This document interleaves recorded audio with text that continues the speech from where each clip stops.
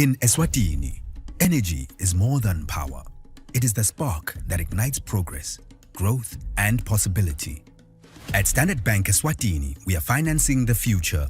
Through landmark deals like the Lower Magoduza hydropower project, and by backing innovators such as the Somi Group, we are enabling clean power, sustainable growth, and opportunity. But deals alone are not enough. That is why we convene the Eswatini Energy Indaba, a platform where leaders, partners, and clients shape the nation's energy future. This is our energy story, told with the rhythm of our land, the spirit of our people, and the creativity that fuels progress. This is how Standard Bank Eswatini leads as the country's energy financier, from possibility to power to progress.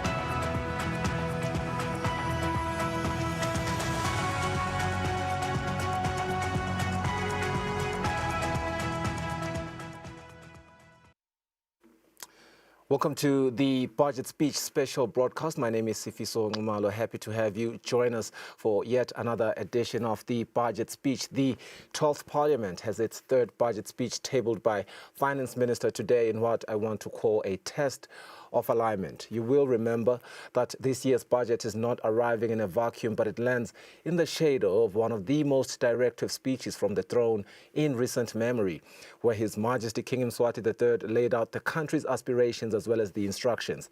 35 clear directives with timelines that are attached, as well as outcomes that are expected, from ending drug shortages as well as eradicating foot and mouth disease to paving 500 kilometers of road, achieving energy security, building mega projects, and fundamentally rewiring the economy away from dependency toward production. And if the speech from the throne set the tone, Cabinet has since narrowed the aperture, distilling those directives into 5 non-negotiable priorities: health and social protection, food sovereignty, economic transformation, governance reform, energy and digital acceleration. And that brings us to the question that matters this morning. Will the numbers follow the narrative?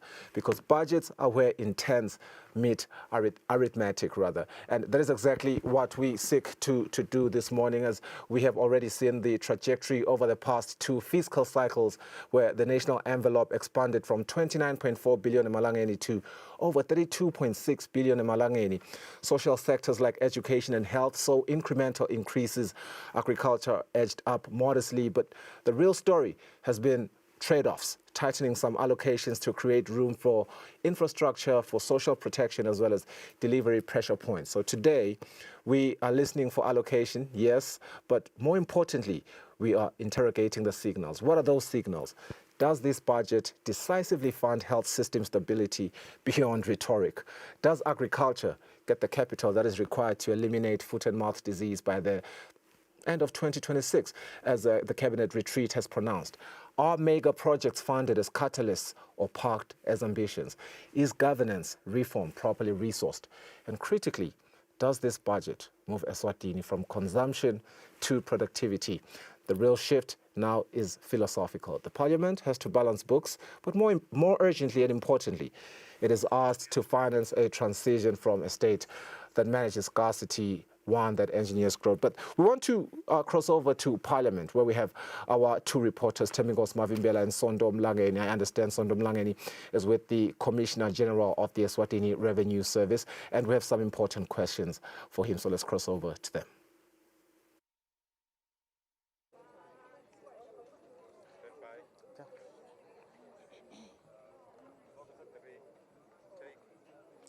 Sivusele mbukeli ekhaya sikhona khona indasi kalobamba eParliament lapho ke khona njengoba sebashido laba kusekhatha studio ukuthi sibheke yona indvuna yeTemafa Neil Reichenberg ukuthi ibe khona lana itawetfula emaphakelo ematiko ahulumende eminyaka imali wa 2026 2027 sibhekile ke kuva ukuthi ke ingabe vele ematiko lehlukene ahulumende atawutfola lokungakanani sive nokuthi ingabe tindvuna tiyagculiseka yini ngaloko letiphakelwe kona kanjalo nemalunga eParliament lamelele yena umbukeli khona lapha endlini kuva ukuthi ona ayagculiseka yini ngaloko lata kutfola kuyo indvuna yeTemafa kepha ke angihambi ngedvana ngingithemkosi ngamavimbela ngihamba naye ke sonto emlangeni ngikuvusele emlangeni angivusele mavimbela ngivusele umbukeli ngivusele naye umnguni estudio njengoba sowuvetile mavimbela emehlo onke abheke kuyo indvuna yelitiko leTemafa umhlonishwa Neil Reichenberg ukuthi yetfule inkulumo yemaphakelo eminyaka mali wa 2026 2027 kanti ke sitawubheka vele kwekuthi emaphakelo endvuna letawetfula atawuhambisana nenkulumo yengwenyama leyitfule emalangeni leyengcile kwekuthi kube ngemaphakelo latawukhona kuvusa wona umnotfo njengoba vele mavimbela sekachazile kwekuthi sila eParliament sitawuba netikhulumi letehlukene njengamanje nje nginaye ke commissioner walo libandla leli butha umthelo lapha eveni laseSwatini sinaye ke umsuthu asikuvusele ke umsuthu sikwemukele namuhla njengoba kulilanga lelikhulu umsuthu siyathi ukuthi nine nibuke kakhulu tindzaba tekubutha wona umthelo futhi ke umsuthu siyathi ukuthi kunabo somabhizinisi lokhanza ukuthi emabhizinisi abo ayastrugglisha ngecash flow kungaba kuva ke umsuthu ukuthi lamabhizinisi lawo nawe niyawaclassifya invele njengemabhizinisi lawo balekelako umthelo nekuva nje tinhlelo ERS lanato ekutheni nakhona kwesekela labo bosomabhizinisi sibonge siqale ngikubonga nje Eswatini TV lokuthola lelithuba lekuthi kube khona nathi lesikubekako ukukhulumisa bona batheli emaswati onke kulo mbuto lona thina singu Eswatini Revenue Service sisebenzisana very closely nebatheli bethu sibabita ngema clients and lendlela lesebenta ngayo ithi kufuna ukuthi ema-obligations abo bawende ngesikhathi ngalokuphelele kepha uma ngabe kwendekile baba netinkinga siyaye sibagcugcutele ukuthi kufuna bete kithi batewutibika tinkinga tabo bese siyabona ukuthi sibambisana kanjani ngoba phela ngingema-clients vele sikhona nje kuba khona kwethu kusukela ekutheni emabhizinisi abe khona nawo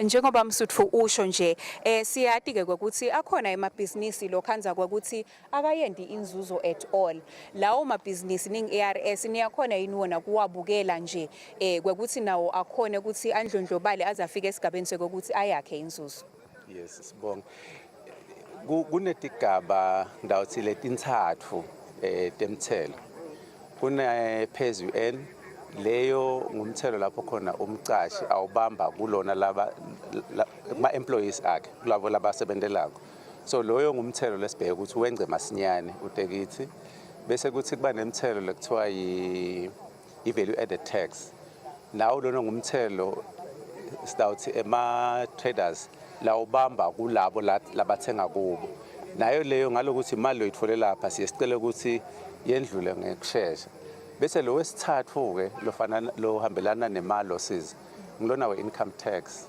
wona ke uthela ngesigaba sekuthi wakhe inzuzo lengakanani so nangabe wende ngathi pheceleti nangabe wende i-loss vele kude lotakuthela ngalokuthi wende i-loss nase sibala ngalama formulas emthelo ukuthi wende i-loss awubhadali lutho vele lapho instead lelo siyakho iyachubekela kulomnye umnyaka so that lolandzelako umnyaka nawe wendekile wendi profit ubese le profit yakho wendi set off ngale loss lechamuka lemuva seyiyancipha le tax payable kuloyo mnyaka njengoba msuthu namhla singayo i-budget speech can we expect ukuthi ning ARS emaswata expect ukuthi mhlawumbe in terms of i-revenue ning ARS banga expect yini ukuthi mhlawumbe nitawu khona collector more kulomnyaka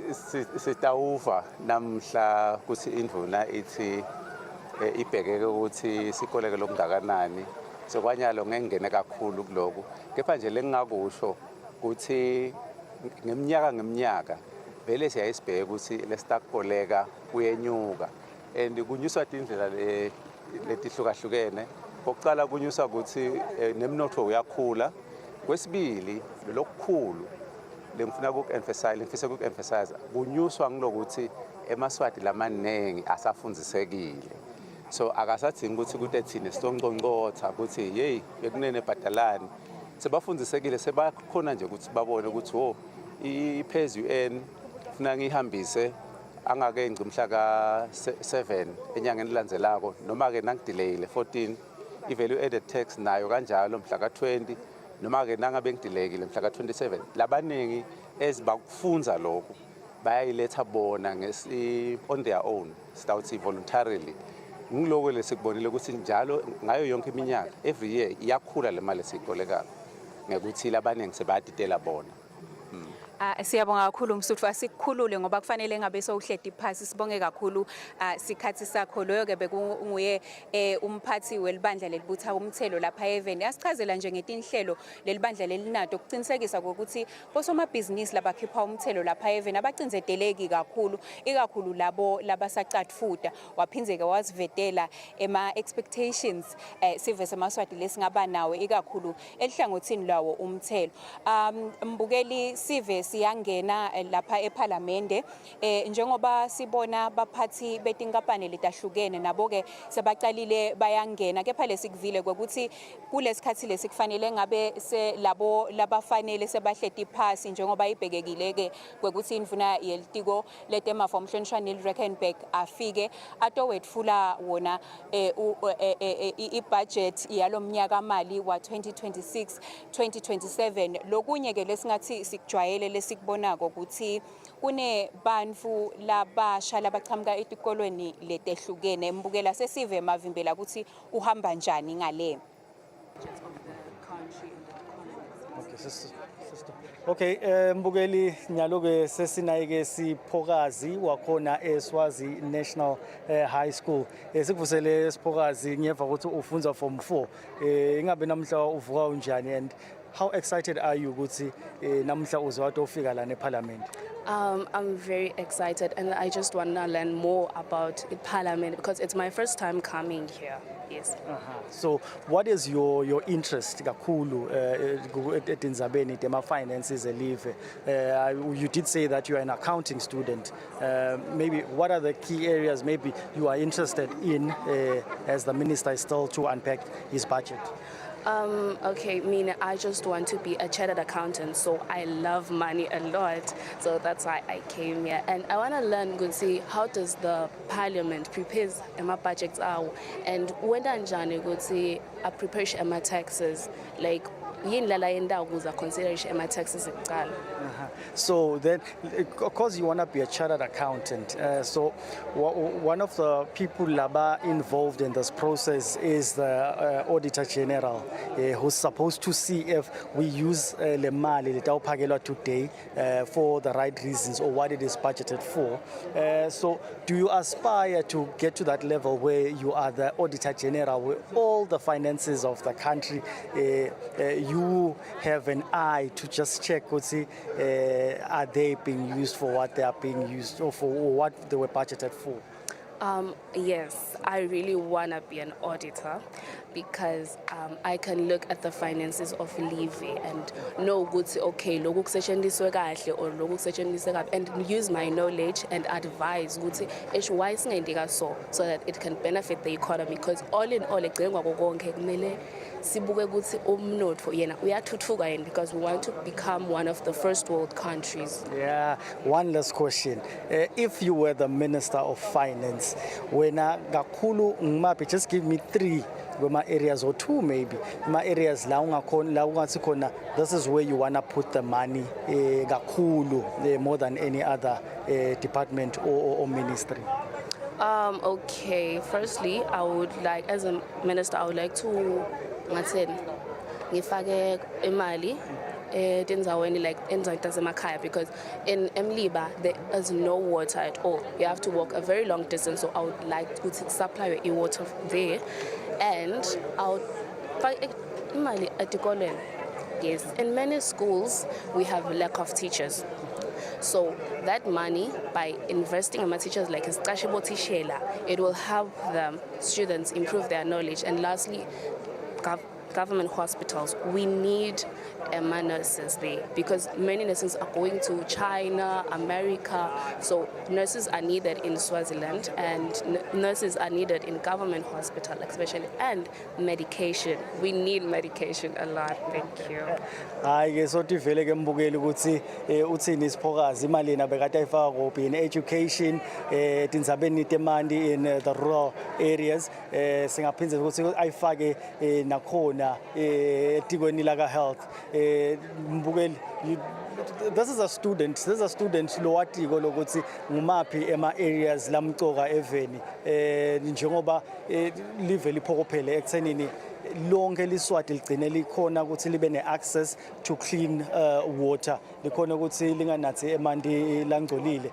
Nakhona ka-health indzaba lethinzwe ngiyo ingonyama ukuthi ayiphele ithinya indzaba yokuthi kushoda emaphilisi khona etibhedlela tahulumende. Ukhulumile ke nasiphokazi ukuthi that is where angaphampa khona imali to ensure ukuthi lonke liswati lithola impilo lengcono. Angithatha indzamba ngitibisele ngakuye Sifiso studio. All right, we are coming back from Parliament. What a heartwarming interview there from Thembinkosi Mavimbela, our journalist who is on the field there with Sipogas, that Swazi national pupil. What a very, very interesting conversation, our Auditor General for the future. But we do want to go back because we have a very interesting element that we do want to touch on as well, which is small enterprises in the country. And we know a lot of their work is under SETCO. We want to cross over to Sondom Langeni, who is going to speak to them. Sibheke ukuthi uhulumende utasisita siqhubeke sibambise bosomabhizinisi labancane labo labadzinga osotindlu ukuthi sithi siyaba incubator. Siphinde sibheke ukuthi nje insha sikhone lokuthi siyiside ngoba sibonile nengonyama ishido ukuthi akube nehlelo for bantfu labasha nemabhizinisi abo akhule kube tinkampani letakha ema-billions lapha Eswatini. Nathi ke sifuna kwenta njalo ukuthi basita bosomabhizinisi abancane siyabaqeqesha siyakhona ukuthi imisebenzi yabo ititeke ifike eziveni. Njengoba nje mhlanga ukhuluma ngale ndlela yokuthi kufanele bahawuze labo somabhizinisi, uyatati wena tidzingo talabo somabhizinisi labancane, ngitiphi nje letiphutfumako letidzinga ukuthi tiqinise tisetshenzwe? Letiphutfumako kubabambisa ngokuthi labasebentela khona sikhona lokuthi ema-standards akhona akahle, ngiwo lata ukhona ukuthi lokho labakhicitako kungena etitolo. Siphindze futhi nalokuthi imali tindleko tiyafuneka, but SETCO babambisa ukuthi bangakhona ukuthi bakhona kusebenta bangabi nalenkinga tetimali babosomabhizinisi labancane. Siyabonga kakhulu Khabako, sithembe ukuthi ndakuthola lele nikufunako. Loyo ke bekungumphathi wenkampani yahulumende lesita bosomabhizinisi iSETCO Kethiwe Mhlanga lovedile ukuthi yini bona labayibhekile. Mhlawumbe singahlola Mavimbela ukuthi yena uqhuba njani imshiyalo wa. Mbukeli ke nyalo ke senginathishela wakhona eSwazi National High School Mduduzi Shabangu impela sekuvusele Eswatini TV Thembinkosi Mavimbela ligama lami. Just one question for you. Njengathishela lo lethe bantwana lana. Kumcwa kangakanani lokuthi bantwana bafunze ngayo i-national budget kulesigaba lesilabakiso sempilo? Siyabonga Mavimbela kumba ngivusele nebabukele emakhaya. Kumcoka Mavimbela ukuthi bantwana bafunze phela nabeta budget speech, because nje kokucala naletikolweni ezinje ngifundisa ama-economics vele siyabafundzisa ngale budget, i-fiscal policy, i-fiscal year siyafunza ngenza bademisela ukuthi umthelo kume kanjani, bumcwa bemthelo ukuze kusinabo phela babe ngema-responsible citizens, bathi ukuthi umthelo umcwa kanganani evele. So siyafunza ngaloko baphindza futhi nabo njengama-economics students sifise phela ukuthi bente ema-decisions la kahle nabo kuze bacontribute phela ekuthuthukiseni umnotho welivela kangwane. So kumcwa nje usibetha abantu odivela nabo ukuthi vele lesikufunza eklasini ngona batakwenda la vele bacontribute futhi ukuthi live lithuthuke nanabo. Impela siyabonga kakhulu njengoba sekachazile ke thishela wawo ema-economics ukuthi lokumcoka kakhulu ngekuthi bantwana bafunze ngato at this stage of their lives ngulokuthi batawukhona nabo kwathi ukuthi umthelo wabo yini lo wendako batawukhula babantfu laba responsible labatiko nabo ukuthi basachubana nema studies abo at some point what is expected of them, and as accounting students ba aspiration nabo one day babo auditor nabo minister babo finance lapho sonto ngabe khamba kanjani ngalapho ngakuwo. Asibonge kakhulu njengoba sishido ukuthi ngiyethemba ukuthi nemaswati sekayeva futhi sekayawubona umnyakato ukuthi cha sive semaswati sesivele sithelekile kutoti vela sona inkulumo yendvuna yelitiko letemafa umhlonishwa Drakensberg yemaphakelwa lonyaka eceleni kwami ke senginalisekela la governor lokungumake Felicia wakadlamini asikuvusele Nkosi sikwemukele mhlawumbe nje ngaba kuva ukuthi nine yini lenigatsile kuyo inkulumo. Anguvusele sisi nesive sonke semaswati ibudget isikhathi sekwaba imali delive kutshengisa ukuthi live litawusebenza njani sibukeke 2026-27 sine lesikubhekile si Central Bank yelive laseSwatini kwekuthi lokwaba kube ngolokufaka tonke tingoni lokutawuvusa emathuba emisebenzi nekuthi sizame kunaka labo labangakhoni kusebenta kulamalanga sibanaka kanjani ke simanaka ukuthi uma minister atabile letimali sine lesebentako lesebentela sive semaswati sisemagajeni ahulumende lahlukahlukene sitawubeseke sesenda le environment iba conducive kokuthi bantu babuke kokuthi bona bangadisita njani kulukhuni ke kwabatimali simfisela inhlanhla honorable minister kwekuthi kulamabhola lamanyendi lasetulu mane sigenze la inclusive for maswati la futuristic for live la kangwane sivule emathuba emisebenzi njengawo amaswati abhekile. Mhlawumbe nje Nkosi nine ni Central Bank siyati ukuthi sivile futhi ukuthi live la kangwane cishe lenta kangcono nasibuka iSADC in terms of budgeting nani buka vele silive la kangwane nasicathanisa nalamanye emave vele are we on the right track yini in terms of kubuka ema priorities ethu silive nasaba imali. Ngiyacabanga sisiko ukuthi we are on the right track. Ingcinamba leye isivelele ukuthi kunyeni lele fansi sikwende and fansi sibuke ukuthi sikwenda njani implementation ne follow through imcoka live la kangwane uma ubuka nalamanye mave vele kulungiselela tindzaba tahulumende sikwenda kahle siyabambisana siyakhulumisana sekufanele ke sibambisane sende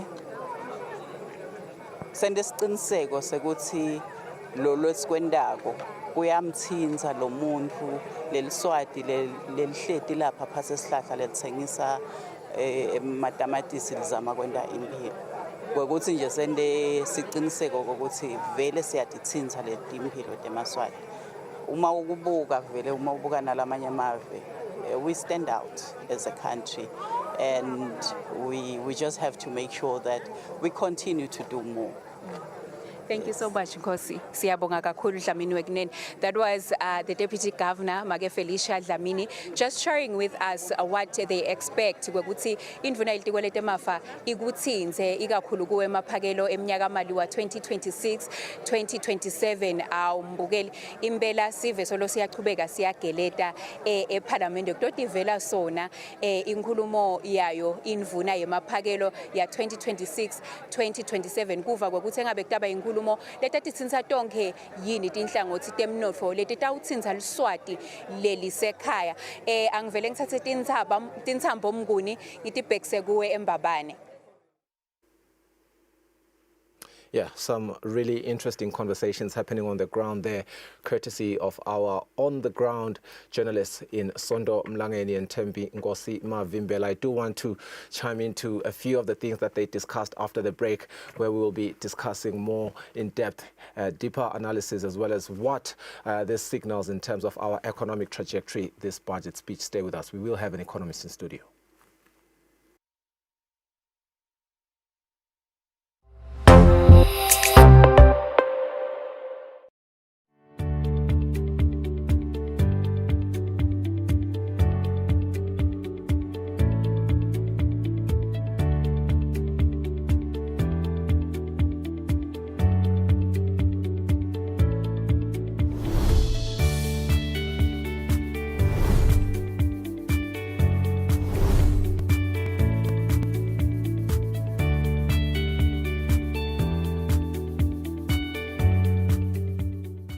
In Eswatini, energy is more than power.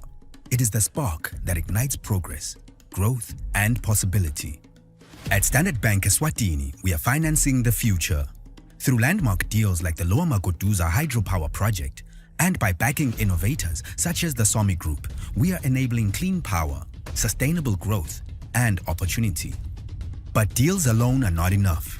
That is why we convene the Eswatini Energy Indaba, a platform where leaders, partners, and clients shape the nation's energy future. This is our energy story, told with the rhythm of our land, the spirit of our people, and the creativity that fuels progress. This is how Standard Bank Eswatini leads as the country's energy financier, from possibility to power to progress.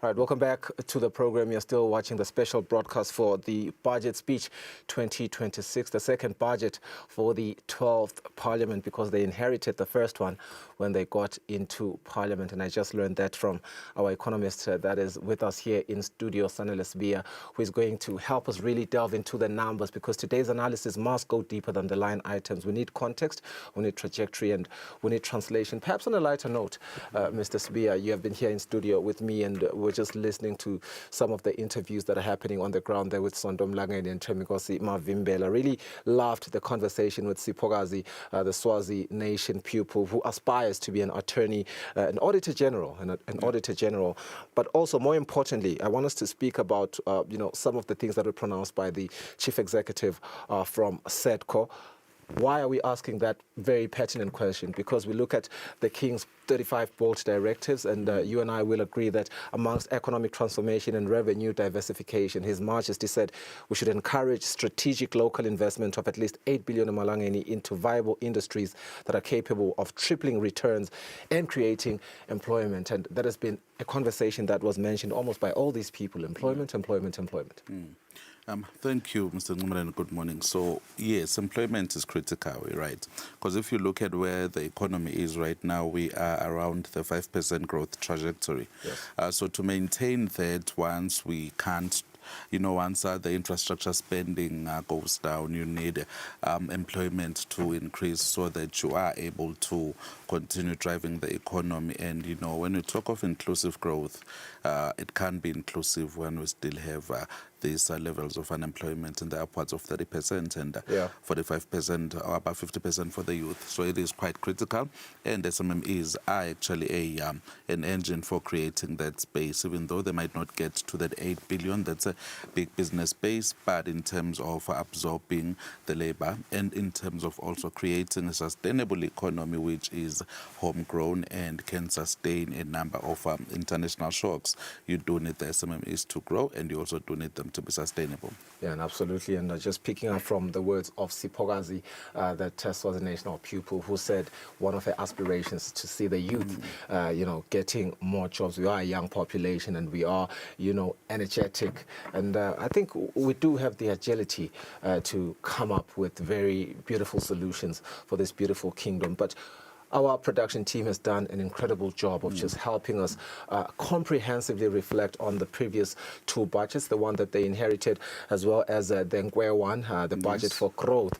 And on screen, we will have the 2024 29.42 billion in Malangeni compared to the 2025 32.61 billion in Malangeni. And that's why we have you in studio to just, help us really envelope this national envelope. And the last budget came in about that number, a multi-billion jump in a single cycle. And I think that is the big question there. What explains a jump of this size in one fiscal year? So if you recall, back in the days, we've been on an austerity type of level where the budget wasn't increasing that much. So when we had a new government, a new cabinet, we saw a shift towards, the mega projects there, and that is what actually drove growth in the next 2 years, because you kind of need the economy to grow after we got the fundamentals right. And when we look at, the SACU receipts as a proportion of, government revenues, it did go down significantly to levels of around 33%. So now that was commendable. So the fundamentals were in place for us to now start thinking around growth. Yeah, something critical that you mentioned here, the shift was due to mega projects being introduced. And my journalistic mindset then wonders, why then do we have a lot of people still complaining about, problems around, some of the economic challenges that we are experiencing as the Kingdom of Eswatini? How long until we start to enjoy the fruits of these mega projects?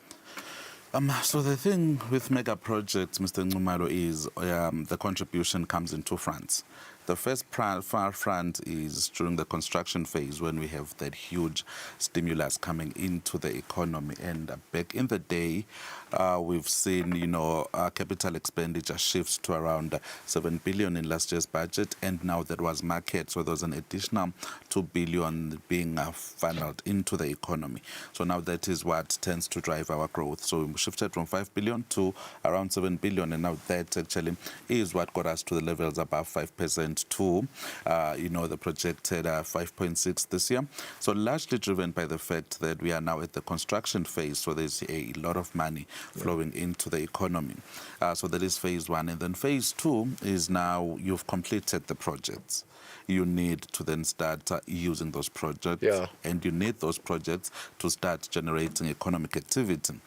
So what we then see happening usually is, after you've built the road, you need commerce to start choosing that road and make for seamless transfer of goods and services. And once you've built the strategic oil reserve, we need to then see a smoother flow in the economy. Once we've built the 5-star International Convention Center, you need, that to generate money. You need the tourist foot traffic, 100%. And you need, these big events to now be hosted in Eswatini. So that is the second phase. So we're hoping that post-completion of those, we already have a very good market plan and how we then start. We are just getting into the second phase now, because the first phase is the construction, as you infer. In the topic of employment, and our production team will bring up that graphic there that shows the comparison just now. But on the topic of employment, and I suppose from the construction industry, they should be enjoying the employment phase of, what this development brings into the Kingdom of Eswatini. Have we experienced that? And do we really have an economic sense of enjoyment from that employment creation? So in terms of employment, I think if you recall early last year, we saw the figures come out. The economy added around 2,000 to 3,000 jobs. So one would think that is marginal, but it comes with the amount of people that you need to employ. 10,000 to what, sorry? Yeah, 10,000 it was 2,000. 2,000 to... Yeah, to 3,000 thereabout. So we did see people come into the employment pool. But what we then need is how do you grow the other services, that are supporting that space so that indeed you create the jobs. I mean, if you recall as well, we had concerns being published around the issue of, the improvement of local sourcing, because the way you improve the multiplier effect on this capital expenditure is if the money flows within the economy, you are sourcing domestically. So if we had done that, we would still have a much broader multiplier effect. And then in terms of the unemployment, you can't expect a huge cut in 1 year out of capital expenditures, because that's also a capital intensive type of endeavor. So what we need to do is to also grow the economy in a way that we are improving the flow of the money in the country, so that we are growing the services sector and we are growing, the retail and wholesale sector, so that it does begin to also employ people being, spurred by these expenditures in capital projects. Yeah, so, as we see the figures on screen, those are the exact same figures we are referring to, that 29.42 billion emalangeni from 2024, and that jump, which we have rightly justified with our economist here, Sanales Bia, from to 32.61 billion emalangeni in 2025. We will get into the sectors, and, we'll be beginning with education. But I do want to ask you, just while we're still here on the national budget expenditure, what point does envelope growth become a sustainability concern? It depends on how you are growing, Mr. Ngumalo. So if you are growing on a surplus level, it never really becomes a national concern, because you are not borrowing to sustain that. Sure. And then if you are now growing largely through deficit financing, as we saw, the deficit went up to 3% last year of GDP. So now that then brings a conundrum in terms of how you now balance social expenditure with, the debt repayment. So what we need to, and what we are hoping for, is this time around the budget deficit should lessen to around 1.5% of GDP, or better yet at 1% of GDP, so that we are running a neutral type of debt level balancing there. So if we can then start stabilizing growth and balancing the budget along surplus regions, we should then not have such a concern. But then as well, if we continue growing through surpluses and savings, eventually we find ourselves in a situation of excess liquidity now that also, tends to hinge on growth and development, in the sense that you can't save perpetually without spending that money. Yeah, and, I suppose that is largely supported or premised, it's not supported, premised on His Majesty's pronouncement there in the very beginning of his speech from the throne, where he mentioned that government must,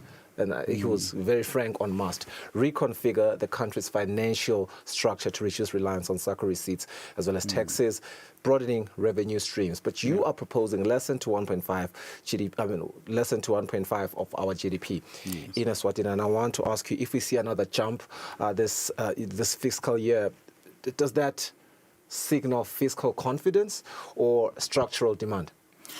It depends on where the jump is coming from, like I've said. Okay. If it's coming through, improved domestic revenue mobilization and the SACCO funds, and all just to limit, our debt exposure to around 1.5%. Sure. Now, then that would be a welcomed jump. But if we then see it coming through deficit financing, then would somehow be a bit skeptical around that jump. But let's get into the sectors. and I want us to start with education. On screen, you will see, viewer at home, the 2024, we had 5 billion malangeni allocated to the education sector. And in 2025, we had 5.41 billion malangeni allocated to the education sector. And I suppose that speaks to education remaining the dominant vote and, it continuing to rise steadily year on year. And the first question for you, Sanele, is at over 5 billion in Malangeni, what are we really seeing here? Are we seeing proportional economic returns? On education, it's a bit tricky in the sense that, if you recall, His Majesty has already commanded that we should transform the education sector to align with the needs of the 21st century, where we are able to produce the labor that is required by markets. If you recall, there's also that skills audit report, which shows that we have a serious problem of skills mismatch.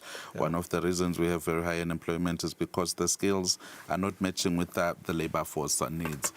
So we've already seen, shifts towards that happening with the introduction of CBE. And then we've also seen the launch of the Eswatini team, which came out with quite tangible recommendations in terms of how we can realign and restructure the university there. So we did see a lot of, positives in terms of the school feeding programs and the FPE grants.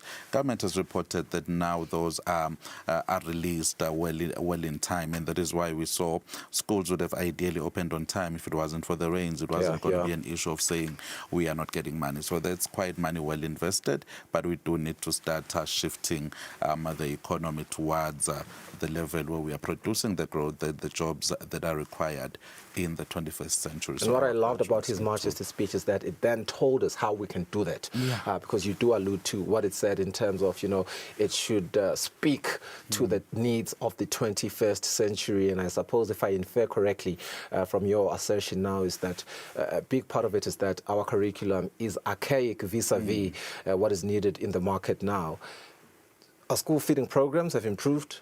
You propose, His Majesty says, under education and youth empowerment, let us integrate modern technology into the education sector and our system that is aligned with the national development goals. And I want us to speak to that. Have you seen a bit of appetite or direction towards that? And if not, how do we ought to do that? Do we need to see a multi-sectoral approach between education and ICT to integrate these models? What we've seen, for example, we've seen the university embrace artificial intelligence very much, and now that is where the world is going. That's where the global economies are growing. And I mean, I'm reminded of words that Minister Savannah once said at some point. Said, if you're not catching up and you're always importing technology, you end up being a technology slave. And from there, another poignant thing that she further said was the Minister of ICT is going to train around 300,000 Eswatini. Now that's a number, 300,000 Eswatini on coding and basic computer skills. So we are seeing those conversations turning towards the right direction. We're seeing, linkages with Google. Alphabet is the biggest and the leader in IT globally. So if we start linking the economy towards that direction, now that's awesome. And we've also seen IT being introduced in quite a number of schools. If you travel around the country, you will find that schools have computers. Now that's a shift towards that direction. And we are also looking at ensuring that we get artificial intelligence into school. Remember, in 2021, 2022, when we had COVID, there was a robot that the country was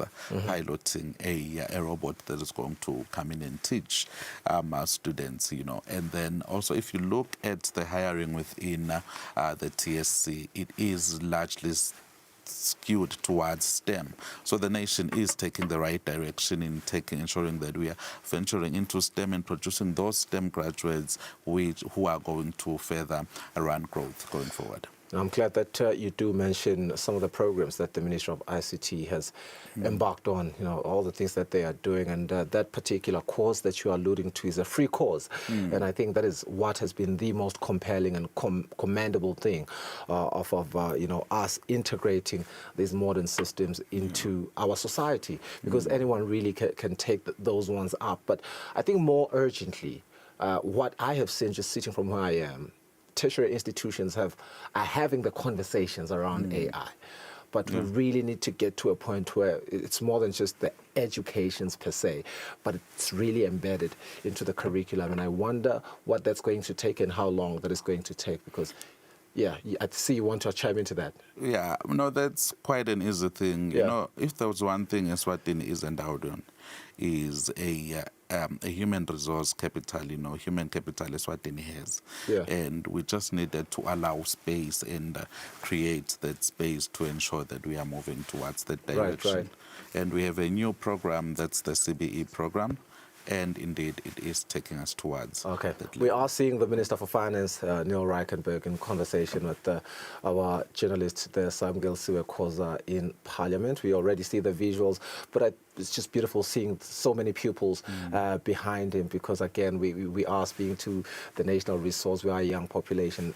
These aspirants, they are going to be the leaders of tomorrow. They will be learning. I'm just hoping that this analysis today is going to really go deeper than the line items and be contextual and comprehensive for them as well to understand, because these numbers can be a lot of jargon, economic jargon, which is quite hard to really understand. And I think our job is to break those down. But on the conversation of education, another big question is, and I suppose I had this question, but I feel like you've answered it a little bit, which is, are we still funding access more than outcomes when it comes to education? Just looking at the numbers.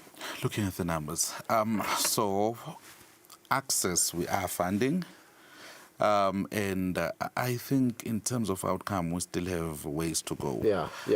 Because if you look at the CBE program and the first cohort that we just graduated, we did see the cracks coming out there. And the fact that we're looking at progression to high school and also completion of high school. Now, that's where the problem is. We've done quite market work in terms of free primary education. So now we need to ramp it up. And we've seen programs like the OVC program, trying to make sure that those that can't afford school are actually allowed that opportunity so that we can get Maswati right through to high school. And we've seen other innovations like, inclusion in terms of pregnant pupils being allowed now to finish school. Now, that was a market improvement. It's going to help close the gender gap in terms of access to education, where we are not letting gender become a stumbling block. So we are on the right track, but we just need to fast track quite a number of our initiatives. So the government of the Kingdom of Eswatini is doing relatively well. And if you look at our expenditure on education, it's quite close to the 11% that is prescribed by the Maputo Declaration on Education, where nations are required to spend above 10% of their national budgets on education. And Eswatini surpassed that target, and we think we're going to surpass the target yet again. So we are on track, and we are funding quite a lot of pupils, and the Deputy Prime Minister is doing quite commendable work in terms of making sure that Maswati are in school. As we enjoy these visuals with your submissions, Mr. Siya, we'll get back to those. We are seeing the AG there, just continuing with a bit of formalities that we are, I believe, used to seeing now, where the Honourable Minister of Finance, Neil Reichenberg, arrives with his wife, and they give him that beautiful rose there. And it always, just happens around the month of love, and he loves to allude to that as well. But they look very, very beautiful. I love how his necktie is matching her dress, and it speaks to something that is beautiful, and I do expect the budget to be just as beautiful as we enjoy these visuals. And he continues to greet other attendees that are coming into the budget, and that's a really, really beautiful spectacle as they take photos. But coming back to our conversation, Mr. Sbiya, another big element is the juxtaposition between scholarships and labor market absorption.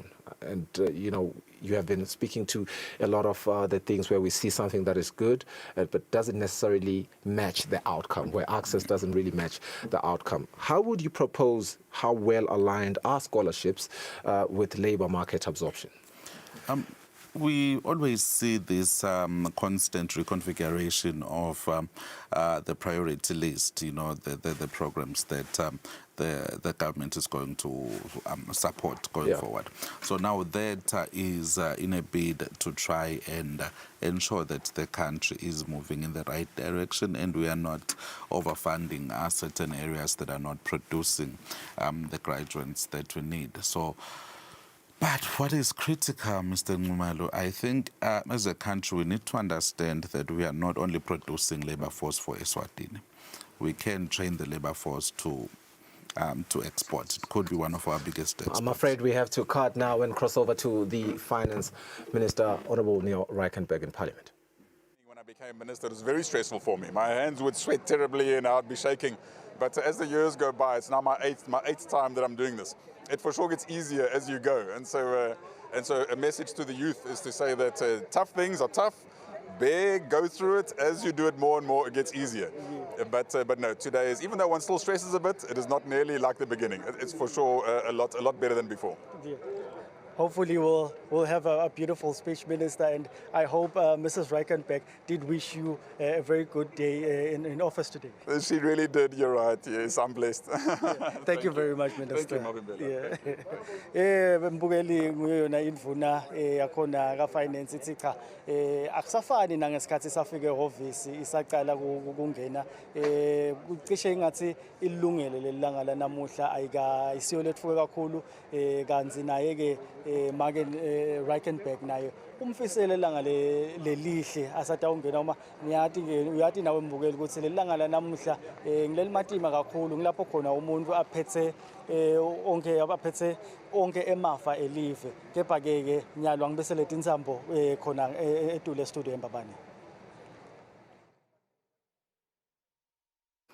All right, welcome back. It's quite interesting. I was just laughing with our economist here a little bit, looking at how tall the finance minister is, because I know Tembingos, he's my colleague, Mr. Spear. He's quite a tall lad himself. He's the average tall guy in Eswatini, but the finance minister is just looking at him down. But live visuals from Parliament, we just saw inside. We did see that it's quite empty for now, but we do expect it to be packed in a couple of minutes as we continue to drill further into the different lenses of the different sectors that we expect to be allocated budgets this year. Mr. Spear, you were just telling me that we are expecting the allocation to rise a little bit again this year. And if it is to rise this year, what should the country expect in return? Just briefly, before we move into health.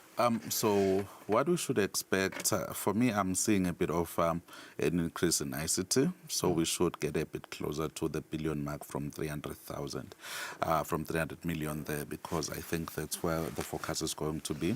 And evidently, we do expect education and health to also be on the increase, coupled with agriculture. Yeah. And given the mood of the minister there, we are actually heading into a good budget, and it's coming into this budget on a good footing with growth above 5%. Global conditions, even though we have the Trump effect, but they are good. We're seeing the price of Brent crude oil stabilizing a bit lower. And the exchange rate, I think that is why the minister is very happy there. The exchange rate has really given the country quite a bit of breathing room in terms of debt servicing, and does give us a bit of scope for a bit of, deficit financing and further borrowing, but we do hope it's going to be contained within feasible limits. So I think that is why he's a bit happy right now. He does mention that today, in his words, and I quote, today is a lot better than before. And Terra Temingos does tell us that he was, referring to his anxieties and everything. He's in his third parliament, third session. Let's get into health. And we'll compare the figures. They will be on screen. 2024, we were on 3 billion Malangeni. The allocation then jumped to 3.1 billion Malangeni in 2025. There it is. It has crossed the 3 billion threshold. It has been incremental rather than a sharp expansion, right? Just a tad bit incremental. Does this increment for you, Mr. Sbia, suggest funding stability or reform stagnation? For me, I think mostly we're seeing that it was, say, around 100 million, the increment. We had a bit of support coming through from PEPFAR, Sure. USAID. So in a way, it was more of a continuity, budget with just adjustments for, inflation to make sure that we are able to procure going forward. So this year, I do expect a bit of a huge jump because the US did change their funding modality, and we now have to co-fund as a country. So we should most likely see a huge jump with a lot of reforms within the health sector that I think the minister is going to, announce today. For example, CMS, we do expect CMS to convert 100%. into a parastatal and to improve the efficiency of medication and medical equipment delivery into hospitals. So we are expectant of those moves there and, a bit of those reforms. In terms of, medication, we do expect that going forward, that underspend in that line item should relatively be stabilized. And I think we are going to have a bit of scope for employing more nurses in this year's budget. I love to, premise every question that I ask you on, the speech from the throne, because that is the initial and very important compass for everything therein. And His Majesty did say, end drug shortages in health facilities, but also establish sustainable long-term supply chains. You are saying CMS, should make that very urgent and important transition. But another important salient point was that we should intensify efforts to eliminate HIV/AIDS by 2030, which we have done commendably well in previous years. I remember there's targets that we met, with which we were amongst the first countries in the world to do that. But His Majesty said, including rollout of the Lenacapavir injection program, and that is another big intervention that we've seen. What do we expect to happen in the short term? So in the short term, I think we are, as a country, handling this massive shift in global funding. Because if you can get Maswadi into that Lenacapavir project program, and I think we have 2 injections now, PrEP injections, so that now stops, it helps the spread of the disease amongst the healthy population. And if we can improve that uptake, it will somehow help the nation. So I think we are on the right footing, and Eswatini has done relatively well. Yes. Not even relatively. We are leading in terms of reversing the tide of HIV. But most poignant, what I liked about His Majesty's speech was 2030. 2030. When I looked at His Majesty's speech from the throne, for me it became the economic blueprint that we need to follow. If we followed that speech to the latter, those directions, His Majesty did write a national strategy for turning the economy around and transforming it. So we do just need to implement it right to the latter, and I call it a blueprint. It is a blueprint to turn the economy around. We just need to follow those. Up 100 million from the previous budget into the first budget that they inherited to the previous budget, and now from the blueprint from His Majesty, the last salient point under health was take a firm stance against gender-based violence. Just how much is gender-based violence crippling our economy? Because, it sounds like a conversation that is not leaning into the economy in the layman's eyes, but I know it does. No, it does in a very marked and significant ways, right? Because we're talking of labor productivity. So when you talk gender issues, you are talking labor. You are talking the human resource that the country does need. So imagine, the mental health stress that you would go through if you are facing that situation. Those are days you are not at work. So those are days you are not productive. And if we're seeing forms of economic deprivation amongst women in terms of gender-based violence, now that says we are not growing. There is this level of, resource that we are not tapping into. So closing the gender gap in the labor market requires that we end GBV. We need our women to go out there and boldly assert their place within the labor force. And if you are mentally not stable, then it becomes a problem. And mental health, when you link it to gender issues, is actually the next silent pandemic, which we are not seeing. But gender-based violence does have that impact. It does lead to a deteriorating mental health. And, you see that absenteeism, we see the people not being able to take up opportunities because they do fear the gender-based violence that would come afterwards. And so all of those issues, they do compound into a huge effect in terms of our future going forward. And I mean, recently we saw that there was a 14-year-old who was pregnant. Now, imagine if that continues going into the youth. Now, gender-based violence doesn't only become an issue for the present moment, but it is becoming a multi-generational issue that we need to solve as a country. So, and also in terms of the resources that we are continuously having to allocate to health, mental health, and all these other interventions to make sure that we are curbing the scourge of gender-based violence. Now, those are resources that we could be pushing to other productive sectors in the economy, but they now need to focus on a social issue, which if we could solve, we would free up those resources and improve other service provisions.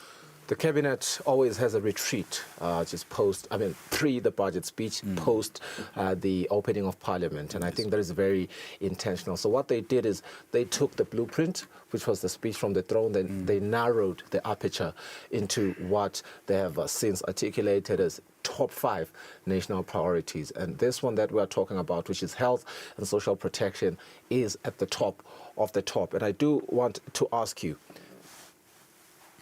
is health primarily fiscal or operational, the challenges? So for me, the challenges within health have been operational. Because if you look at the budget and remember when you and I were looking through that medium-term expenditure framework, the mini budget that the minister presented, we've always noted for the past 2 years that medicines component is always underspent because of the operational issues within if you look at the referrals that need to be made through Palala Fund, again, those ones are not at those optimal levels. So we need to find efficiencies within the health sector. So most of the problems there are operational, in as much as we have those budgetary constraints, because every time you budget, I'm sure they came with probably around a very huge number. A very huge number, and then you had to then prioritize and bring it down to feasible levels to what we can actually afford right now. So for me, I would say most of our problems are operational. We need to restructure them. A quick commercial break. When we return, two important questions for Sanellis Bia as we wrap up how we are looking at the health sector.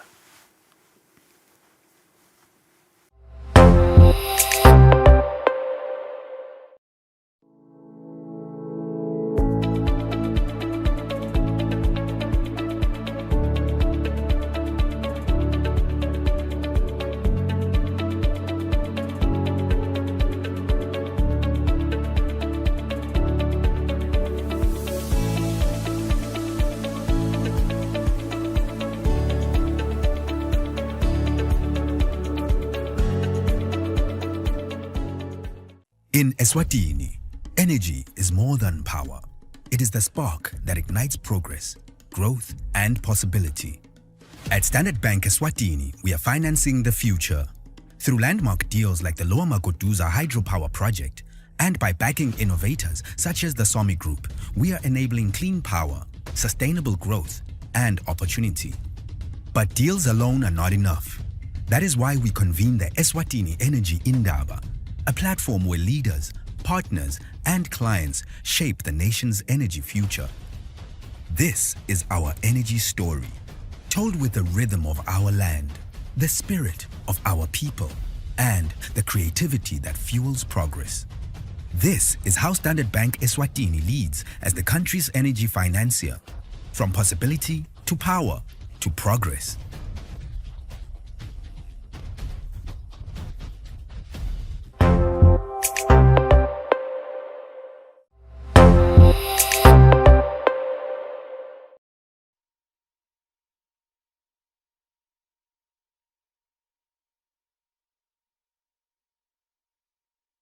All right, we are back in studio and we are getting the word that the proceedings there are beginning in Parliament, but we will be told when everything starts.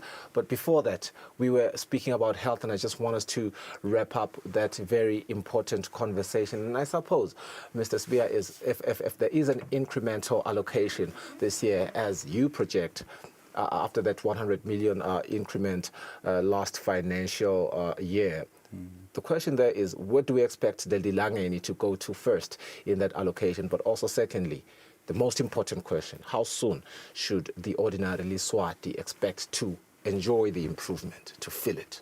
All right. So most immediate, Mr. Ngumalo, is the HIV. We've seen a bit of a removal of that funding. I'm sorry, we have to end our conversation here and just cross over straight to Parliament where the proceedings have started. We will be back in studio.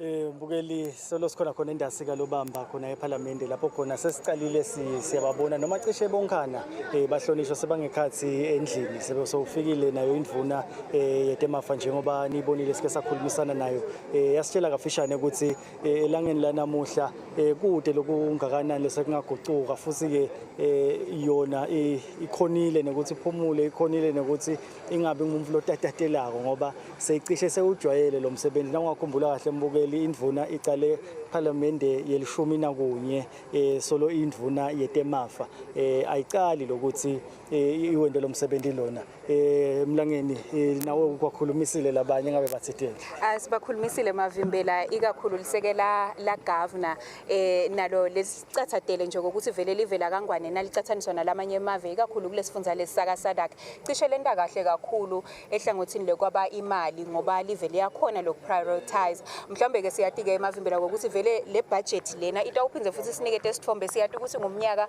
lobalekile welivela kangwane lapho khona ingwenyama ihlanganisa iminyaka lengu40 isesihlalweni kepha ke nyalo Mavimbela sivele sithathe intsambo sifake yena umbukeli ngekhathi lesicela ukuthi after sasicede umsebenzi wanamuhla ungathi sonke singabe sesivela khona kubede nje lo hambako nasesicedzile siya kule stretch tent kune network luncheon sitawube sisneka nje bese siphinde siyaxoxisana nabo bonke lesiba invitele namalungu eParliament iParliament isebenza indzaba ye taking Parliament to the people so lokuthi sisineke nje kanye nje bese siyaxoxa siyacela ukuthi sende njalo nasiphuma nje siye kule stretch tent where we will then snack and then engage sixoxisana nje sidla sibe sixoxa on the other side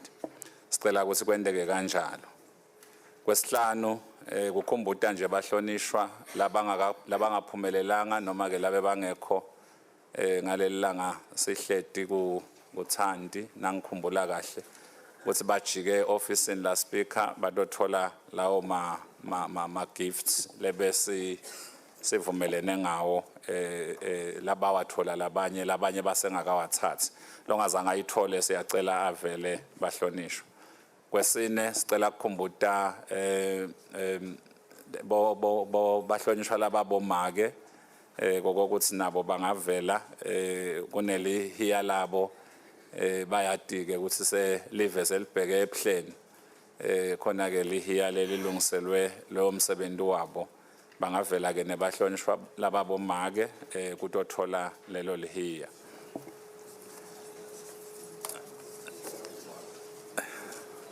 laba thuna cha abalitholi labomake leli lilungiselwe nje bomake sasitawubuye sibabukela labathuna ngoba leli lingale libhaliwe vele nalokuthi libhalwe labomake manje nangumlumthuna asagacela ihiya lelibhalwe make sitawubona kodwa ukuthi singathi sakusebenza yini ukuthi nani nilithole kodwa ke lisuke leligama lelibhalwe labomake sitawubukisana bahlonishwa sekungaba kukhumbuta nje kuma invited guest ethu lapha eTulu ngokuthi eParliament ke tincingo atikavumeleki ukuthi tikhale therefore nangabe ungenda siqiniseko nje just double check ukuthi ucingo lwakho luku silence or nangabe bathi uyakuchafata ukhona kahle ukufaka ku silence uvele nje uswitch off lungabe seluyakhala lapho etulo siyacela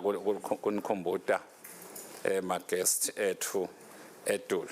Thank you very much, Mr. Clerk. Honourable members, the Eswatini House of Assembly order paper number 2 on the Friday of 27 February 2026, there is an addendum to the order paper. We have a tabling of a report, the report of the Finance Committee on deliberations with the Honourable Minister for Finance on the appropriations for 2025 to 2026 and 2026 to 2027 financial years. The report is going to be tabled by the Honourable Mawik T. Kumalo. Sibonge Mr. Clerk, umhlonishwa wakalobamba lomtsala.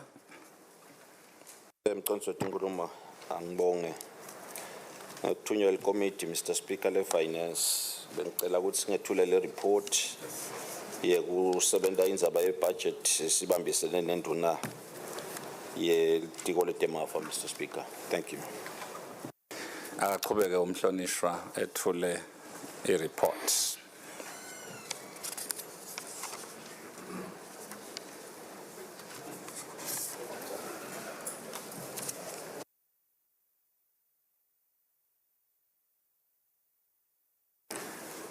Sibonge kakhulu umhlonishwa wakalobamba lomtsala, Mr. Clerk. Honourable members, on the main order paper, we have tabling of reports. The first report to be tabled is the budget speech. The second one is the budget estimates book for 1st April 2026 to the 31st of March 2029. The third report to be tabled is the Treasurer Annual Report for the financial year ending the 31st of March 2025. The fourth one is the Eswatini Revenue Services Report for the financial year ended 31st March of 2025. The fifth one is the Establishment Register for the financial year ended 31st March 2026 to 2027. The sixth one is the Financial Audit Report on the Consolidated Government Accounts of the Kingdom of Eswatini for the financial year ended 1st March 2025. All these reports are going to be tabled by the Honourable Minister for Finance. Thank you, Mr. Clerk. Minister for Finance. Thank you, Honourable Speaker. Honourable Speaker, with your permission, leave the House. May I please table the budget speech for 2026, the budget estimates book from the 1st of April 2026 to the 31st of March 2029, the Treasury Annual Report for the financial year ending 31st of March 2025, the Eswatini Revenue Services Report for the financial year ended 31st of March 2025, the Establishment Register for the financial year ended 31st of March 2026 to 2027, and the Financial Audit Report on the Consolidated Government Accounts of the Kingdom of Eswatini for the financial year 1st of March 2025. Thank you very much, Minister. Please go ahead and table the reports as read.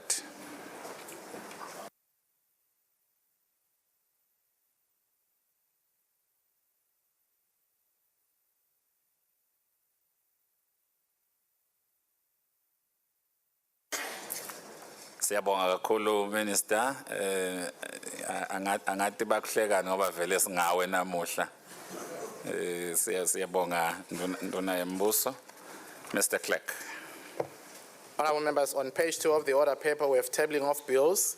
The first bill to be tabled is the Appropriation Bill 2026, Bill number 1 of 2026. The second one is the Supplementary Bill 2026, Bill number 2 of 2026. All these bills are going to be tabled by the Honourable Minister for Finance. Sibonga Mr. Clerk, nduna yehloniphekile yetemafa. Thank you, Honourable Speaker. Honourable Speaker, with your permission, I leave the House. May I please table the Appropriation Bill 2026, Bill number 1 of 2026, and the Supplementary Bill 2026, Bill number 2 of 2026. And Honourable Speaker, they both come with certificates of urgency. Thank you, Minister. Please go ahead, Minister, and table the bills.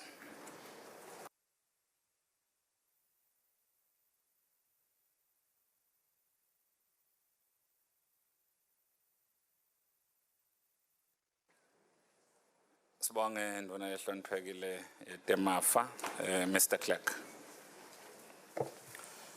Honourable members, the next item on the order paper, we have a government bill, the Appropriation Bill 2026, Bill number 1 of 2026, first reading, presented with a certificate of urgency by the Honourable Minister for Finance.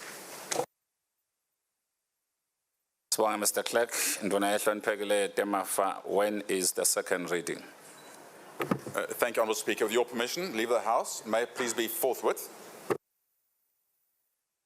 Sibonge nduna ehloniphekile bahlonishwa, it has been moved that the second reading be forthwith. Labavumelana naloko bathi aye. Labangavumi bathi nay. The ayes have it and the ayes have it. Mr. Clerk. The Appropriation Bill 2026, Bill number 1 of 2026, second reading by the Honourable Minister for Finance. Asibonge Mr. Clerk, induna ehloniphekile yeTemafa sengiso lesikhathi induna la kufanele khona uchubeke nemsebenzi wakho webudget seyingachubeka induna. Thank you, Honourable Speaker. Mr. Speaker, it's my singular honour and profound responsibility to stand before this August House to present the national budget estimates for the 2026-2027 financial year at this third session of the 12th Parliament of the Kingdom of Eswatini. I rise this morning deeply conscious of the times that we live in. Across the world, nations are navigating uncertainty, geopolitical tensions are redefining alliances, global trade is being reshaped, supply chains remain fragile, and economic nationalism is testing long-standing international arrangements. What once appeared predictable is now fluid. What once seemed stable is now contested. Mr. Speaker, in the midst of the shifting global landscape, the Kingdom of Eswatini stands firm, anchored in faith, guided by wise leadership, and strengthened by unity. Mr. Speaker, I give all thanks and glory to our Heavenly Father. We thank Him for the spirit of unity that prevails over our nation. This year, we are guided by the principle of agape, the highest form of love, which seeks the well-being of others above oneself. As the word reminds us in 1 John 3:18, dear children, let not love with words and speech, but with actions and in truth. This budget is designed to be that action. It is a testament of our commitment to love and serve every Liswati in truth. The theme this year of our speech is agape love, love in action for economic transformation. Agape love is not sentiment, it's not passive, it is sacrificial, it is disciplined, it's responsible. It's the kind of love that chooses the greater good over personal comfort. It's the love that builds institutions, strengthens families, pays taxes honestly, fights corruption, and serves the nation faithfully. Mr. Speaker, a budget is more than numbers. It's a moral contract. It reveals what we value. It reflects who we choose to protect. It determines the future that we are building. This year's budget is built on agape love. Love for the child in the rural classroom. Love for the unemployed seeking opportunity. Love for the farmer battling climate shocks. Love for the worker who rises before dawn. Love for the elderly citizen who depends on dignity, and love for future generations who will inherit the consequences of our fiscal decisions. His Majesty the King has consistently called upon us to build a nation of unity, discipline, and integrity. During the opening of Parliament, His Majesty has reminded us that service delivery must improve, corruption must be uprooted, medicines must be supplied, and the youth must be empowered. This budget responds directly to that call. Mr. Speaker, agape love also demands accountability and good stewardship. We cannot seek to love while tolerating waste. We cannot speak of prosperity while enabling corruption. We cannot speak of progress while avoiding discipline. Mr. Speaker, never before in recent history has the global order appeared so uncertain. Protectionism is rising. Major economies are reprioritizing domestic interests. Aid flows are being reduced. Major trade agreements are under strain. Climate shocks are intensifying. Small open economies like ours cannot control these global forces, but we can control our response. Our response is this: We'll strengthen domestic revenue mobilization. We'll protect fiscal sustainability. We will invest deliberately in growth. We will accelerate reforms and we'll build resilience. While others retreat inwards, Eswatini moves forward with clarity and courage. We are building dams and irrigation schemes. We are building digital systems and financial transparency. We are building energy independence. We are building factory shells and manufacturing capacity. We are building institutions that will outlive us. We are building a culture of accountability. Mr. Speaker, over the last several years, we prioritized stabilization, strengthening reserves, improving debt management, upgrading our credit rating, firming up tax administration, and restoring investor confidence. That foundation is now bearing fruit. This budget marks a transition from stability to acceleration. It's a pro-growth, pro-discipline, pro-investment budget. We are increasing capital expenditure because we understand that growth is not accidental, it is constructed. Infrastructure, energy security, water security, digital systems, and industrial capacity are not expenses. These are investments in national productivity. But growth without discipline makes us fragile. Therefore, while we invest boldly, we must remain fiscally prudent. Agape loves demand that we do not burden our children with reckless debt. Mr. Speaker, one of the most significant institution reforms undertaken by government in recent years is the successful implementation of the first release of the Integrated Financial Management System, referring to UMSEBE IFMIS. For the first time, ministries and departments utilized a fully integrated digital platform for planning and budgeting. This reform marks a decisive shift towards program-based budgeting, enhanced fiscal discipline, real-time expenditure monitoring, and strengthened accountability. The system reduces opportunity for waste and irregular expenditure, it improves transparency, and aligns public spending directly with the National Development Plan and the Programme of Action. UMSEBE is not merely a technical upgrade, it's a structural reform that will permanently improve how government manages public resources. Mr. Speaker, after years of planning, construction, and strategic investment, the International Conference Centre will be officially opened on the 25th of April 2026 and opened by His Majesty the King. This milestone represents far more than the completion of infrastructure. It symbolizes Eswatini's ambition to position itself as a premium regional destination for conferences, trade expos, and international events. Its completion reflects government's long-term vision of diversifying the economy and strengthening the country's presence in regional and global platforms. Mr. Speaker, government has taken decisive action to addressing long-standing challenges with availability of medicines in public health facilities. The legislation transforming the central medical stores to a standalone statutory entity has now been passed. This reform will establish an accountable, professionally managed institution with end-to-end visibility of medicine procurement, storage, and distribution across government.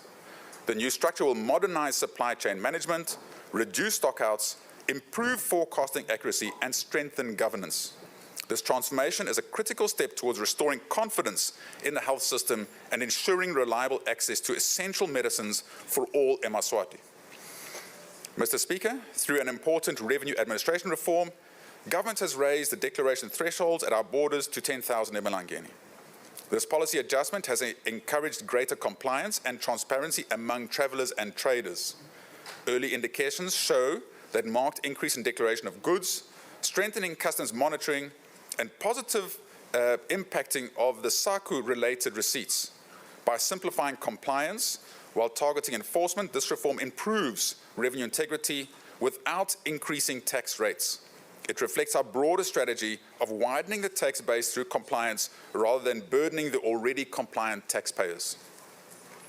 Mr. Speaker, the implementation of a comprehensive salary review marks a significant milestone in strengthening morale, fairness, and professionalism amongst the public service. Following extensive consultations with the Joint Negotiations Forum, government implemented Scenario 3 of the Salary Review Report, including phased adjustments and structured back pay arrangements. This reform addressed long-standing disparities, particularly with the security forces and critical public service sectors, while maintaining fiscal sustainability through a staggered implementation. A motivated and fairly compensated public service is essential for improved service delivery, institutional stability, and economic confidence. Mr. Speaker, the government's made structural progress in expanding domestic energy generation capacity through recently signed power purchase and grid connection agreements. These include solar projects, a 40-megawatt biomass facility, and the Lower Makutuza hydropower plant, all currently advancing towards implementation. These projects will significantly diversify our energy mix, reduce dependency on imported electricity, create employment opportunities, enhance tariff stability, and support industrial growth. Energy security is a prerequisite for sustainable economic development, and these energy investments position Eswatini firmly on a path towards greater renewable energy independence and environmental sustainability. In addition, the government has issued notices of intent to award contracts of up to 1,000 megawatts to 9 independent power producers. These IPPs are currently at various stages of project development, and the government expects to finalize the awards within the current financial year. Mr. Speaker, Eswatini's economic growth trajectory remains encouraging, supported by infrastructure expansion, private sector investment, manufacturing recovery, and public sector reforms. The economy has demonstrated resilience despite global uncertainty. Sustained growth strengthens government's revenues, improves debt sustainability, and creates employment opportunities for our people. Importantly, this growth is increasingly supported by capital investments and productivity improvements rather than consumption alone. Maintaining this momentum remains central to our medium-term fiscal strategy. Mr. Speaker, investor confidence in the Kingdom continues to strengthen independent assessments, including reports from the multilateral institutions such as the World Bank, which have acknowledged improvements in regulatory processes, digitization of services, and institutional reforms that enhance the ease of doing business. The operationalization of the business one-stop shop, improvements in customs processing times, and the enhanced financial sector regulations have reduced transaction costs and improved predictability for investors. The oversubscription of our sovereign bonds and sustained capital inflows further affirm that Eswatini is increasingly viewed as a credible, stable, and investor-ready destination. Mr. Speaker, agape love means celebrating progress but not becoming complacent. We still face youth unemployment, high poverty levels, climate vulnerability that's decimating our road infrastructure and agriculture, and global trade uncertainties. Therefore, this budget is not a celebration of arrival, it's a declaration of intent. The global economy has exhibited resilience amid the emerging policy shifts since the beginning of 2025. Global growth is projected at 3.3% in 2025 and 2026, before easing slightly to 3.2% in 2027. The US implemented a series of new tariff measures not seen in a century and adjusted several trade deals with key trading partners, which impacted prices, investments, and consumption. Although adaptation policies, along with front-loading of trade by most economies, supported resilience in 2025, the global outlook remains fragile. These factors, together with lingering effects of trade tensions and prolonged policy uncertainty, are expected to weigh down on growth in 2026. Global growth, therefore, remains below the pre-pandemic average growth of 3.7%. Growth in advanced economies is projected at 1.5%, both in 2025 and 2026, supported by easing financial conditions and continued fiscal support. In sub-Saharan Africa, growth is projected to remain steady at 4.1% in 2024 and 2025, and rising modestly to 4%, and reform efforts by many countries. South Africa's economy is expected to grow by 1.2% in 2025 and 1.6% in 2026, attributed to an improvement in stable power supply mainly. Several countries in the sub-Saharan Africa region have previously enjoyed preferential access to the US market under the AGOA Act. However, the Act lapsed in September 2025, causing investment uncertainty in beneficiary countries. On February 3, 2026, however, President Trump signed legislation reauthorizing AGOA, through to December 31st, 2026. This one-year extension provides limited continuity for duty-free access to the US market for eligible nations, backdated to September 30, 2025. The Eswatini economy has remained resilient despite ongoing economic challenges. In 2024, real GDP growth is expected to moderate at 3%, down from 3.5% in 2023, reflecting weaker consumption demand, resulting in a contraction of 3.3% in wholesale and retail trade services, as well as reduced agricultural activities due to a decline in animal production. However, it was partly offset by a strong rebound in manufacturing, which grew 7.8%, supported by improved external demand and agro-processing activities due to a strong recovery in crop production. Mr. Speaker, preliminary estimates of 2025 reflect a GDP growth of 5.6%, anchored by robust public and private sector investments in line with the implementation of infrastructure development plans.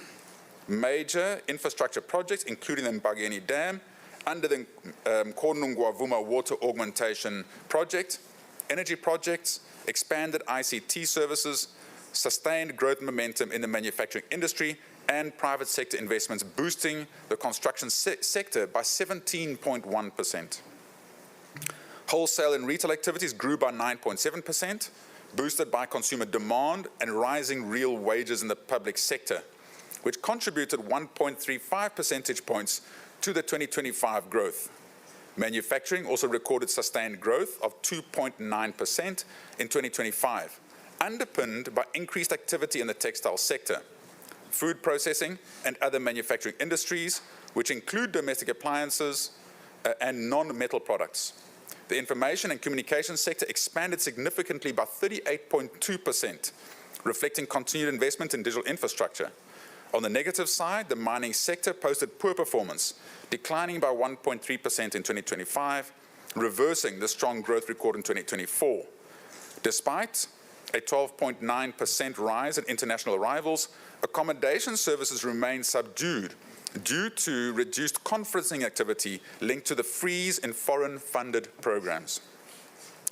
The medium-term outlook remains cautiously optimistic, with growth projected at 5.2% in 2026, supported by sustained public and private investments.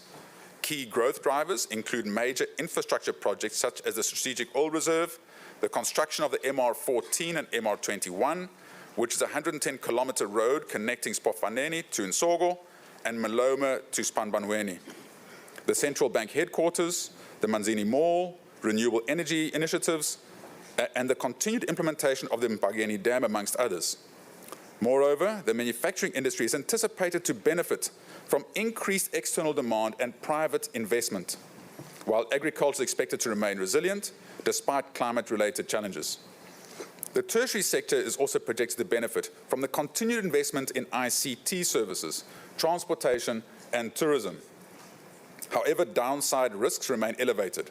These include heightened global uncertainty, leading to commodity price volatility and trade disruptions, which may constrain export-orientated sectors.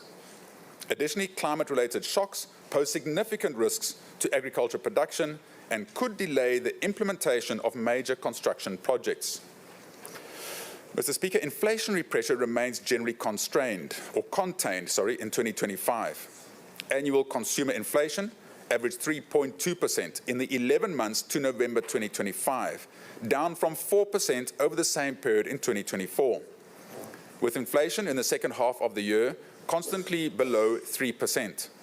This moderation was mainly driven by lower food and transport inflation, reflecting declines in the prices of key food items such as rice and dairy products, as well as slower increases in sugar and reductions in domestic fuel prices.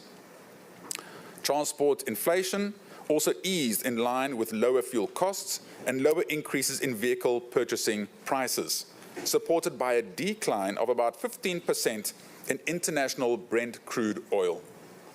In addition, price increases for housing, rentals, and utilities moderated in 2025 compared to 2024.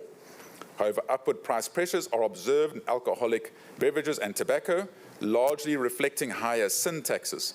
In the medium term, international oil prices are expected to remain broadly stable, implying a muted impact on domestic headline inflation, particularly for transport and food components.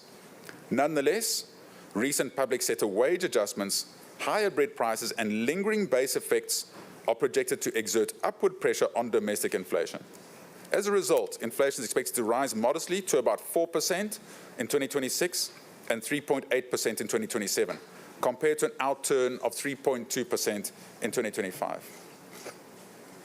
Mr. Speaker, Eswatini's external sector position is projected to weaken in 2025, with the current account surplus declining from 1.9 billion emalangeni in 2024 to about 546 million.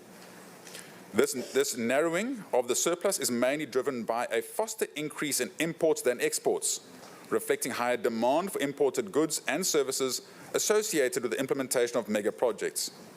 The acceleration of imports of both goods and services is expected to persist into 2026, thereby exerting additional pressure on the current account.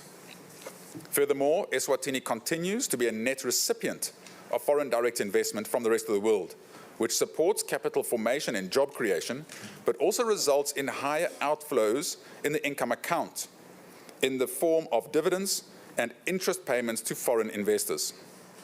SACU is expected to increase by 13% in the 2026-2027 financial year, rising from this year's 10.4 billion emalangeni to 11.7 billion emalangeni. In addition, the secondary income account surplus is also projected to decline to 11.8 billion in 2025 from 13.6 billion in 2024, reflecting a 20.4% reduction in SACU receipts for the 2025-2026 relative to the 2024-2025 financial year. Governments will continue to closely monitor developments in the external sector and pursue policies that strengthen export performance, promote domestic production, and safeguard external sustainability.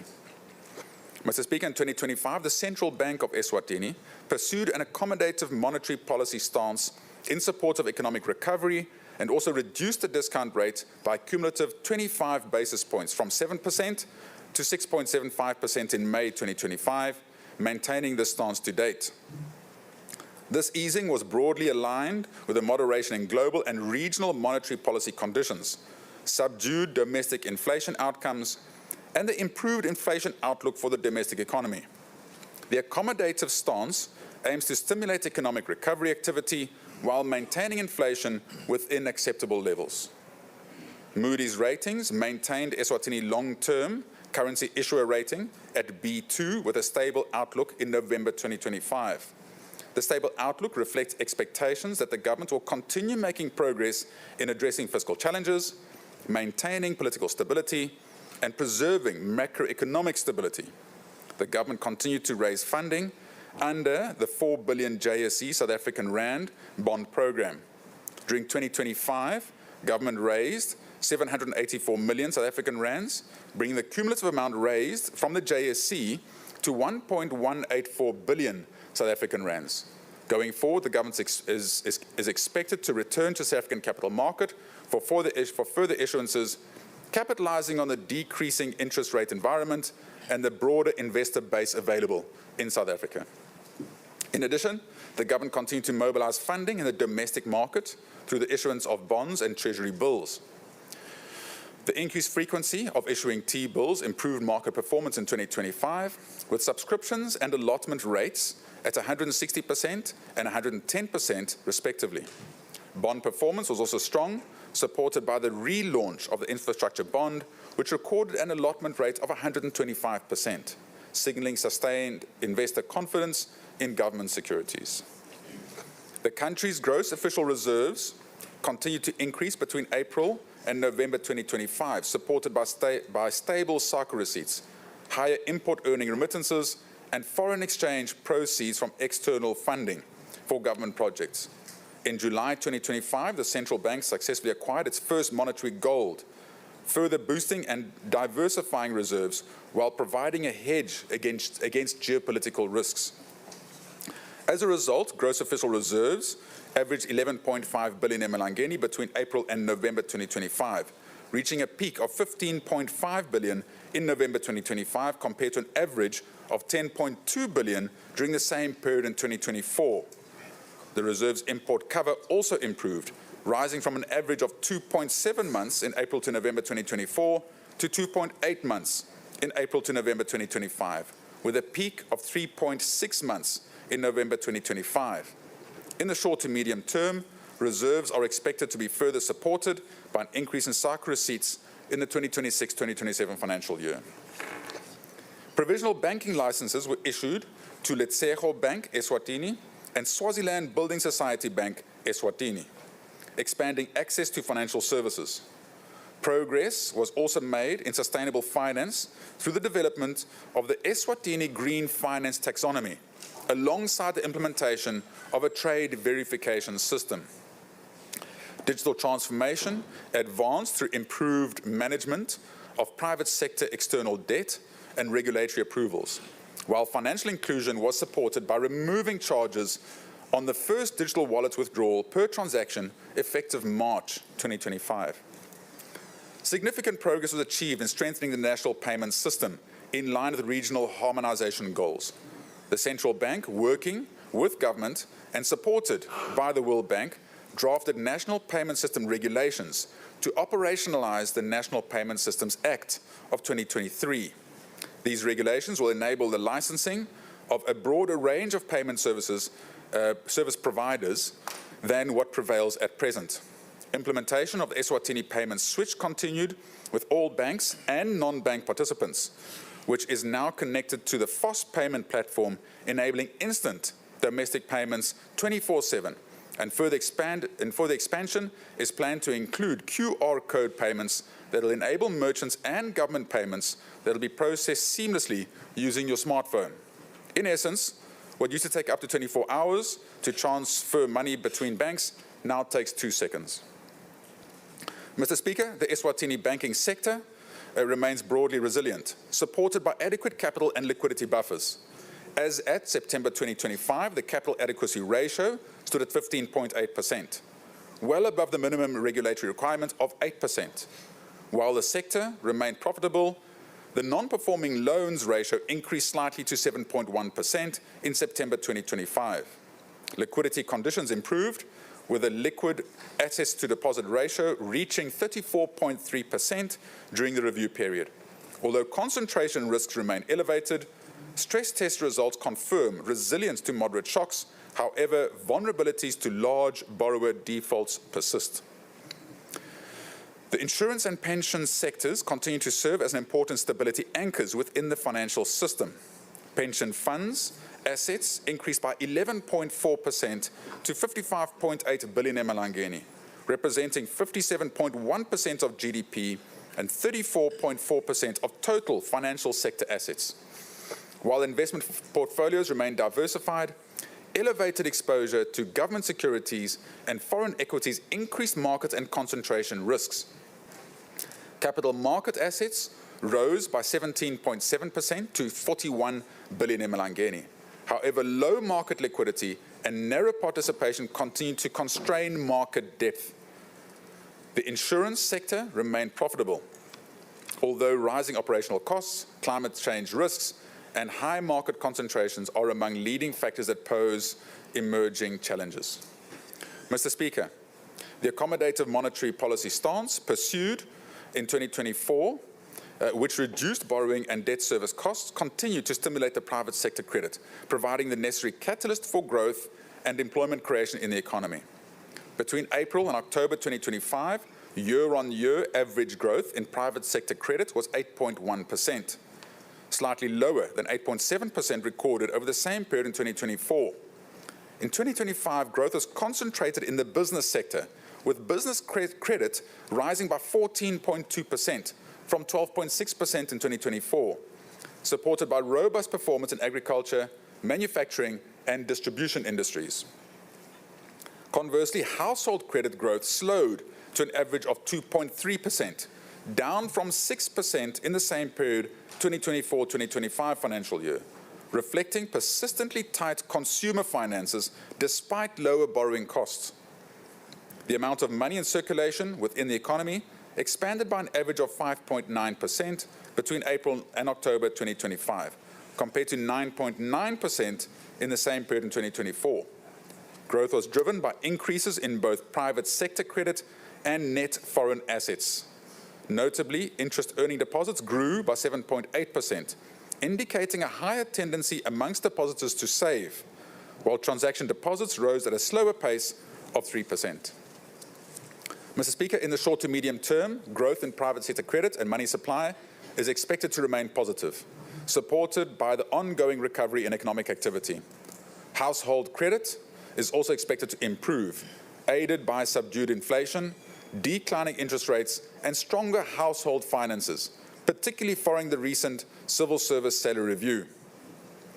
Mr. Speaker, support measures for MSMEs include financing schemes such as the Informal Traders Revolving Fund, the MSME Revolving Fund, the Small Scale Enterprise Loan Guarantee Scheme, and the Export Credit Guarantee Scheme.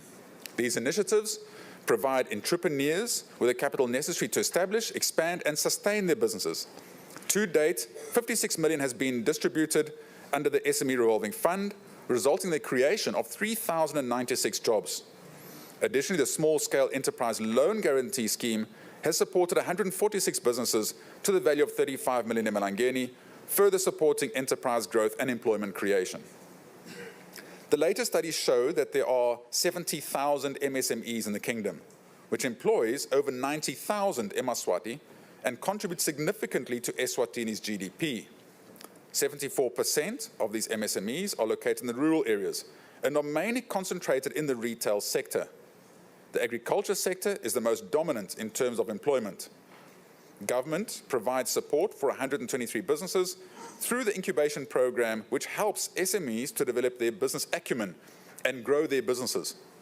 Through MSME capacity development and sector support program, which targets MSMEs that are not under the incubation program, government capacitated over 1,500 entrepreneurs from different Nkundla on entrepreneurship, business planning, and financial literacy.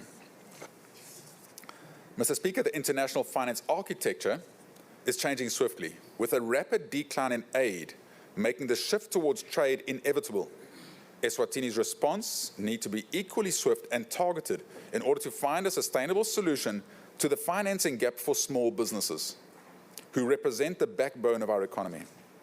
Under the leadership of His Majesty the King, we are championing the establishment of a continental blended finance mechanism called Africa Strategic Investment Alliance, AFCIA, founded on the Africa Union Summit decision, which will enable us to provide collateral-free loans to MSMEs, women and youth, as well as build digital and financial literacy nationwide.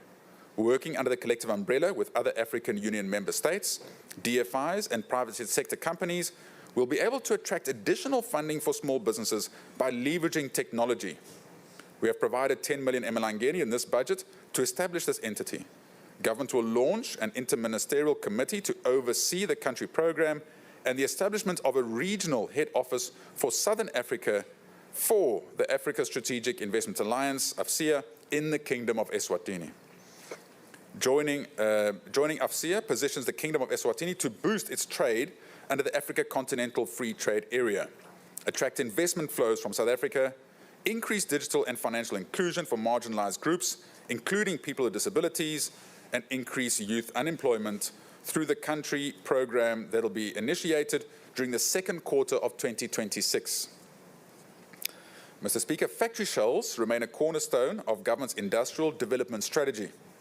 They provide ready-to-use infrastructure that enables investors to commence operations without delay, thereby reducing the time and costs associated with establishing businesses. This approach removes a major barrier to investment, particularly in the manufacturing sector, and sends a strong signal of the government's commitment to supporting industrial growth. By offering fully serviced industrial facilities, Eswatini is positioned as a more competitive and investor-friendly destination in a region where countries are actively competing for investments. The government has completed and handed over the Kamula and Nzevane factory shells to investors. These facilities are expected to create a combined total of 1,500 jobs. In addition, Construction of the Ngwenya, Pigs Peak and Sikwe factory shells commenced and is currently providing employment for over 200 people during construction phase, and 2,223 once operational. These factories are expected to be completed in the 2026-27 financial year. Furthermore, the Johnson's Workwear factory in Hlangano has been completed and is expected to become operational this year with anticipated employment of over 2,000 people. Government has transferred the control of all government-owned factory shells to the Eswatini Investment Promotion Authority, who now collects all the rentals for these factory shells. This funding exceeds 100 million emalangeni per annum, and after a renovation program will be used to build new factory shells. In addition, government has provided 87 million emalangeni for the construction of factory shells in this budget. Mr. Speaker, this year has presented us with an extraordinary challenge. The United States government has announced a significant shift in its global health financing priorities, which has created a fiscal shock for our health system. PEPFAR funding, which has been a cornerstone of our HIV/AIDS response, is under review. We have engaged directly with the US government representatives, and I'm pleased to report that an MOU has been signed to ensure continuity of HIV support.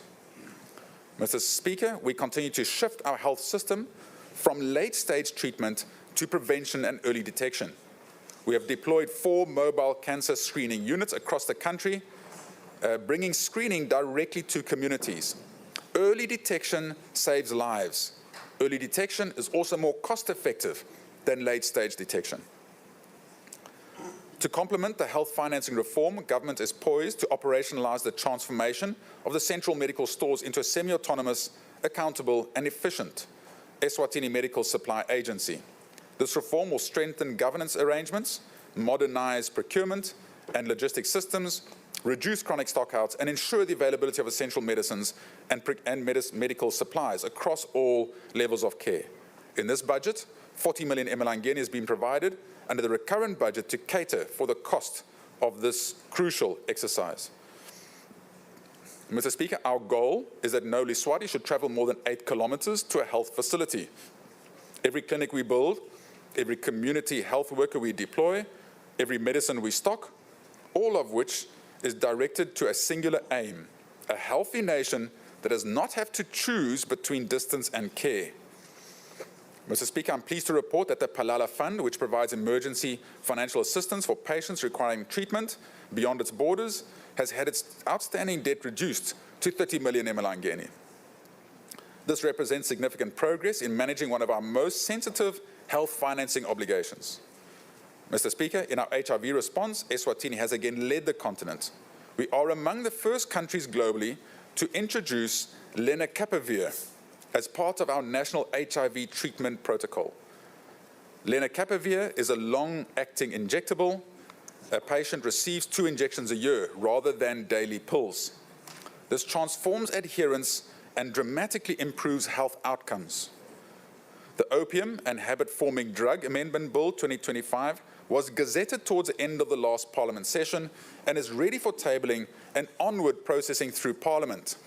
If this is passed, it should move many people from informal to formal employment and create thousands of new jobs. Mr. Speaker, for the 2026-2027 financial year, the Ministry of Health has been allocated 3.24 billion emalangeni. This is our commitment to a health system that prevents, heals, and loves its people back to wholeness. Mr. Speaker, the threat of retrenchment is one of the most anxiety-causing realities facing eMaswati households. This year, we have developed the Unemployment Benefit Insurance Fund, a structured safety net that will, for the first time, provide funding for workers who lose their employment through no fault of their own. This is a social compact. It says, we see you in your moments of vulnerability and will not leave you there. Mr. Speaker, government, through the Measurement and Testing Unit, successfully held the Eswatini National Career Expo in July 2025. It engaged 17,984 participants across 5 locations, targeting in-school youth, out-of-school youth, and persons with disabilities. The event provided crucial career guidance and networking opportunities. Mr. Speaker, we've also launched the National Human Resource Development Policy from 2024 to 2030. This policy coordinates our skills development, training, and employment strategy across all ministries. For the first time, Eswatini has a coherent, integrated national plan for developing its most important resource, its people. Mr. Speaker, for the 2026-2027 financial year, the Ministry of Labour and Social Security has been allocated 858.3 million emalangeni. Mr. Speaker, education is where agape love has its longest investment. The decision we make today in our classrooms will determine the kind of nation we are in 2040. This year, we have taken bold steps to transform what happens in these classrooms through the rollout of competency-based education, a curriculum reform that moves from rote memorization to applied understanding. Mr. Speaker, we are also introducing ASA levels as a pathway for Eswatini students to gain internationally recognized qualifications without leaving the country. This opens university doors across the world for every Eswatini student with the talent and the determination to walk through them. Mr. Speaker, 340 grade 0 classrooms have already received the competency-based education curriculum, and we have targeted 243 schools for full CBE material distribution. In parallel, we have launched the Teach at the Right Level pilot in 30 primary schools, an evidence-based approach that meets children at their actual learning level rather than their grade level. Mr. Speaker, our Staff and Student Education Management Information System, SEMIS, built on the DHIS2 platform, is now considered an Africa-wide benchmark for education data management.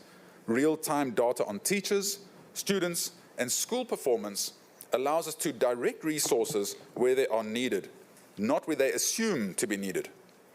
Mr. Speaker, this year, we have converted 130 primary school teachers and 113 high school teachers from temporary to permanent employment. A teacher who has security in their own life is better placed to build security in the lives of their students. In the 2026-2027 financial year, government has received an additional grant of 85.36 million emalangeni from the Japan International Cooperation Agency, referred to as JICA, for the construction of 4 secondary schools in support of expansion of secondary school education infrastructure at Ngwenyameni, New Tulwane, Mapungwane, and Lavomisa. This represents 1 new secondary school per region and is expected to be completed in 1 year. Mr. Speaker, in the 2026-2027 financial year, the Ministry of Education is allocated 5.06 billion emalangeni in the recurrent budget, 408.7 million in the capital budget. In addition, 194.5 million has been allocated for OVC funds and 702.3 million emalangeni for scholarships. This total of 6.4 billion emalangeni, representing 16.7% of the total budget, is spent on educating eMaSwati. This is by far the highest budget allocation, reflecting government's intentionality in investing in our youth for future productivity in our economy. Mr. Speaker, government continues to champion the rights and well-being of vulnerable populations through progressive reforms and expanded social protection coverage. During the last year, the DPM's office intensified the transition from institutional care to family-based care, prioritizing kingship care, foster care, and adoption. Through partnerships with faith-based and non-government organizations like Bulembu Ministries and SOS Children's Village, children were successfully reunited with extended families, strengthening family systems and reducing reliance on institutional care. To respond to emerging social challenges affecting the country, government is on course to establish more decentralized service centers across the country. As we continue to build a nation where every child is protected, empowered, and given the opportunity to thrive, government remains at the forefront of safeguarding children's rights and well-being across the kingdom. In the 2026-27 financial year, government, through the DPM's office, will spearhead the establishment of community justice committees nationwide. These committees will promote restorative justice approaches for children at risk of being in conflict with the law, reinforcing rehabilitation over punishment. It will also review and implement the National Child's Policy or National Children's Policy and Early Childhood Care and Development Framework, ensuring early investments in children's development, protection and inclusion, with particular attention to children with disabilities. Mr. Speaker, significant progress has been made in implementing the Persons with Disabilities Act of 2018, including the development of the Persons with Disabilities Registration Regulations of 2025. The Mzimpofu Hostel has been upgraded to provide appropriate residential care for persons with disabilities. Mr. Speaker, the Disaster Risk Management Act of 2025 has been enacted. This gives Eswatini a legal and operational framework for responding to disasters with speed, coordination and accountability. When disaster strikes, the speed of government's response is a measure of how much it loves its people. Mr. Speaker, in the 2025-26 financial year, food assistance programs reached 263,090 Eswatini in 58,201 households across all 59 Tinkundla. Additionally, 256 houses have been constructed for vulnerable households who previously had no safe shelter. Mr. Speaker, for the 26-27 financial year, we are committing to building houses for 60 additional vulnerable households and livelihood support for 200 families to provide vocational and agriculture training. These are not statistics, these are specific families with specific names in specific communities awaiting for government's assistance. Mr. Speaker, the government has allocated 1.2 billion emalangeni to the Deputy Prime Minister's office in order to continue with the essential services of taking care of the most vulnerable. Mr. Speaker, agriculture remains the industry that could have the biggest positive impact on our economy in the short term. The country has been negatively impacted by the outbreak of foot and mouth disease, which is one of the highly guarded transboundary animal diseases. This has resulted in the suspension of exports and its disrupted internal markets on food commodities of animal origin. There is a need to upscale investment in the prevention and control of animal diseases. This will be attained through the rehabilitation of cordon fences to prevent transboundary livestock movement, strengthening the capacity of national labs through the provision of equipment and reagents to facilitate local testing and detection of pathogens is of paramount importance. Efforts were directed towards containing and controlling the disease, including the erection of cordon fences, establishing of checkpoints, and provision of human resources for the operation. A budget of 15 million emalangeni has been allocated for the rehabilitation of cordon fences, and between the reallocations in the 2025-26 budget, the supplementary budget, and the budget I'm tabling today, 57 million emalangeni has been provided for vaccines for the rollout of a national vaccination exercise. Mr. Speaker, the Eswatini Agricultural Development Fund has been fully operationalized, providing loans in excess of 22 million to qualifying agribusinesses. The businesses, including startups and expansions of existing operations. The fund was also supported a mechanization project in collaboration with Standard Bank, the Embassy of the United States of America, as well as SwaziTrack. Despite it being a revolving fund that should be self-sustaining, we've added another 10 million emalangeni towards this fund in this budget to make it more impactful to the farmers. The commercial maize project, Hamba Buya Revolving Fund, has grown into one of Eswatini's most strategic investments for achieving food sovereignty. Under the government's leadership and through Eswatini Water and Agricultural Development, referred to as EWADE, disciplined execution over 4 seasons, the program has supported 402 farmers, cultivated 3,141 hectares, and produced 7,634 metric tons of maize, directly strengthening the nation's ability to feed itself and reduce reliance on volatile regional grain markets. In the 2024-25 farming season, delivered 3,530 metric tons of maize, marking the program's strongest performance to date. For the 2025-26 season, 248 farmers, which is constituted of 192 men, 56 women, and 21 youth, have qualified for support. These farmers were provided with farm inputs worth over 18 million emalangeni. They cultivated 1,860 hectares and are expected to produce an estimated 7,444 metric tons of maize. These achievements reflect the government's vision and EWADE's stellar execution of expanding national maize production, strengthening rural livelihoods, creating jobs, and reducing import dependency. In the 2024-2025 financial year, government launched the Smallholder Agriculture Productivity Enhancement and Marketing Project, referred to as SAPEMP, a 851 million emalangeni investment aimed at transforming Eswatini's rural economy. This 8-year multi-partner program, supported by IFAD, the Green Climate Fund, government and private partners, is poised to revolutionize smallholder agriculture. SAPEMP will uplift 19,600 households, benefiting more than 117,000 citizens, while prioritizing women, youth, and vulnerable groups. It's designed to make farming more productive, resilient, and profitable, to strengthen food security and nutrition, creating at least 7,500 jobs across all 4 regions. Mpangeni Dam, the flagship component of the Mkondongomva Water Augmentation Program, has now surpassed 44% completion mark. This is the largest single investment government has made in a multi-stage agriculture project. And this year, we have allocated 1.6 billion emalangeni in the budget towards the Mpangeni Dam construction, which is an integral part of the Mkondongomva project. At this pace, we remain confident that the dam will be delivered by 2028, underscoring disciplined project control and responsible stewardship of public resources. The holistic NWAB project is designed to create 100,000 jobs after full implementation, when both dams have been fully constructed.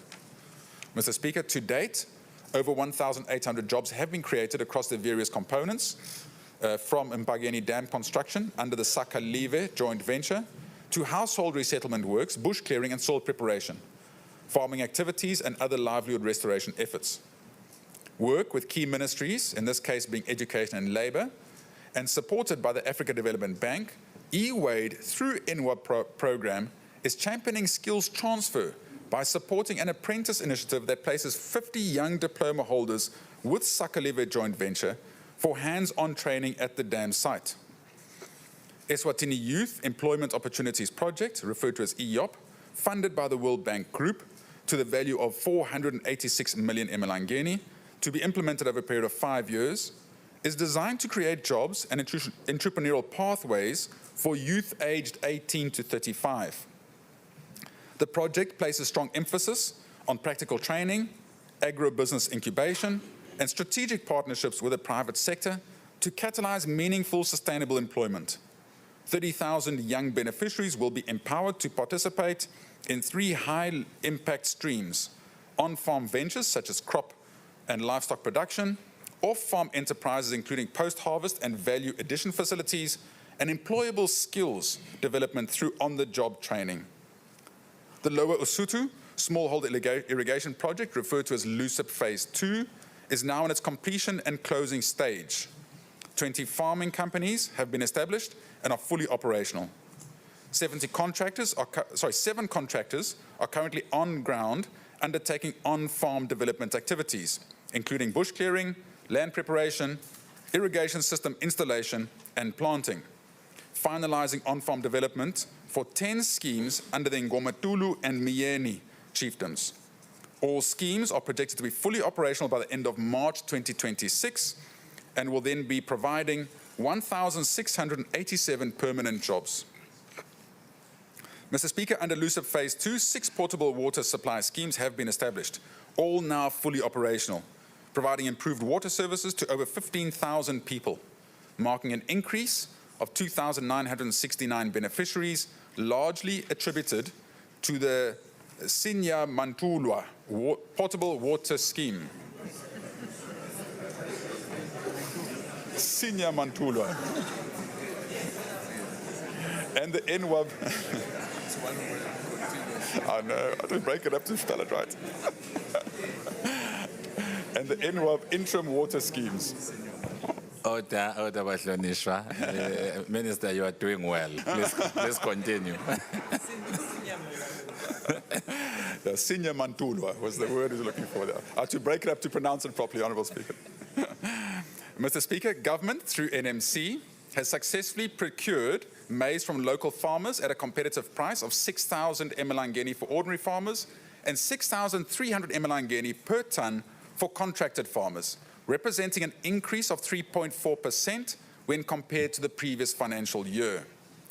50 hectares of Swazi Nation land has been availed to government for purposes of constructing the National Grain Reserves Facility.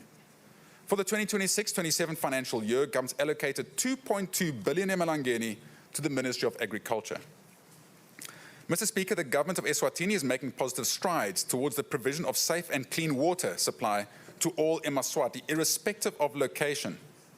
The achievement of water supply, sanitation and hygiene master plan during 2025 is indeed a significant milestone for the sector. The master plan demonstrates water supply gaps and the needed budget for water supply infrastructure development throughout the kingdom to ensure that all eMaswati receive affordable, clean and safe water at all times. Testimonial to this is the to this assertion is the rollout of mega projects such as the Nhlangano Spambanweni, Lomahasha Namasha, and the Manzini Regional Integrated Water Supply and Sanitation Project. All of these mega water schemes will be completed in 2026. The government, through the Ministry of Natural Resources and World Vision collaboration, completed 7 macro water supply schemes. These are the Bethel Extension, Lombatsela, Mbogwe, Nsenga, Gebeni, Matlangacha, and Tutugani, while construction continues at the Moti, Lutlangotini, Phase 2, and Kupuga schemes. These partnerships also restored functionality to over 72 micro water supply systems across the country, extending clean water access to rural communities and grid infrastructure, that grid infrastructure could not reach. Mr. Speaker, the Geological Survey Department has conducted an extensive mineral survey in the recent past. Potential mineral targets were generated. The country will now make follow-up surveys on the various targets to fully unlock the value of the natural resources, and a budget of 6.13 million emalangeni has been provided for this exercise. The Minerals Subcommittee had some positive developments in the number of mineral rights that were granted under the auspices of Ngwenyama in Trust for eMaswati. There were 3 coal mining licenses that were granted, and this included a mining license for the power utility, for our power utility, Eswatini Electricity Company, to embark on a feasibility to develop a thermal power plant that will feed into the national electricity grid. There was also a granting of 2 gold processing licenses for exploration programs in the northwest part of the country. The iron ore project at the defunct Ngwenya iron ore mine site got an extension of a prospecting license to determine the viability of extracting in situ resources. Mr. Speaker, the power sector, through the power procurement program, the government has made remarkable progress towards the construction of 75 megawatt solar PV power plants that have been developed by the private sector, as witnessed during the launch of the 20 megawatt solar PV plant, which will be constructed at Nduma. This will soon be followed by the launch of a 15 megawatt Nzevane solar PV plant. To further diversify the local electricity generation mix, a power purchase and grid connection agreement has been signed with the Bombo Sugar Limited for the development of a 40 megawatt biomass plant that will significantly increase local power generation. These projects, in addition to the 13.6 megawatt Lower Makuduza hydro plant, which is already under construction. The country is finalizing its power purchase agreements with Eskom and the National Transmission Company of South Africa for a period of 10 years. This will give our country enough time to increase its local power generation capacity to the extent of exporting excess power to the region. To ensure reliable power supply and the support of connection of households in the Eswatini region, EEC has completed the construction of 4 substations in Hluti, Lavomisa, Matanjeni, and Nhlangano, as well as a 132 kV transmission line from Nhlangano to Lavomisa. The utility further completed the construction of another 132 kV line from Dwaleni to Stonehenge that provides reliable supply for the capital city. Mr. Speaker, through the Rural Electrification Program, the government continued to improve access to electricity. In the 2025-26 financial year, 4,227 households were electrified and 1,500 ready boards installed for previously unelectrified households. Furthermore, in line with the need to come up with innovative solutions for the electrification of the last mile customers, the government has recently embarked on a pilot project for solar home systems that targets 40 households at Kelekele, that were previously impossible to electrify through grid connection. In ensuring energy access through grid extension and strengthening, the government, through the assistance of the World Bank Group, will undertake the Ascent project, which intends to ensure that Eswatini achieves 100% access to electricity by 2030. The project will assist in the electrification of households in both rural and urban areas throughout the country. Mr. Speaker, in the petroleum sector, the government has secured funding from the Exim Bank on the Republic of China and Taiwan for the construction of the Strategic Oil Reserve Facility. The construction company has begun preliminary works on the facility located at Puzamoya. This marks a significant step towards the establishment of an 80 million litre national fuel reserve, which will enhance the country's fuel supply security. This project is expected to be completed by the end of 2028. For the 2026-27 financial year, government has allocated 1.73 billion emalangeni to the Ministry of Natural Resources, Energy and Mining. Mr. Speaker, the much anticipated opening and operationalization of the International Conference Centre, what referred to as the ICC, in April 2026 is set to be transformational for the tourism industry in Eswatini. An additional 100 million has been set aside in this budget, specifically to ensure that all provisions are made available to enable the ICC to deliver professional services to local and international visitors wishing to use the world-class facility. The ICC is expected to stimulate tourism, hospitality, aviation, and related service industries, generating thousands of jobs and boosting foreign exchange earnings.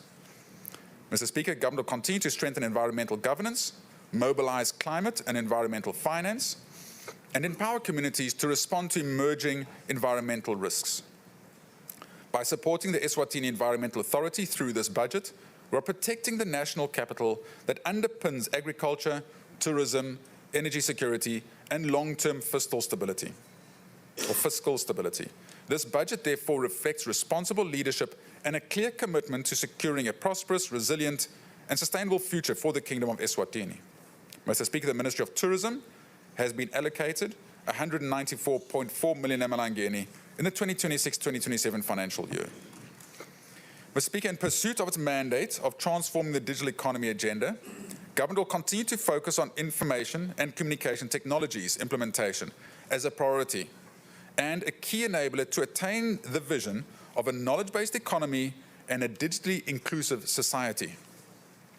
During the 2025-26 financial year, government recorded significant achievements across regulatory enforcement, spectrum management, cybersecurity, data protection, infrastructure support, broadcasting expansion, postal and courier reform, and consumer protection, as well as service sector strengthening. The vision towards efficient service delivery by leveraging digital transformation has yielded notable achievements in e-government.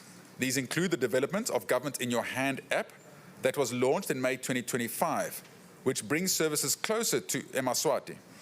The current downloads, which are above 10,000, are increasing daily, which shows user confidence, and government will be increasing the number of services that can be accessed through this app. Preparatory work to merge Eswatini Broadcasting Information Services, EBIS, and Eswatini Television Authority, ESTVA, to form the Eswatini Broadcasting Corporation as directed by the Broadcasting Act of 2023 has begun. This work will include consultations with both stakeholders on change of staff management and the legal transition process. Currently, a report to be used to inform the process has been completed. A number of eMaswati are taking advantage of the free lessons offered through the Coders Eswatini initiative. To date, 5,000 citizens have enrolled in courses such as programming, artificial intelligence, data science, and Android development. This initiative, in partnership with the United Arab Emirates, aims to bridge the digital divide and boost innovation for economic development. To ensure efficient delivery of government services to Eswatini, a budget of 35 million has been allocated to upgrade the mainframe computer system in order to deal with the frequent downtimes we're currently experiencing. This budget provides 413.9 million emalangeni to the Ministry of ICT for the rollout of these targeted programs. Mr. Speaker, the 2026-2027 financial year marks the beginning of a crucial national exercise, the Eswatini Population and Housing Census, which will provide reliable and timely socio-economic data showing how the country's population is structured for evidence-based planning and policy decision-making. The last census was conducted in 2017, and it was the first digital census in the country. The next one is going to be held in 2027. The Central Statistics Office has begun data collection for the first phase of the census, which is the mapping and listing of all households in the country. A budget allocation of 130.5 million emalangeni has been set aside in this year's budget for this exercise. The nation is invited to fully participate in this national assignment to ensure it succeeds and that no one is left behind, especially on census night, to confirm that the ultimate population figures produced present a realistic estimate of how many people the country has in 2027. Mr. Speaker, the government recognizes the damage caused by the impact of extreme climate change on our road network, particularly after the recent rains, and especially in rural and district roads. The asphalt road network has continued to expand and currently amounts for an estimated 51% of gazetted roads. In the medium term, the government, working with development partners, is expected to increase the paved road network to close to 60%. The government is cognizant of the road maintenance challenges. It is necessary that damaged roads are fixed to a level where climate change does not destroy them on an annual basis. This year, government will spend 164 million emalangeni for the rehabilitation and maintenance of feeder roads. It will spend 70 million emalangeni for the maintenance and upgrade of roads, crossings and bridges. An additional 364 million emalangeni has been set aside for the construction of main and district double-seal tarred roads. To enhance planning and execution of road maintenance, the government will prioritize the operationalization of the Roads Authority in 2026. At the end of the year, 450 million emalangeni will be available in the Roads Authority Fund for the maintenance and upgrades of roads throughout the country. This is in addition of the 880 million for the Eswatini and Sogo, the MR14, MR21 roads. This brings the total amount available for road infrastructure in 2026-2027 financial year to nearly 2 billion emalangeni. Mr. Speaker, government also remains committed to improving road safety and will continue to align interventions with the Africa Road Safety Charter and the National Road Safety Strategy, which aims to reduce road accidents and fatalities by 50% by 2030. Mr. Speaker, the state of most government buildings are deplorable. This must be improved to ensure that buildings that are used to access public services as well as used as residences are in a decent state. We're at the final stages of negotiations with DBSA for a 2.4 billion South African Rand loan for the Housing Board, of which 368 million will be drawn down in this year's budget to build more institutional houses and to renovate government houses and building infrastructure. This loan request is yet to come to Parliament for approval in this financial year. Mr. Speaker, the government has been instrumental in strengthening Eswatini's aviation sector through foundational regulatory and operational milestones. Eswatini achieved an impressive 80.48% in the ICAO aviation security audit. A provision of 80 million emalangeni has been allocated for the audit in the 26-27 financial year. The recognition agreement by the African Airlines Association is a reflection that the Eswatini airline has made a mark in the sub-region aviation landscape, with Eswatini securing a new route to Lusaka, Zambia for 2 trips per week. The airline securing more routes is highly dependent on Eswatini remaining certified by International Air Transport Association, IATA. This certification will strengthen our ability to secure more bilateral air service agreements, enhancing regional connectivity, driving trade and tourism. Mr. Speaker, the rail sector has demonstrated resilience over the years, and the opportunities for growth increases as regional integration and global trade increases. Rail provides a convenient mode for the movement of bulk commodities, especially fuel and minerals. Eswatini Railways is pursuing the development of a transit 154-kilometer route that traverses to the Republic of South Africa and a gateway to the North-South corridor, where a lot of bulk commodities are hauled to the seaports of Richards Bay, Durban and Maputo. Eswatini Railways continue to facilitate the clearance of the servitude while exploring opportunities for financing the actual construction of the line. Mr. Speaker, in the 2025-26 financial year, the Regional Development Fund, which refers to as RDF, has completed 74 projects, out of which 19 were infrastructure projects and 55 were income-generating projects. These projects benefited 8,875 Eswatini directly and created 317 permanent jobs. In the 26-27 financial year, government will again allocate 177 million to the RDF fund and an additional 30 million towards clearing of the backlog of the outstanding requests from the constituencies. Government will increase its allocation to the Community Development Fund from 188 million in the 25-26 budget to 300 million in the 26-27 budget. This fund continues to have a very positive impact on rural communities through the construction of bridges, roads and other necessary infrastructure. Mr. Speaker, government has been able to reconstruct and rehabilitate 5 Tinkundla centres that have been vandalised, and the Ngwempisi in Nkundla is expected to be completed by the end of the financial year. Government's allocated an amount of 547.8 million emalangeni to the Ministry of Tinkundla, Administration and Development in order to continue with rural development services and its decentralisation mandate. Mr. Speaker, the police play a crucial role in safeguarding the well-being and security of our communities. During the 2024-25 financial year, the police service worked tirelessly to curb criminal activity. However, despite these sustained efforts, reported crime levels increased by 11%. Road traffic accidents during the last financial year showed a decrease of 18% and 9% on fatal and serious accidents respectively. In line with the government programme of action, the police service focuses on community-orientated policing with the aim of reducing crime. This will be made possible through strengthening the trust between law enforcement and the communities and fostering partnerships that address root causes of crime and promote proactive solutions. The Mbutfo Eswatini Defence Force will continue with its peacekeeping role and taking control of our security along the national borders.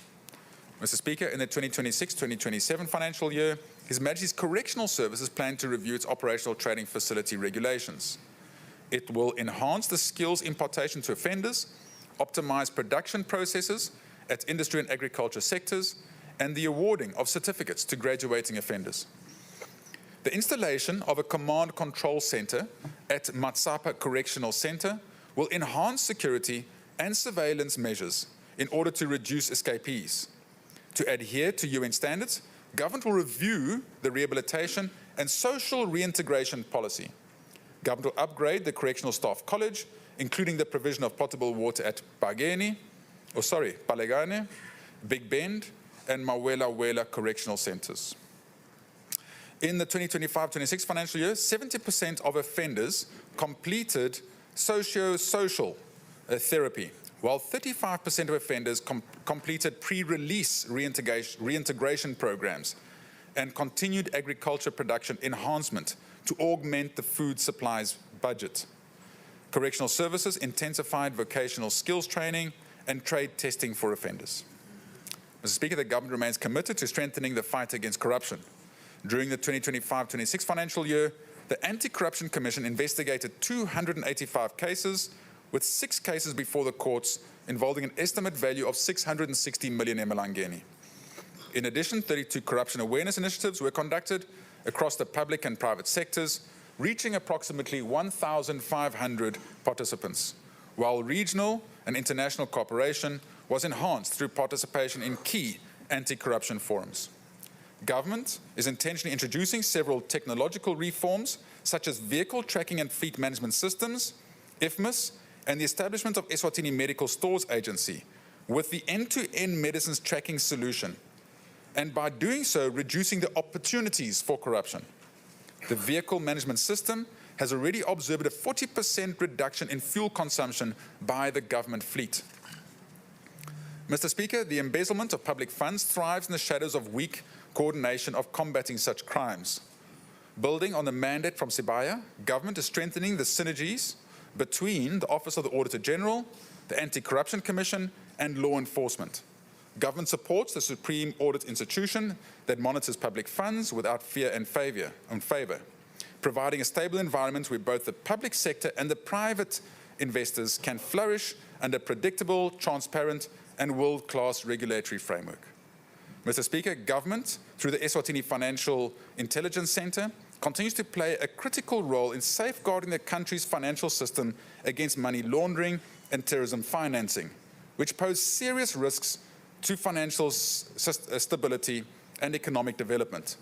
In the 2025-26 financial year, EFIC implemented a compliance program aimed at monitoring the effective application of anti-money laundering and countering the financing of terrorism measures by reporting entities. Key achievements included targeted AML CFT training for high-risk sectors and the development of a comprehensive institutional risk assessment methodology. The government is also preparing for its next Universal Periodic Review under the United Nations Human Rights Council, which is scheduled to take place in October-November 2026 session. This review presents an opportunity for Eswatini to demonstrate progress made since the last session. This is our opportunity to reaffirm our commitment to continuous improvement in human rights governance. Mr. Speaker, government's clear commitment and efforts to advancing sustainable goal number 16, particularly in relation to the access to justice for all, goes beyond the mere establishment of a legal aid office. Government has demonstrated a deliberate and comprehensive approach to building a justice system that is accessible, fair, and responsible to the needs of all citizens by taking decisive steps in strengthening the legal and institutional framework for the provision of legal aid. The enactment of the Legal Aid Act and the Legal Practitioners Act is a significant milestone. These pieces of legislation provide a conducive and modern legislative framework. Minister Phazamisa. The time is 11:30. So bengicela Your Excellency kuze Minister atoqhubeka acetsele lo msebenzi wakhe. We invoke standing order 263 to suspend standing order 30 induna ito cetsela inkulumo yayo ye-budget. Your Excellency, please. Siyabonga, Mr. Speaker. Mr. Speaker, to invoke standing order number 263 to suspend number 30. Thank you. Thanks, Your Excellency. Bahlonishwa sekushunyisiwe kule ndlu ukuthi indlu lehloniphekile invoke standing order 263 to suspend standing order 30 kuze ukuthi induna ito khona kuchubeka icetsele umsebenzi leqhubeka nawo. Labavumelana lokho abathi ayi. Nay. The ayes have it, and the ayes have it.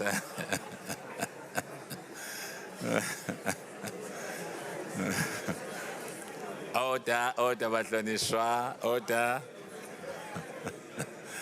Order, Batlonishwa, to allow the Minister for Finance to continue. Minister, please continue. Thank you, Honourable Speaker, and thank you, Honourable Members, for allowing me to continue. We're almost there, Honourable Speaker.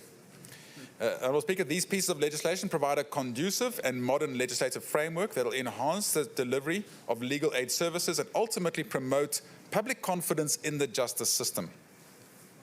Mr. Speaker, in the 2025-26 financial year, government revenues and grants were projected to amount to 29.64 billion, corresponding to 31.5% of GDP.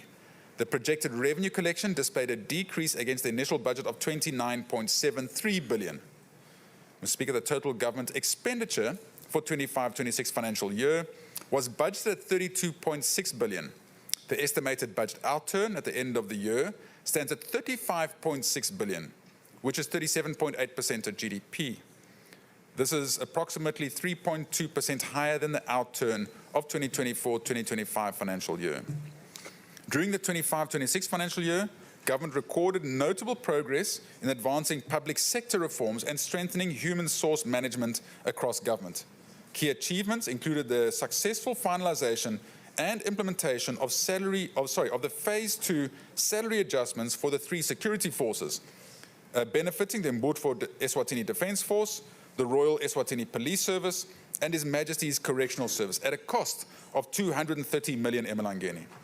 Following the government approval, the Joint Negotiations Forum successfully negotiated and signed a collective agreement operationalizing the implementation of recommended scenario 3 of the salary review report, with effect from October 2025 pay dates, backdated to April 2025. Mr. Speaker, the deficit for the 2025-26 financial year is expected to deteriorate to 6.4% of GDP from a budget of 3.1% of GDP. While we've been able to fund part of this through local borrowing, a large part has been financed through external borrowing. Mr. Speaker, total debt stock stood at 34.35 billion emalangeni at the end of November 2024, which is equivalent to 39.6% of GDP. Of the stock, external debt stood at 15.55 billion, which is equivalent to 17.9% of GDP, whilst domestic debt stood at 18.79 billion, which is equivalent to 21.7% of GDP. During this financial year, government through Parliament approved and signed loan agreements, also securing some grants.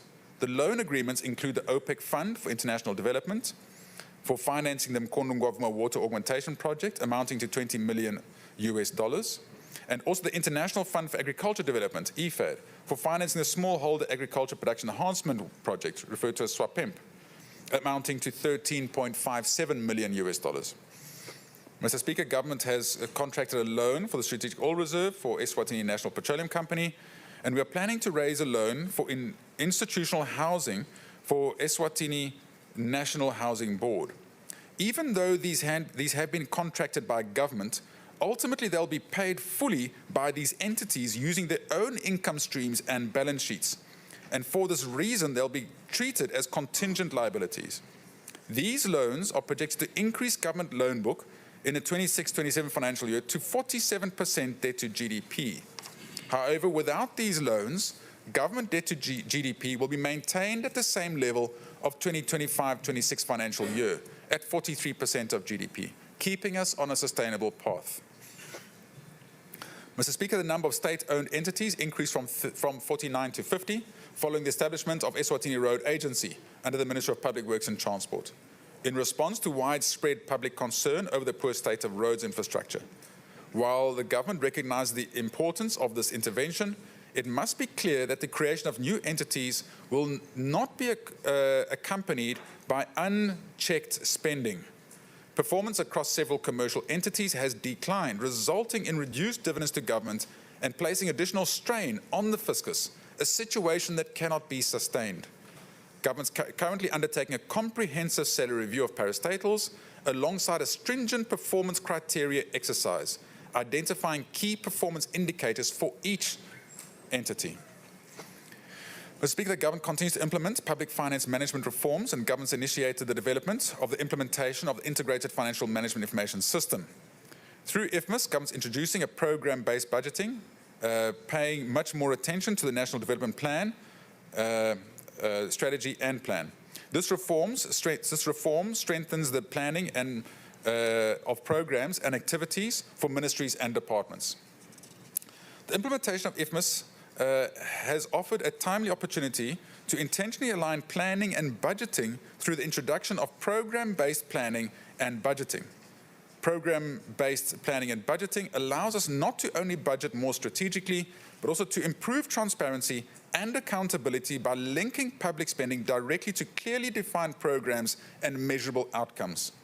The emphasis on the government planning process through clearly identifying the National Development Plan and the Programme of Action related activities has given the government strategic direction during the budgeting process. At this stage, Honourable Speaker, I want to plead with the nation to say during April of this year is when this will be implemented. Like any big system and it's a massive undertaking, and there might be glitches, there might be constraints, there might be problems as we go. Please bear with us, work with us to get through that process so that we can have this really game changer installed in our country. Mr. Speaker, government remains firmly committed to strengthening the tax system as a cornerstone of domestic resource mobilization and sustainable national development.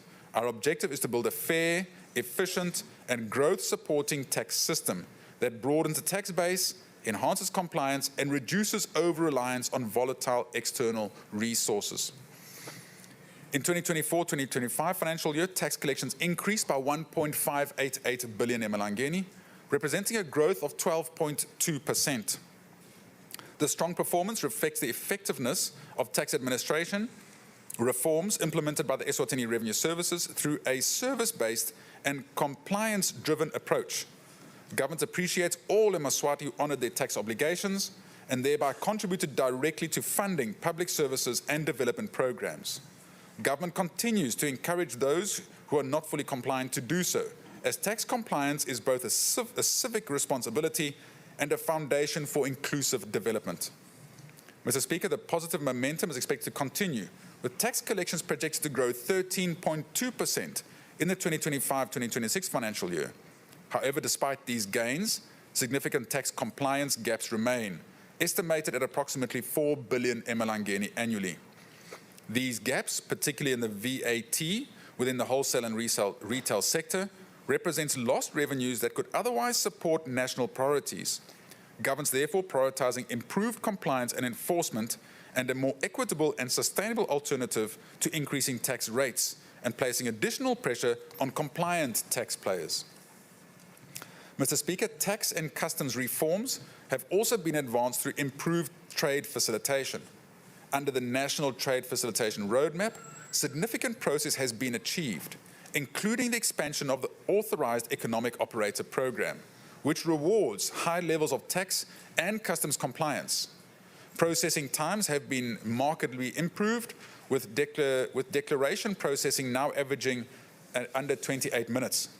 In addition, the government implemented target VAT policy measures to promote equity and reduce the cost of living, including increases in the VAT exemption threshold from 1,000 to 10,000 at the borders of entry into Eswatini, expanding the list of VAT-exempt products, and zero rating essential items such as sanitary pads, reusable nappies, and selected medical supplies. These measures reduce the tax burden on households while encouraging accurate declarations and compliance. Turning to tax performance in 2025-26 financial year, government budgeted total revenue and grants of 29.725 billion, with a projected outturn at 29.638 billion. A marginal shortfall of 87 million reflects weaker performance in non-tax revenue, therefore reinforcing the importance of strengthened tax collection as the most reliable source of funding. Over the medium term, total revenue and grants are projected to rise, supported primarily by improvements in domestic tax mobilization, enhanced compliance, digital tax administration reforms, and the implementation of the fiscalization plan. Mr. Speaker, corporate tax collections are projected to record a slight shortfall in the 25-26 financial year due to subdued profitability across key sectors. However, over the medium term, corporate tax collections are expected to recover steadily, driven by gradual economic recovery, improved tax administration, and strengthened digital compliance systems. Similarly, personal income tax collections, mainly PAYE, performed slightly above target in the 2025-26 financial year, reflecting improved compliance and moderate wage growth. These collections are projected to grow steadily over the medium term, supported by economic recovery, public service salary review, and continued enforcement of compliance measures. Government has completed key legislative reforms aimed at strengthening the tax system and widening the tax base. These include the Finance Amendment Act of 2025, the Alcohol and Tobacco Levy Amendment Act 2025, the Income Tax Amendment Act 2023. The revision of alcohol and tobacco levies, alongside measures such as the planned collection of fuel tax at border points, forms part of government's broader fiscalisation plan to improve tax compliance and efficiency. Mr. Speaker, in the 2026-27 financial year, government does not intend to increase taxes other than the excise duties that were announced by South Africa, which forms part of the SACU revenue pool. In order to align with South Africa, the proposed increase of excise duties of 3.39% will be applied to all alcohol and tobacco products immediately. Mr. Speaker, looking ahead to the 26-27 financial year and beyond, Eswatini Revenue Services will continue to modernize tax and customs systems, automate processes, and enhance service quality. The focus will remain on digitization, taxpayer education, stakeholder engagement, and enforcement of compliance, ensuring the tax system is fair, efficient, and capable of generating sustainable domestic revenue to support Eswatini's development agenda. Mr. Speaker, I'll now present the budget estimates for the 2026-27 financial year. The government revenue, excluding grants, for 26-27 financial year is projected to reach 31.42 billion emalangeni, which is 30.4% of GDP, an increase of 7.8% on the 25-26 financial year. SACU receipts increase from 10.4 billion to 11.74 billion.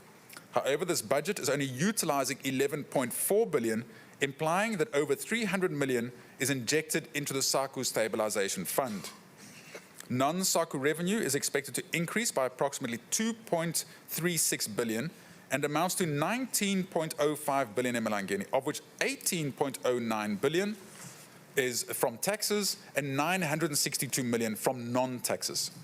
Total grants for the 26-27 financial year have decreased to 474 million compared to 585 million in the 2025-26 financial year.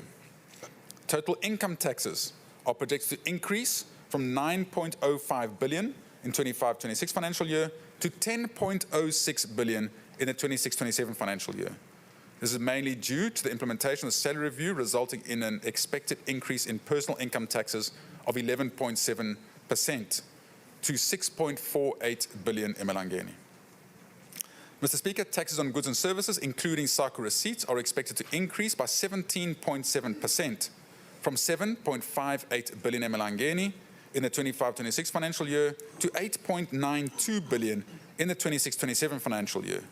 Value-added tax increased by 24.8% from 5.85 billion in 2025 financial year to 7.3 billion in the 26-27 financial year. Fuel tax decreased from 1.43 billion in 25-26 financial year to 1.42 billion in the 26-27 financial year, reflecting a decrease of only 0.25%. Mr. Speaker, total expenditure for the 26-27 financial year is expected to be 36.92 billion emalangeni. This excludes public debt redemption of 5.33 billion. The appropriated recurrent expenditure is set to be 29.14 billion, an increase of 14.7% compared to the 25-26 financial year, mainly due to the salary review. Total budget allocation to capital programs amounts to 7.78 billion emalangeni, an increase of 8.1% from the previous year's allocation. Mr. Speaker, in the 26-27 financial year, public service wage bill is budgeted to reach 12.44 billion emalangeni compared to 10.48 billion in the 25-26 financial year. In this budget, 635.35 million has been set aside for the 80% back pay and 535.28 million for allowances to complete the 25-26 salary review implementation. Mr. Speaker, government will prioritize continued management of appeals arising from the salary review exercise, whilst the impact of the salary review has increased the wage bill from 32 to 33% of government's total expenditure. It is still manageable compared to the 42% we observed from 2018-2019 financial year. This shows that government's efforts to rationalize the wage bill while taking into consideration the welfare of public servants and service delivery efficiencies. Government's targets will be to reduce the percentage of wage bill to total expenditure over the medium term to below 30%. The budget deficit for the 26-27 financial year is projected at 4.9% of GDP, which equals 5.02 billion emalangeni. Mr. Speaker, our main challenge in Eswatini remains poverty and unemployment, causing many other problems emanating from these. For this reason, our main focus in crafting this budget remains GDP growth. The idea being that growth in GDP exceeds population growth, as emphasized by His Majesty, resulting in GDP per capita growth. This would mean that Eswatini get better jobs and decent salaries, and that the unemployed find employment. When this happens, people come out of poverty. You'll have noticed that a common thread through this budget speech has been job creation. We need to provide Eswatini with the dignity to be able to find work and provide for their families.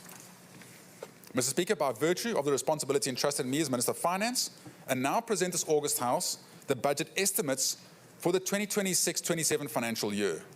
Revenue and grants, 31.9 billion emalangeni. Appropriated recurrent expenditure, 29.14 billion emalangeni. Appropriated capital expenditure, 7.78 billion emalangeni. Total expenditure, 36.92 billion emalangeni. Fiscal deficit, 5.02 billion emalangeni. In conclusion, I'd like to express my sincere appreciation and gratitude to the local and international development partners who have faithfully supported us through all these years. This includes partners who have displayed unwavering support to the nation, both financially and technically. Mr. Speaker, in particular, I'd like to acknowledge the support we receive from the US government, the Republic of China, Taiwan, the European Union, Japan International Cooperation Agency, the UN Family, Global Fund, the World Bank and the International Monetary Fund, Africa Development Bank, International Fund for Agriculture Development, Export-Import Bank of Taiwan, OPEC Fund for International Development, Badia, Kuwait Fund, the Saudi Fund for Development, Clinton Health Access Initiative, Green Climate Fund, World Health Organization, Africa Legal Support, Medicine Sans Frontiers, World Food Programme, Red Cross, World Vision, and civil society.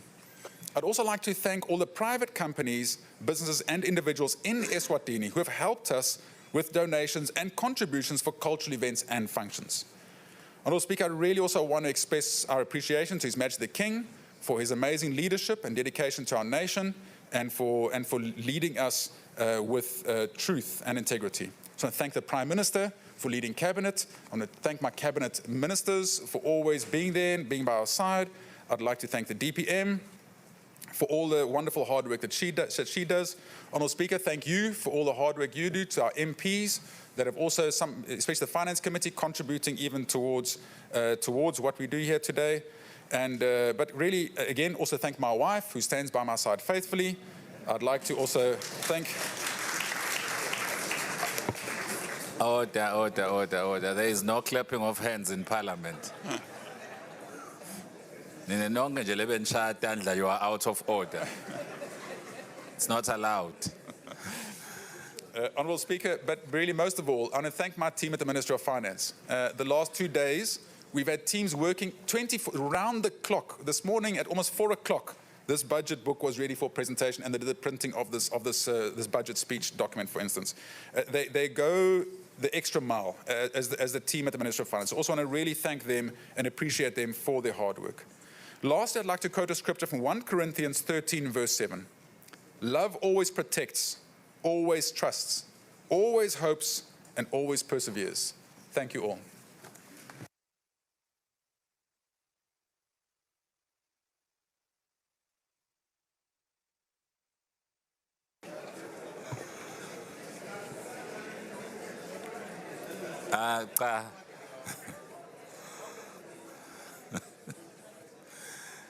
Asibonge bahlonishwa, sibonge kakhulu, sithathe lithuba sinibonge bahlonishwa. Ngibonga lokuthi nine bahlonishwa beningatshayi letandla. Letandla betshawa ngilaba khona kulandzela kahle in terms of kusebenta kweParliament ukuthi tandla tishaywa eParliament. So kuhlupha ke nangabe kungendeka chair of chairs khona lo mbonile from among the MPs. Kufuna usinikele list yalamagama. Sitobabona laba labashaya etandla ukuthi baphule ama standing orders abo, which is not allowed. Otherwise, we want to say thank you very much, Bahlonishwa. Siyanibonga kakhulu kuphumelela kwenu nenduna yembuso siyabongela minister for the budget speech loso uyethulile. Thank you very much for your hard work as well. Of course, sibonga ne collectivity yenu as a cabinet, because it is as a result of working together. Ngeko niqhamuke senithula lokho lenikwethulile. And as always, the hard-working members of Parliament, siyabonga kakhulu Bahlonishwa for being here. Nilalele inkulumo ye budget. Nekusho ke sibonge nema guest ethu kuhlonipha netincingo vele kude nalo lukhalile, and thank you for respecting Parliament. Kubalulekile vele ukuthi na useParliament umeke sure ukuthi ucingo alukhali nalo ukuthi ke ulandzele lenqubo yalokusebenta la Parliament. So siyanibonga kakhulu ngebukhona benu. Sikholwa nokuthi you will continue to follow iParliament isende ma debates ngalendzaba yale speech, nilandzele kahle, and also contribute through your MPs ukuthi ninibona ukuthi ngabe kwendeke kahle na kwendeke kanjani for the benefit of the country. So thank you very much to all of you. Ngicela ukukhumbuta ke Bahlonishwa ikakhulu kade kini ukuthi inkulumo ye budget seyivele iseculatewe, Bahlonishwa bayithathe bayifunze in getting ready for a debate on Monday. So siyacela Bahlonishwa nende njalo so that nasesikhulumisa le speech senduna ukhanze ukuthi you are well informed, Bahlonishwa. Nekuthi ke ngicela ukukhumbuta Bahlonishwa ngema order Bahlonishwa.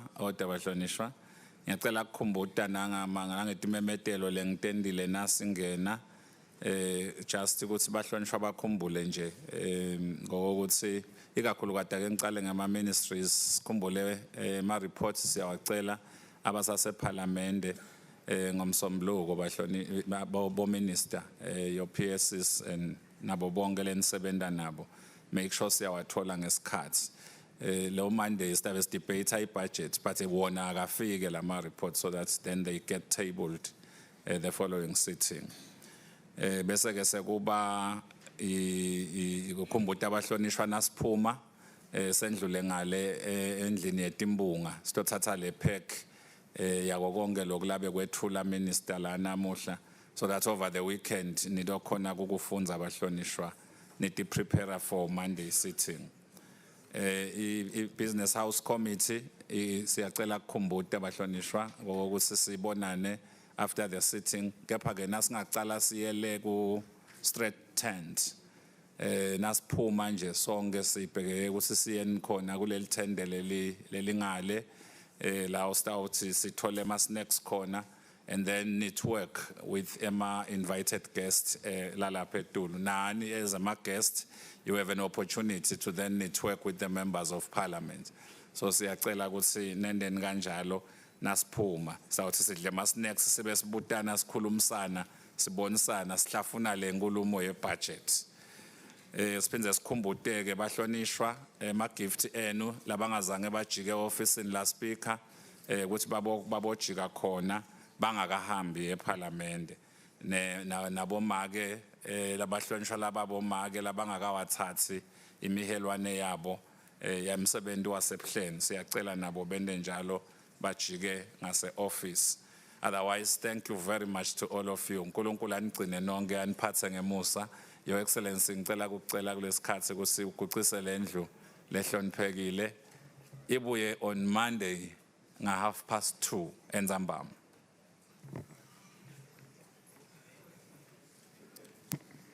Ngiyabonga mqondisi ngiyashumisa ukuthi indusela iguqa ibuye ngemsombuluko nga2:30 ntambama.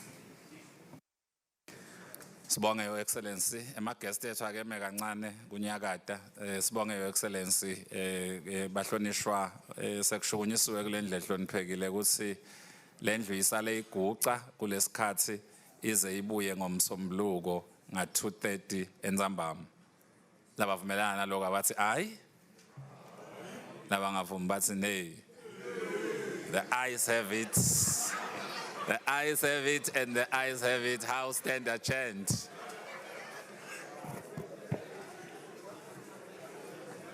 Order, bahlonishwa. Order. Guest akeme kunyakata.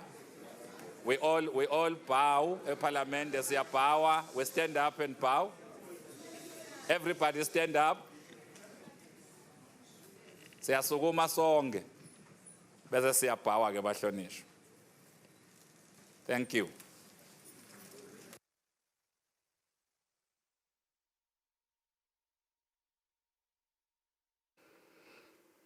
And there you have it. The Finance Minister has just tabled the second budget of the 12th Parliament, expanding the total expenditure to about 36.9 billion Malangeni. We get into what that means. Does it align with His Majesty's speech from the throne, as well as the Cabinet's top 5 priorities, with our economist, Sanela Spia, who is with us here in studio right after this commercial break.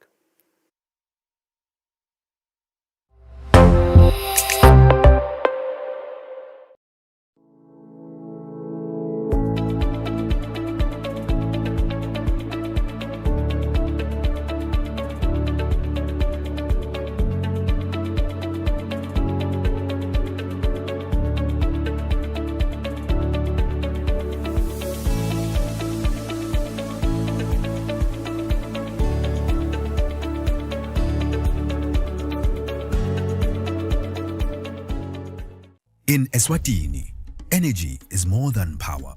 It is the spark that ignites progress, growth, and possibility.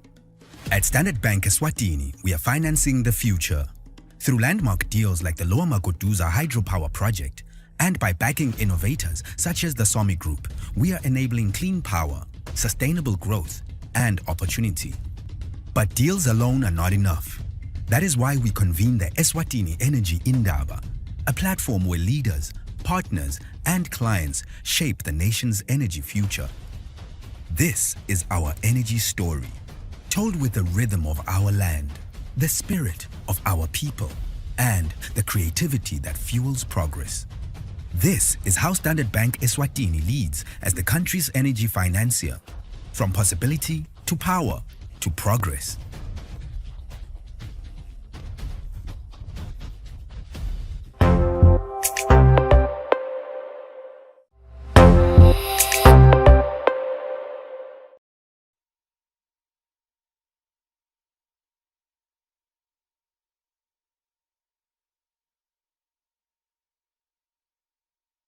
See you later.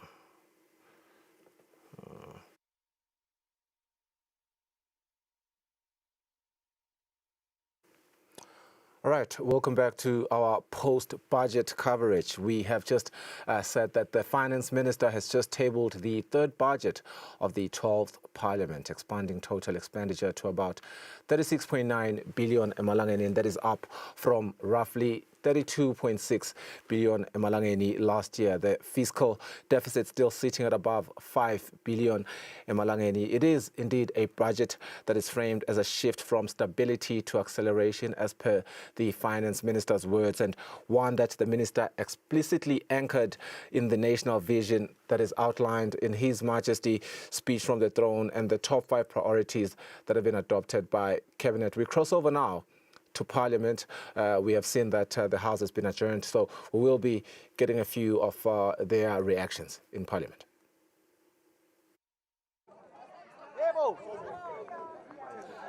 Njengoba ke masonto lamahle sesiphume khona ekhathi eParliament lapho indvuna yelitiko letemafa umhlonishwa Neil Rackenback icetha kwetfula nangivuswe kuqala angathi kumuzi ke lapho nebe ngitolungisa bosithela ngala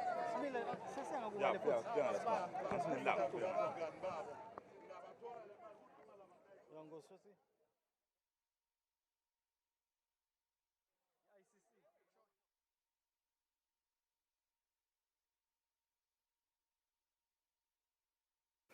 right, welcome back as they continue to get ready on the ground there. Again, the Finance Minister has just tabled the third budget of the 12th Parliament, expanding total expenditure to about 36.9 billion emalangeni. That is up from roughly 32.6 billion emalangeni.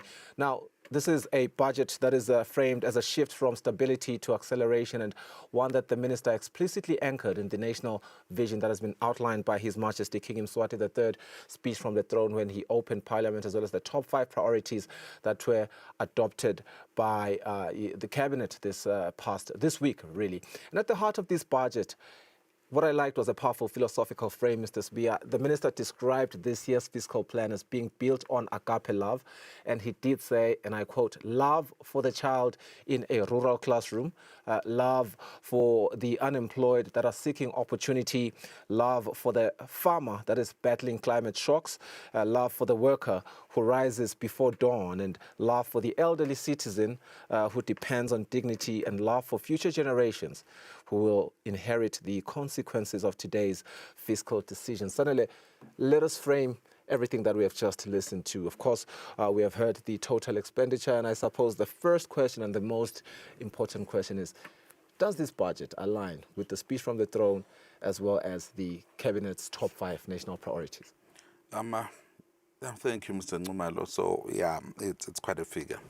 But in terms of alignment, yes, it does align. I think I liked the fact that we are now moving into implementation of the energy plans, because if you remember, in quite the number of the past budget speeches, we've been thinking around getting the framework ready to ensure that we can improve independent power generation and then also go into power generation. So we do welcome the efforts to ensure that we can get independent energy producers into the grid, and then also going green in terms of solar power and continuing with the hydropower stations there. So I think for me that was a highlight in terms of aligning with the King's vision and command therein. And then when you look into the other sectors, I mean, we saw ICT getting a boost of around 100 million there on addition budget. Now that's towards, transforming the economy and ensuring that we get aligned with the digital revolution. Food sovereignty, if you look at, the food production that is being supported through e-Wade, and also the when you look at the independent farmers that are being introduced into the grid. So now that's the beauty of it. All right, we'll come back to this conversation as we continue to just understand all the numbers with our economists. But for now, let's cross back over to Parliament with our 2 reporters, Sondo and Temikos.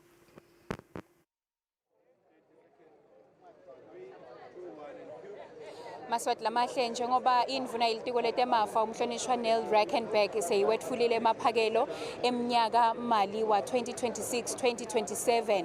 Indvuna ke yetfule ibudget ya 36 billion emalangeni, nasiyibuka emnyakeni mali lofile noma ke wa 2025-2026 le budget ikhombe kukhula nga 5 billion emalangeni. Indvuna ke ivetile ukuthi le budget lena siqubulo sayo vele sikhombisa ngaloksobala agape love.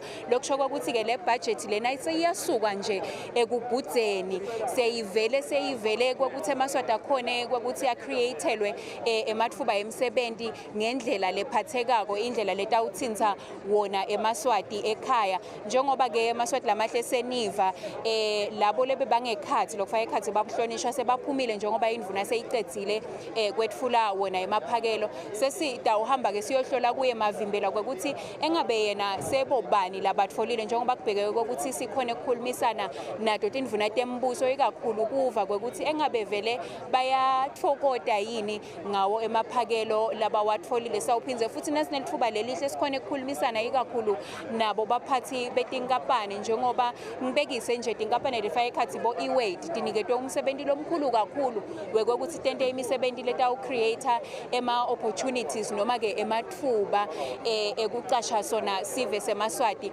asesiye kuye Mavimbela siyomuva ukuthi yena engabe sohambe kanganani kutfola labo langakhona ukukhulumisana nabo.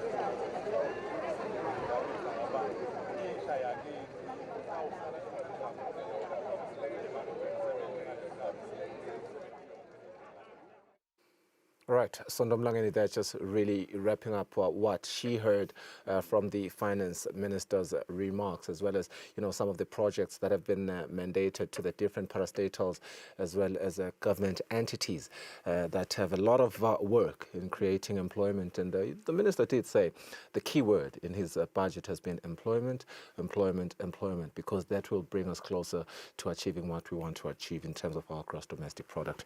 But let's look at the envelope. Now, you did say that it's quite huge. It's quite seismic, right? And I want us to look at the growth posture that seems to be strengthening, right? From his words, the minister rising from about 32.6 to roughly 36.9. Does that signal real acceleration for you? In my view, yes, it does signal a real acceleration. But what would be more what would require a more of an analysis is where is this acceleration coming from, right? It would seem from what the minister is presenting, it is coming through a burgeoning wage bill. I mean, we saw and we expected this with the salary review last year that it required around 2 billion. And we talked about this earlier on in the program. But there was skepticism around that, remarks that you made. Yeah, a lot of people question that, and yet it has happened. But yeah, keep going. So we did expect that, but yeah, and that's where we would be a bit concerned. But if we can push for growth as well, because I think what the budget tries to balance is your capital expenditure growing to 7.78 billion, to sit around 21% of this budget, according to my calculations of that. So what that then signals is we are a nation that's trying to balance capital accumulation together with an increasing wage bill, and we are hopeful and cognizant of the fact that the ministry is introducing quite a lot of initiatives to curb on the public sector wage bill.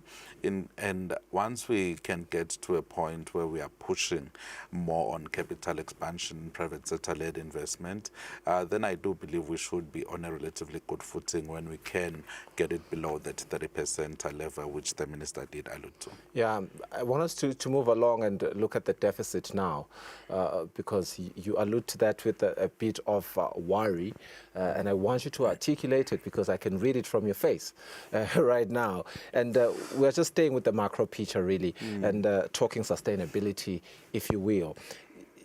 Even with the expansion, right, that the finance minister has clearly articulated, the deficit remains above 5 billion. Emalangeni, and again, you make that face. Is this still a comfortable range for an economy our size? I think for me the face is not on the number, well it is on the number, in the sense that before what we've been chasing was a 40% target, but now we've gotten to a point where we are quite comfortable with being above that 40% target. I think the minister projects 47% of GDP. When you then take out those loans that are going to be run through the ENPC and the Housing Board, comes down right about to 43%. And I think my range would have been something between 35 to 40 at most.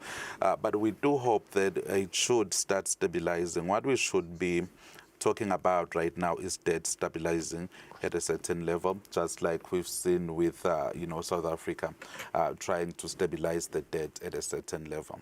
We'll come back to that, and we will look at the constraints because, you are really passionate about that one. Let's cross over back to Parliament. It looks like they are ready to give us some insights from the attendees there.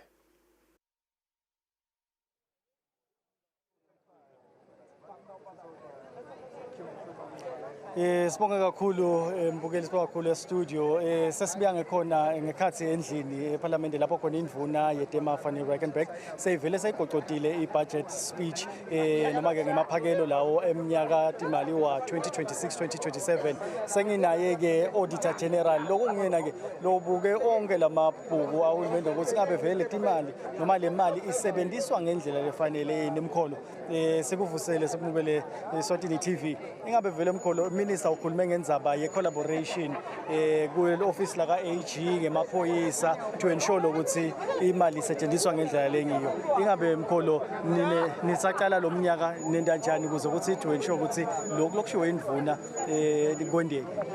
Siyabonga Ntatheli sibonga abalaleli sibonga lathuba nathi sibe khona kwi-budget minister lebekathe vele ijulile impela ibandi kabatongo tihlangothi zonke sithi coverishile indvuna nenhlangothi leti tekulusa timali lovisi lithunyiwe kulusa timali deliver timali setilusile sementa kwato tonke hlangothi tekutfutfuka tesima services netinsita fake bantu sithi libukile imali sebente njani and ke vele indzaba yenkohlakalo indzaba lengokhona kuyilwa wedvana siyatsinga vele impela bambisane nema anti-corruption nawe emaphoyisa vele sinawo lo kusebenzisana sifuna ukuqinisa njengoba uhulumende asisekele ukuthi vele sibambisaneni ekusebenteni ukulwa nenkohlakalo ngoba le nkohlakalo isibisele emuva kakhulu timali eveni tiba khona bese tiyalahleka nabe timali ngasebenzisa kahle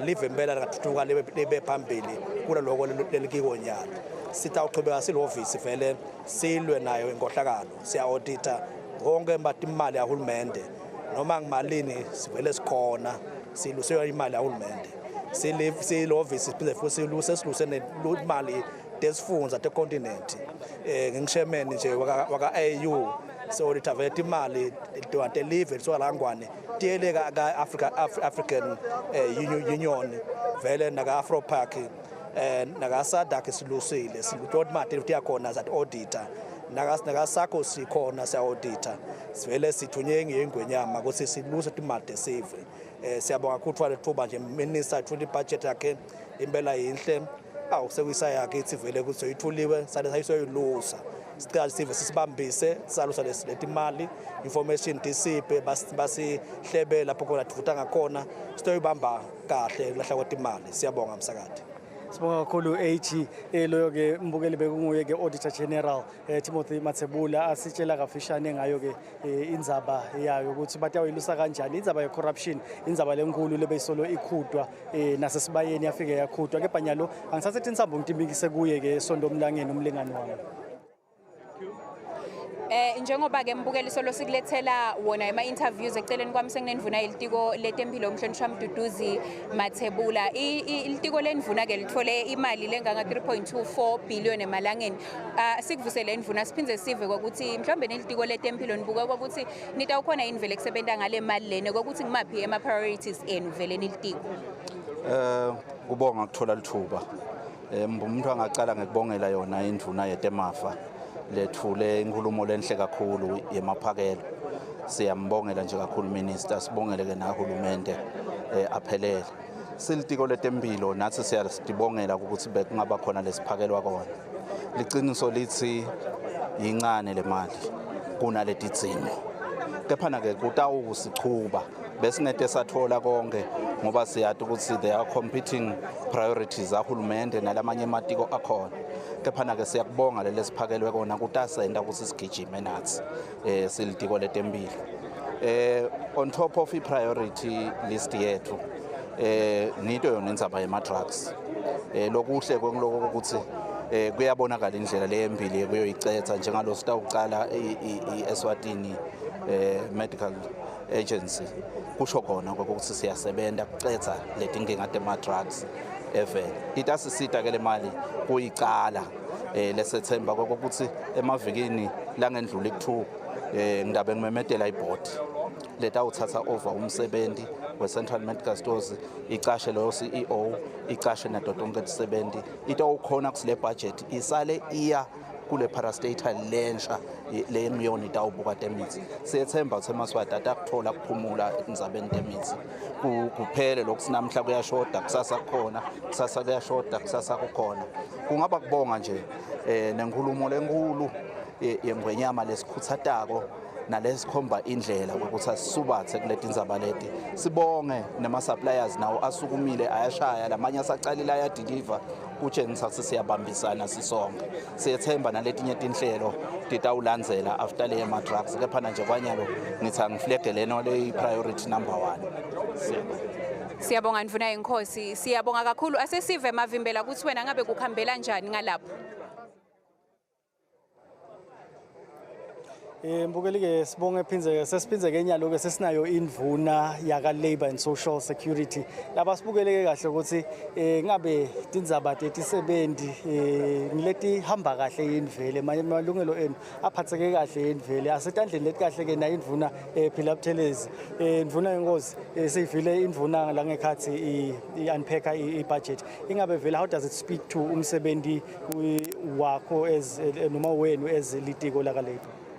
Siyabonga umbuto mfana Nkosi sikhuthalo nalwandle njengoba lisinikile umkhombandlela evikini leliphelile kwekuthi live alibhekephi na silalela ke indvuna yetemafa emaphakelo lewathulile aligned to leyo indlela lesinikwe ingwenyama silitiko laka Labour siyathokoda sishaya emafahlawane emaphakelweni lekethuliwe ukuthi siwatholile la ngethulo kwa 800 million njengoba wathi chunk lenkulu kuleyo imali uhulumende laniketa ngawo umfundzate bantwana beMaswati kube nema adjustments labekhona kusasetshenzwa ngekukhula kwabo inflation naloko kukhuliswa ama allowances ku-introduce ama book allowance nema tuitions boyuneswa bafake ticelo babusisela ukuthi sale sibhadala i-tuition leseyithe caca batokhona kuphila kusinika lithemba ukuthi le budget lesiphakele yona ibonakala ikucaterishele lokho ukuthi sikhona kuqhubeka sideliver kuleyo mandate bantwana beMaswati bangasokoli njengoba litiko belizama cansi nawe sekathe nje wagcina kuva ukuthi bantwana batelekile ngetindzaba temali allowances uhulumende wayengwenyama uyasibambisa kakhulu kuloko kulele sesinikwe wona sitawuvele sikubambe ngato tota imbili sithi ngwe sideliver imandate lesinikwe yona kungasiyo ama scholarships kuphela kunetindzaba tetisebenzi i-responsibility yethu kwenta ima-inspections kuhlanganisa lapho sebangasaboni ngasolinye abaqashi netisebenzi naloka sinalo lithemba ukuthi kulo lokuncane lesihleshulelo kona sitawukhona kuqhubeka sisebende sivusayo ingwenyama sijabule ngemandate lekulo litiko letisebenzi nenhlala kahle yethu. Ndvuna Yenkosi sibonga kakhulu sikhathi sakho mbukeli ngibe ungiyo yona indvuna yaka Labour and Social Security ishaya nje kafishane ngayo indzaba yokuthi lamaphakelo lawa atawukhona ukuthi asite lokuthi ikhona ukuthi imikise lusito khona esiveni ngankwe kepha nyalo angiphindze ke ngithathe tindzaba ngitibhikise kuye ke sonto omlangeni umlingani wami. Njengoba solo siqhubeka nekukhulumisana nato indvuna tembuso sesinendvuna yelitiko letekuvakasha nendzaba temvelo umhlonishwa Jane Simelane asikuvusele indvuna Yenkosi siphindze sive ukuthi nilitiko laka tourism siyeva ukuthi kunemsebenzi lomkhulu we-ICC lotawuvulwa kulomnyaka le budget ingabe itawukhona yini vele minister kunichupha sithandza nje kubonga ngale budget lese yetfulwe ngiyo indvuna yetemafa le budget letfulwa ngiyo indvuna yetemafa ihambisana ngco nenkulumo yengwenyama ngoba inkulumo yengwenyama yagcizelela kiko lokuthi kusetshenzwe tintfo te-ICC kusetshenzwe tintfo taka-environment loko lokubukene na tourism kusetshenzwe nemigwaco sivileke inkulumo yayo yebudget itsinze ngqo lokwashiwo silo lengingakusho ngiloko ukuthi vele nawuphakela usebenzisa ingcwembe uyakha ufake uphinze awufaki kanye kwenele so ke singeMaswati siyahle ukuthi le ngcwembe lese ikuphakele nyalo kutawuhamba lichi tawuphindze futhi ingcwembe ibuye itophakela siyajabula nje kakhulu singeke sikhale semukela lesikutfolako singemaswati sifundzisekile. Nekusho ke lokho ukuthi sisayisebenta indzaba yaleli hotela vele laba labato sebenta lihotela sebakhona baseveni baqalile bayaqhubeka nabo bayasebenta noma singakapheli isakhiwo sisebenta hand in hand nabo line by line sendele lokho ukuthi lithi naliphela kukhanzakale ukuthi umsebenzi ngakithi sowuhambile nawo soya ngasemacopheleni ekuphelele. Siyabonga kakhulu Ndvuna Imbuso sikhona sithembe ukuthi indawo khona kusebenza asesihlole Mavimbela mshiya lowa kuthi ngabe yena uchuba njani.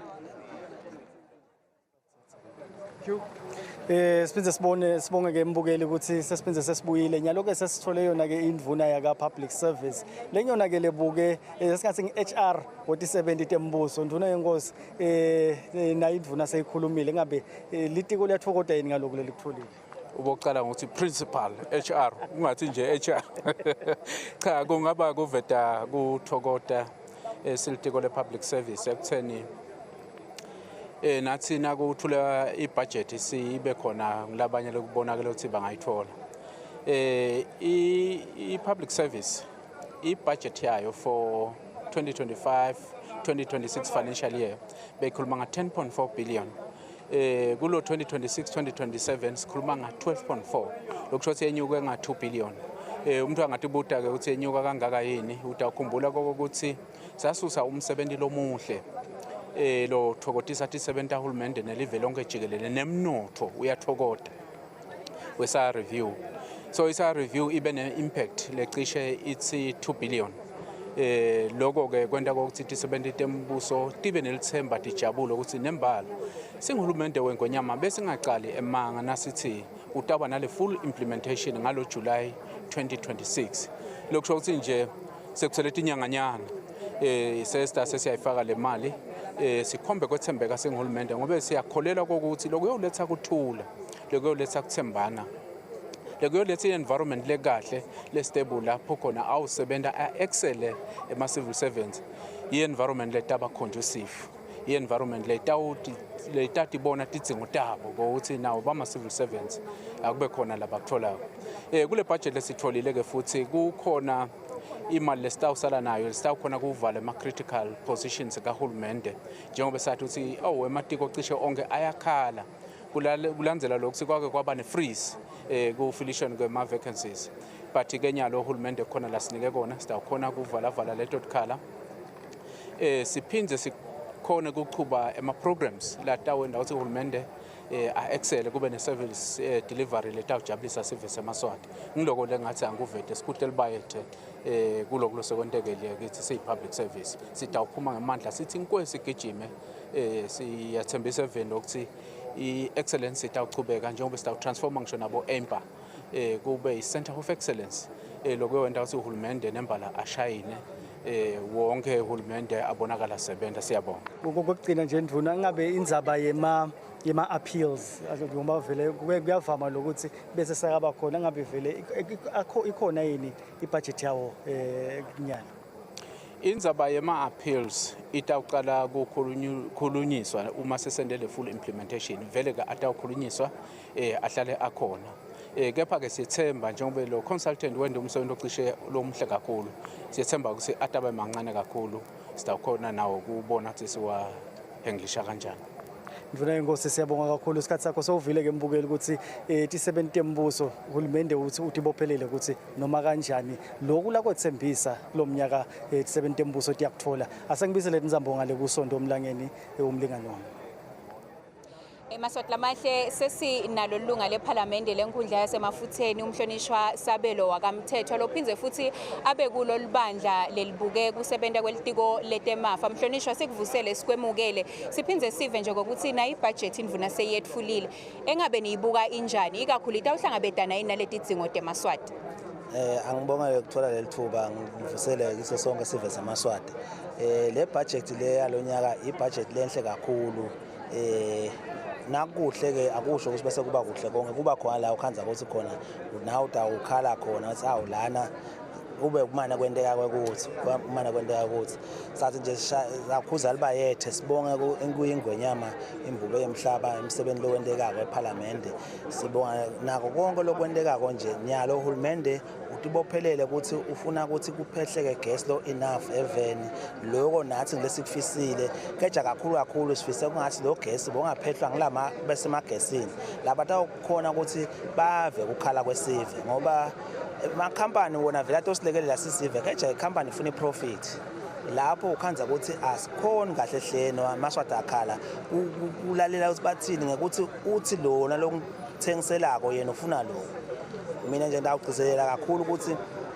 kube kungenteka vele befuna ukuthi siyoboleka imali kwala khaya siphehle gas wemalahle sinencumbe emalahle kupheka kuhambisa emalahle kwayisemaveni akusiko lokunganani kanti lokhu akube kwethu le maveni bathatha lamalahle ethu baphehle gas ngawo keja ngalathi basitshela ngeclimate change kufuna enye into sibuke ukuthi kuyasebenzela yini sisive ngoba phela kufuna singene etafuleni sicabanga ukuthi thina sibhekephi sifise ini ngoba likusasa lethu ngilokuthi lokwethu singapheka ukuhambisa ukudlaphatisa ngibuye ngibonge ukuthi ke awu Minister of Finance cha siyabonga ufakele imali ukuthi naba la imali ethi embuso eleyasala batayithola lonyaka vele sibonga kona kuthembeka kepha nje linyevale ngehlala ngabe khona imali yabogogo othayi kakhulu njani but satayikhuluma naye minister esingale sesibhedlela sithibisi sakhe imali yabogogo vele ibhlungu ufuna ukuthi azame minister ukuthi angade ayithola kuphi iyafuneka le mali yabogogo ngoba phela nabogogo lokhu kuhlonga ukukhupha gas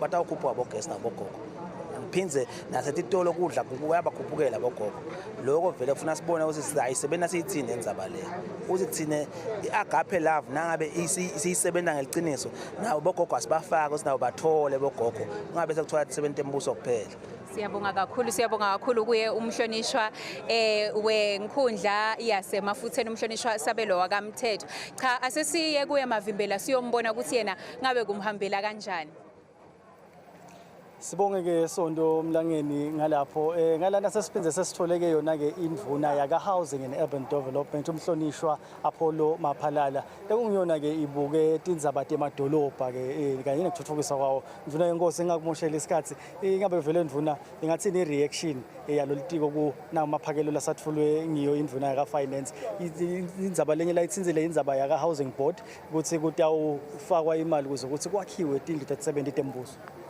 Siyabonga mfana Nkosi sivusele nasesiveni kwekucala singayibongela indvuna yelitiko letemafa isebenta umsebenzi lomkhulu nakufuna ukuthi wabe emafa elive noma wabe ema resources elive wabe la tinhlangothi letehlukene ngumsebenzi lolukhulu kakhulu manje ke siyayibongela indvuna ngoba he has really attempted lokho ukuthi akunakwe tindzaba tekuthi umnotho awukhule si-investe ku-growth noma sihlanyele imali ekukhuleni kwemnotho kwesibili siphinde siyihlanyele imali etintweni letine-social impact ngaba ngemigwaco kungaba ngema-social security schemes netinto letinye letinjalo letiviwa sive ngqo bese kwesithathu siphinde siyifake imali kuma-capital projects induna yetemafa ikuzamile ukubhalansisa leto nto leto siyati ukuthi ngeke senele sonke singematiko ngoba vele ema-resources elive akafiki lapho singathi nje sitakwenda konke lesikufunayo but nje-ke umuntu angaphinze abuye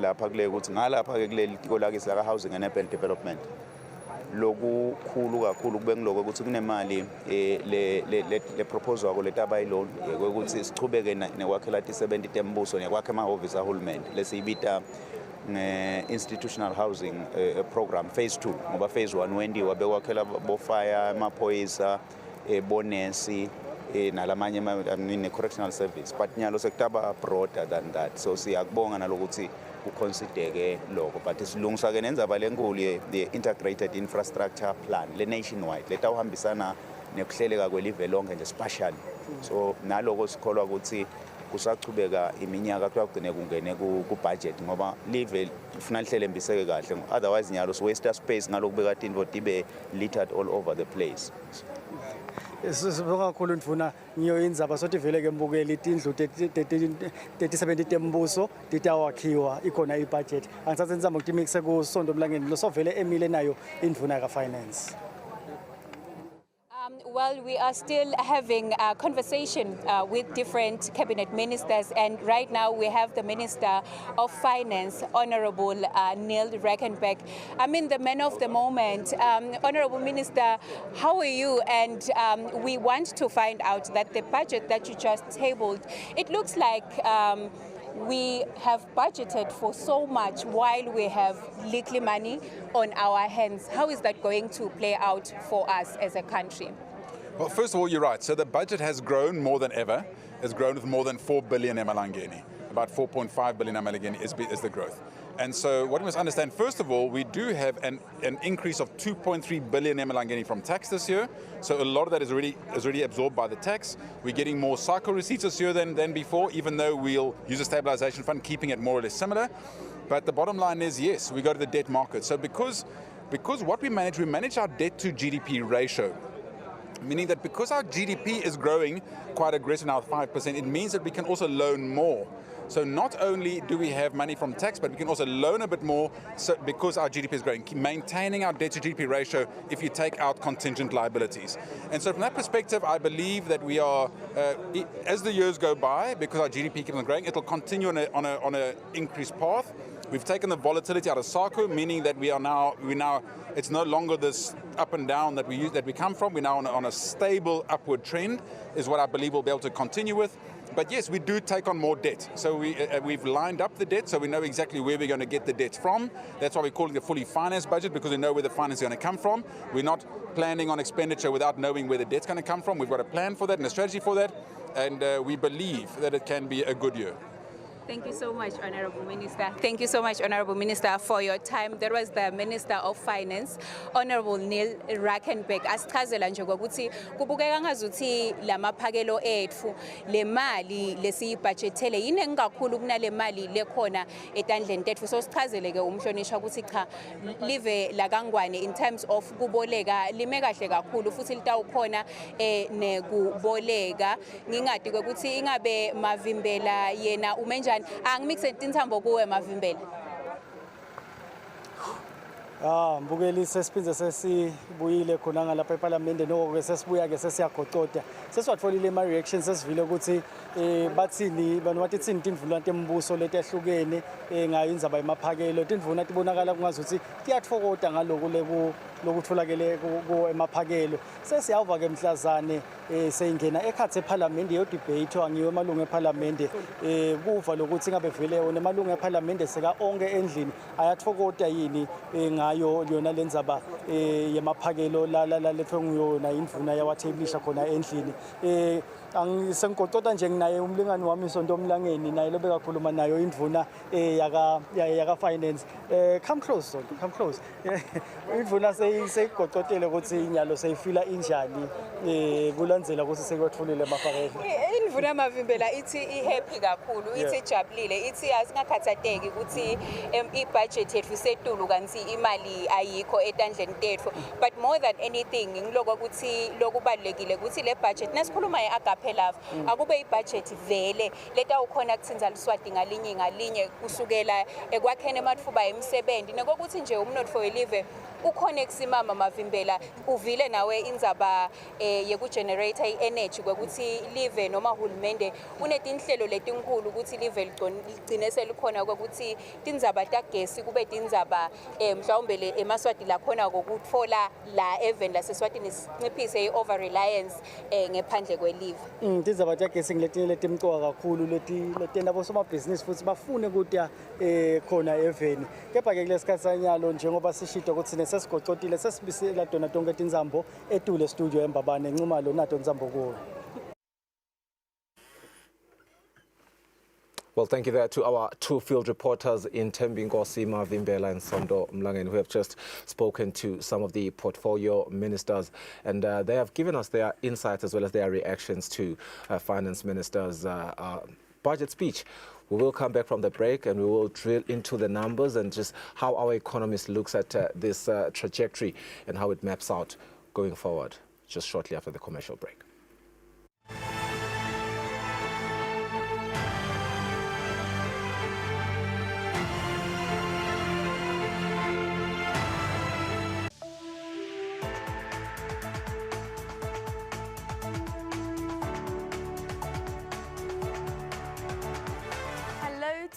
viewers of Eswatini TV in the kingdom and beyond. Eswatini TV is regulated by the Eswatini Communications Commission through the Broadcasting Code and Broadcasting Guidelines. Under these instruments, the station commits to broadcasting information and news that have been fact-checked, programs and content in respectful language with no elements of hate speech, violence or sexual activity. If you hear any unsuitable content on this channel, you have a right to voice your complaints with the station management. Should you not be satisfied with the response or action taken, you can escalate your matter to the Communications Commission at PO Box 7811 Babani. Call 2406 7000 or send an email to info@esccom.org.za. For more information, visit www.esccom.org.za.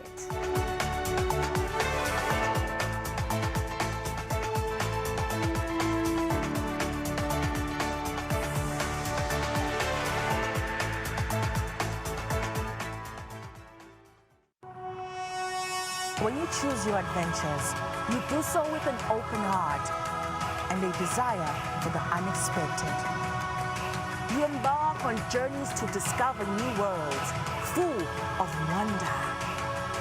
You choose a path to awaken your senses, a world to make you look up and realize just how inspiring this life can be. Arrive and awaken your heart. Explore life in ways only thought possible in your dreams. Discover just how far you go to expand your understanding of life's greatest mysteries. There's just one place on this planet with so much to offer. Now is the time for you to have the royal experience.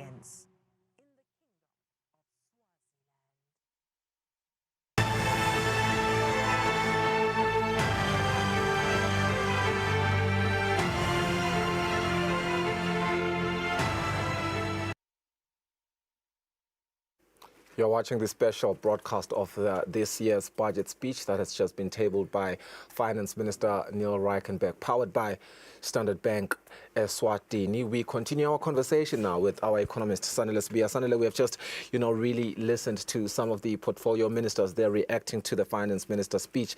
And I believe my biggest takeaway is a sense of optimism from a lot of them, and that is going to be an expansion within constraints.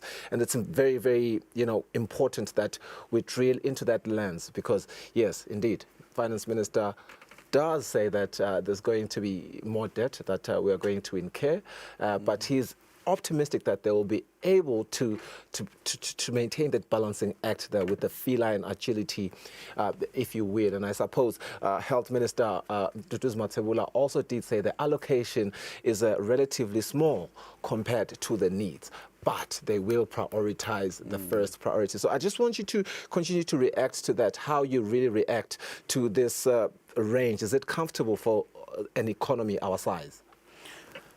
So when you look at the budget in itself, Mr. Nxumalo, what we need to, I think around is how do we sustain growth above 5%? Because, I did a bit of the numbers and then you realize that if we sustain growth at above 5%, this will be quite feasible because you are constantly able to pay off the debt, because it's about the feasibility to pay. So right now, the worry that we have is if you look at the forecasts, come next year, we projected to grow below 5%, and then 2028 we peak at 3.8%. But if we can keep on twisting our fortunes to a point where we're actually above 5%, and having a what's it called? Having a way to roll out of the CapEx into market-based and market-driven growth, we should be fine at the current level of 43% and with a range of 47%. But it is quite high and quite concerning at this current moment.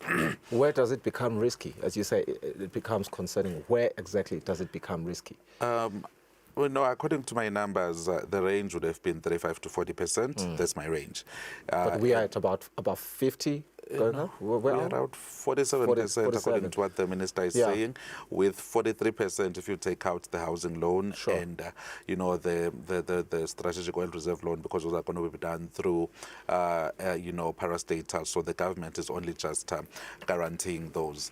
But I think I do believe that if we can push the growth to that level, and as this is a growth budget, and if we can sustain the 5% growth level, then we will be in a position to sustain this type of expenditure, around the 35, 36. And then if you get back, the public sector wage bill to 30%, you should be fine, and then pushing towards capital expenditure to 30%, and that should be a good balance. We should be able to move forward because we need the economy to generate capital, so that that can be used by commerce going forward. So it's an issue of long-term planning and getting to stabilize at a certain level, because you can't keep increasing debt perpetually. You need to have it stabilizing at some point. I want us to transition now to a different topic altogether, and that is the health portfolio. At the top of the speech from the throne, it was pronounced, rightfully, again, with the cabinet retreat, they lay out their top 5 national priorities. Health is at A, which means it's the very first priority. Health Minister Mduduzi Mathebula says in his words, allocation is small compared to the needs. But at the same time, when you really just look at the speech by the Finance Minister, you do see that there is a bit of sector alignment with the priorities. They're now at what? 3.2 billion Malangeni, with institutional reforms layered in. Is this one of the areas where we can say alignment is translating into delivery? Let's first start with the allocation and whether it's enough. So when I looked at it, I kind of expected a bit more increment there. To say around, I did expect to get to levels of around 3.5, 3.6 billion, just to make up for the shortfall that we've seen in terms of funding, exiting the country. But in terms of alignment, yes, I think we are seeing a bit of reforms and alignment in the sense that we are seeing the CMS, coming into play, and also we're quite happy to hear that Padula Fund has paid off quite a lot of its outstanding areas, because that's just been quite a huge problem, and it did affect access. And then we're seeing the decentralizations in terms of, cancer treatment and all of those. But you cannot underscore the fact that NCDs are actually on the rise this current time around. So you do need a bit more alignment there and a bit more money to go into the sector. The real test, I suppose, is going to be execution here. Let's say you are the health minister yourself. How do you put your priorities? And you rightfully mentioned non-communicable diseases, and they are quite expensive. Yeah. For me, it's an issue of reverting to the basics. As a Eswatini, we've had one of the best health systems in the globe, actually, with our primary health system and the decentralization therein. So just making sure that you have access where people don't have to really walk long distances at that level. So I would just rebuild that 3-tier system that we've always had, and ensure that we get people to have access to medication there, while at the same time you're making sure that CMS is able to deliver that medication to people, because quite a number of the vector illnesses that we're seeing can be preventable, more especially with NCDs. So you need to focus on prevention so that you don't have to spend a lot of money on cure. And a lot of the intervention around non-communicable diseases will be just the awareness with the public. A lot of it is just the teaching itself. And we are happy to learn that the health sector has deployed some of their personnel at the Bukanu Festival. They're continuing to teach people, because the linkages between diabetes, hypertension and alcohol is quite intense. Let's broaden the lens a little bit and look at social protection. And there, we are learning that safety nets are expanding. We now have unemployment insurance entering the system, of course. Does this mark a structural shift in social policy? It does, Mr. Ngumalo. It does move the nation to a situation where you are able to somehow be cushioned should you lose your job. But we know that it covers only those that were in a job and lost that they lost that employment without and at a fault of not someone and not at their fault, right? So we are looking at that in positive light because it will give people a cushion to pass through. So we are seeing quite a shift in social safety net. I mean, remember last year we were looking at the housing, the housing that was being ushered in through the Deputy Prime Minister's office, and then I think amazing right now, project. Yeah, quite amazing. And I think right now we saw a 100 million increase to the DPM's office. So we do expect that it's going to expand and, house more eMaswati. So now we are seeing this unemployment benefit scheme. Again, that just shows that we are broadening our social security system as a kingdom. Yeah. Would you then say we are experiencing an emergence of a more modern welfare state? I wouldn't say it's more a welfare state, right? Because if you look at the budget, the focus is getting people to work. Yeah, so I think for me that's the best model ever. You get people to work, people become secured through productivity. So if you have a job, you become more secured. But we cannot run away from the fact that we cannot get everyone into work. So I think it's more an optimal social provisioning state than a welfare state that we are running. Sbia, I was really hoping Sondre and Thembinkosi would get Agriculture Minister Honorable Mandla Chauka into the conversation, because we have seen how the foot and mouth disease has engulfed the nation, and livestock farmers, have been lamenting the situation. But some of them have been culprits themselves because they haven't been complying. And as per the remarks by Agriculture Minister when we talked to him. But also the issue around climate shocks as well, and food sovereignty, and those topics around what needs to be prioritized this financial year. And I want us to turn into that. Agriculture and food security now. Foundations are strengthening here.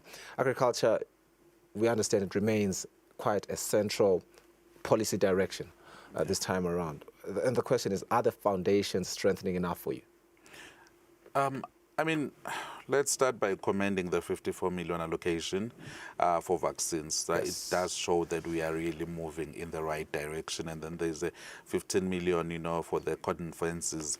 Again, it shows the movements in the right direction. And also, surveillance and vector detection. Again, the minister did allude that we are improving, we are having funds that are going to go to that. But I think, given my experience, one of the things that we've always seen, and I was hoping that at some point we are going to start investing in those as a country, it's the testing facilities. Yes. Mr. Ngumalo, we really do not have enough testing facilities to really catch a lot of these vaccines. So we do a lot of these vectors. So we do need to invest in those lab facilities to ensure, because it's not only going to be about vector detection, it's also about access to markets. Before you can send your meat to the European Union or even to the US and all those other countries where their phytosanitary requirements really are at a very high stringency. So you do need to ensure that you have the right testing facilities, because it becomes quite catastrophic right now, like we are seeing with foot and mouth disease. Absolutely. The fact that it was detected, you really can't send your beef that side. Yeah. So it becomes quite a huge economic burden, one that you could easily bear by putting the testing facilities on play. But overall, I think I'm content with the allocations to agriculture. Going forward, would urge to invest in those testing facilities. Testing facilities, as well as what I've I think appreciated from this particular allocation towards agriculture is that allocation towards cordon fences rather. 15 million emalangeni, if I remember correctly, just to erect cordon fences. But also just, we're just speaking to Minister Chauka on the breakfast show yesterday, and he did mention that there is a deeper coordination with Stan Hazen in South Africa to make sure that this is a coordinated effort. And I want you to speak to that. How critical are cordon fences, and are you happy with this 15 million allocation towards that? cordon fences are quite critical to make sure that you have you contain the disease at least in one area of the country, so that you don't necessarily have to vaccinate all cats in Eswatini, so that you can still have access to those foot and mouth free and vaccine-free markets, because that's when you get a premium in terms of the selling price. So in terms of the border controls and the cordons, number one there, it is quite imperative that we coordinate with South Africa, because Eswatini is 95%, if not 98%, surrounded by South Africa. So we have to have that coordinated effort there to make sure that when we eliminate it in Eswatini, it doesn't then go into South Africa. So the 15 million for cordon fences is, in my view, given the urgency, I would believe the calculations were done and it's enough, because right now what we're seeing is the vector is shifted between Shiselweni and Lubombo. So those are the regions that you kind of need to cordon off from the rest of the country, so that we don't have the vector shifting forward. And I think, that's going to be enough, and we do need to ramp up those efforts as a country. Let's transition to economic acceleration, this very important economic shift, and the key word, and it was amongst the buzzwords from this speech. Economic acceleration, and was said so many times. And he speaks about moving from stability to acceleration. What would prove that indeed this acceleration is real?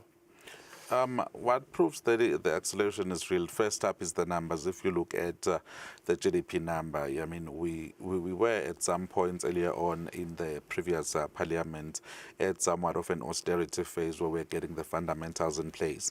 So now what we're doing is we are taking off and moving to higher heights through the growth that we are seeing, and also through the strategic investments that we are seeing.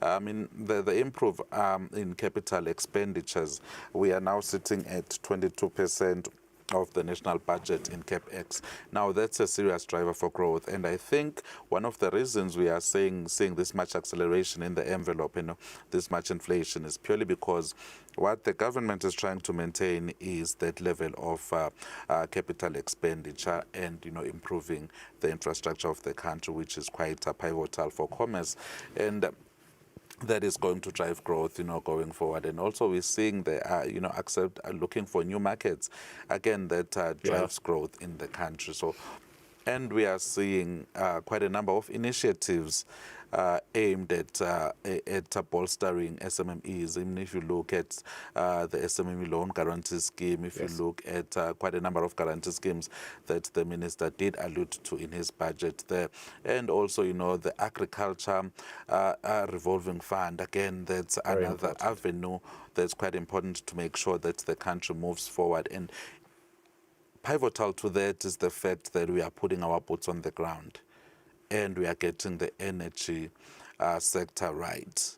So now that shows that we are a country that is in acceleration, a country that wants to become sufficient in terms of energy and in terms of food, because once you can have those in place, you are creating a very good base for commerce and human resource to be productive. And then also, if you look at that incremental 100 million in terms of ICT budgets, again, that's a nation that's really that's ready to move forward and move on with quite a number of the implementations. But we do acknowledge that we are doing this within constraints. So, as much as we would have loved to see quite a higher allocation for ICT, but right now we are quite content with the fact that there is that 100 million, and that's going to go towards improving the mainframe and quite in setting up some infrastructure, which is quite pivotal to move the country forward. So we are accelerating, and the focus on growth and continuous factory trials. Transition, gaining traction, and everything that you are saying just makes sense, but I do want you to drill in further into the lens of energy sufficiency? Because I think it was it MP Mtetwa who alluded to our reliance on Eskom, and he said, that needs to be a thing of the past, and you are saying that our boots are on the ground regarding that very same challenge in the Kingdom of Eswatini. I believe was it last year, towards the end of the last year? I remember the fourth quarter when we hosted President Chapo, and His Majesty the King was negotiating developments around, coordination between Eswatini and Mozambique.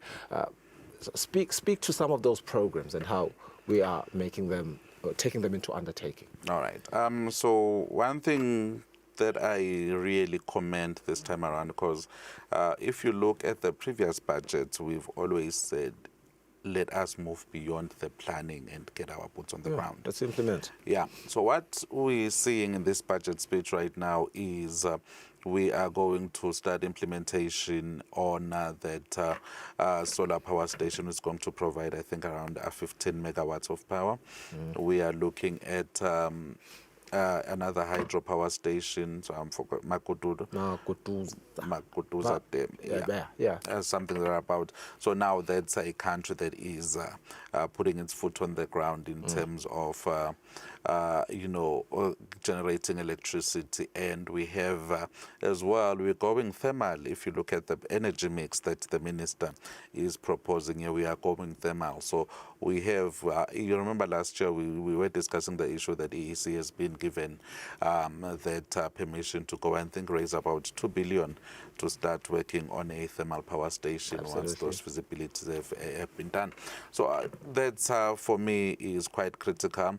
But what we need to do as a country is, I think if we had timelines around that to make sure that we are able to move and implement those. And we also do commend that we are now going to get the independent power producers into the national grid. We already know that the Ubombo sugar, then the sugar belt has already finalized an agreement with the government. So they're going to supply, I think, I'm not sure of the number, but it's going to be quite significant for, I think it's around 14 megawatts or 40 megawatts of power, biomass power.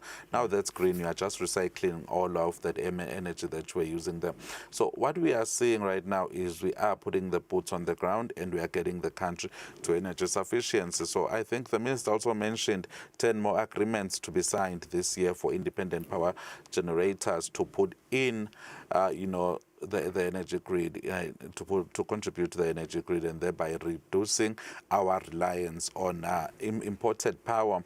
And I think another thing that came out there was we are accelerating now to a point where we can export excess power generated domestically into the SADC power pool and also into other countries. So what we are saying here is really we have taken energy very serious this time around, and we are moving forward as a country. It was 13.6 megawatts. That is the Lower Makutuza one that you were referring to earlier, and you're referring now to this 40 megawatts power purchase agreement between Ubombo Sugar Limited and EEC. Very significant and important strides there. Moving along now, we would be negligent to not speak to governance, because it's very important that we look at institutions now strengthening. Very, very key. Reforms like they call it the IFMIS. I love to call it the IFMIS. It continues to gain traction, Mr. Spear. Could governance reform here matter as much as the spending increase? It matters quite a lot, Mr. Ngumalo, because number one for me, I've always been a proponent of efficiency. If we can find efficiencies within government and find redundancies which we can do without, definitely we would be at a different position right now, where we're saying we've identified so much within the envelope, so we are able to do more. So that is quite critical. And also, what are the IFMIS? What I like about it is highly electronic, and we are able to plan and budget in real time. So we're able to see how things are moving, and it reduces human interference into the whole process. Now, what that is going to do is it's going to limit, the avenues for corruption, which is something that was quite commendable, that was also showing in the budget, that we are taking the issue of corruption quite serious as a country. So those reforms, Mr. Nxumalo, cannot be underscored. It is what we need. One, for efficiency within the budgeting process. Two, for efficiency within the entire government machinery in terms of fund utilization and fund management. As long as we can limit the human interference therein, then we should be quite fine, and that's quite a welcomeable. We welcome that reform. It is long overdue. And speaking on that important point, I want to ask you about accountability because we are hearing the word that this is being strengthened. That is in terms of corruption, as you say right now. How do you assert we maintain a high level of accountability, and how do you react? We have done so far. I think the IFMIS in itself is going to actually contribute to those levels of accountability in terms of the fact that if you reduce human interference, everyone knows what they need to do, and the controls are already in the system. So now that's a government that is moving towards being accountable, right? And if you also look at the composition of the people who were there at the delivering of the budget speech, again, that's inclusion and accountability, in my view. But we cannot underscore the fact that we need to do more as a kingdom to ensure that we are able to get ministers and members of parliament to be more accountable, public officials to be more accountable, and be in a position where they understand that these are public funds and public funds must be kept at bay. And the Office of the AG is doing quite a lot of beautiful work in that angle, but we need to do more. So we are moving and shifting towards being accountable as a kingdom. Also, if you look at the level of statistics that we are now getting, I think we are always discussing new statistics on Market View every day, because we are now seeing more and more of the release, which then allows for people like myself to always question, to say, why are I doing this? Again, that's accountability. I mean, no one ever comes and shouts at you to say, why are you questioning the debt to GDP ratio? Why are you questioning that? So we are doing relatively well in terms of accountability. And what we need to get to is a point where we can have the Anti-Corruption Commission taking a few cases and trying cases instead of beyond investigation. I mean, that's where the huge bottleneck is right now. In as much as we see in cabinet, cabinet is really visible and quite accountable in terms of the work they are doing. But in terms of people who are identified of engaging in corruption, it seems as a country we are not holding those people to task. So if we can get to holding people to task and having the Anti-Corruption Commission, becoming more potent in their work and building a case and seeing it through the courts and regaining whatever it is that needs to be regained from all of those people, that would send a message and would force a lot of officials to be accountable. Yeah, I'm just skimming through the budget speech here. I'm just really trying to see the budget allocation for ICT. I wonder if you still remember it, because it wasn't as seismic as one would have expected it to be, at least from where I'm sitting, and yet it was highlighted on the King's 35 bold directives, and the salient point there, I suppose, was integrate modern technology into, transition all government services from analog to digital, but also introduce secure digital passports to enhance travel efficiency and prevent forgery. And I think when you listen to Minister Savannah Mazia, she's always frank around the idea of digital investments. They are smaller in size, but very, very high impact in potential. And I want you to speak to that. Are we underestimating the economic return of digital reform with the allocation that has been made?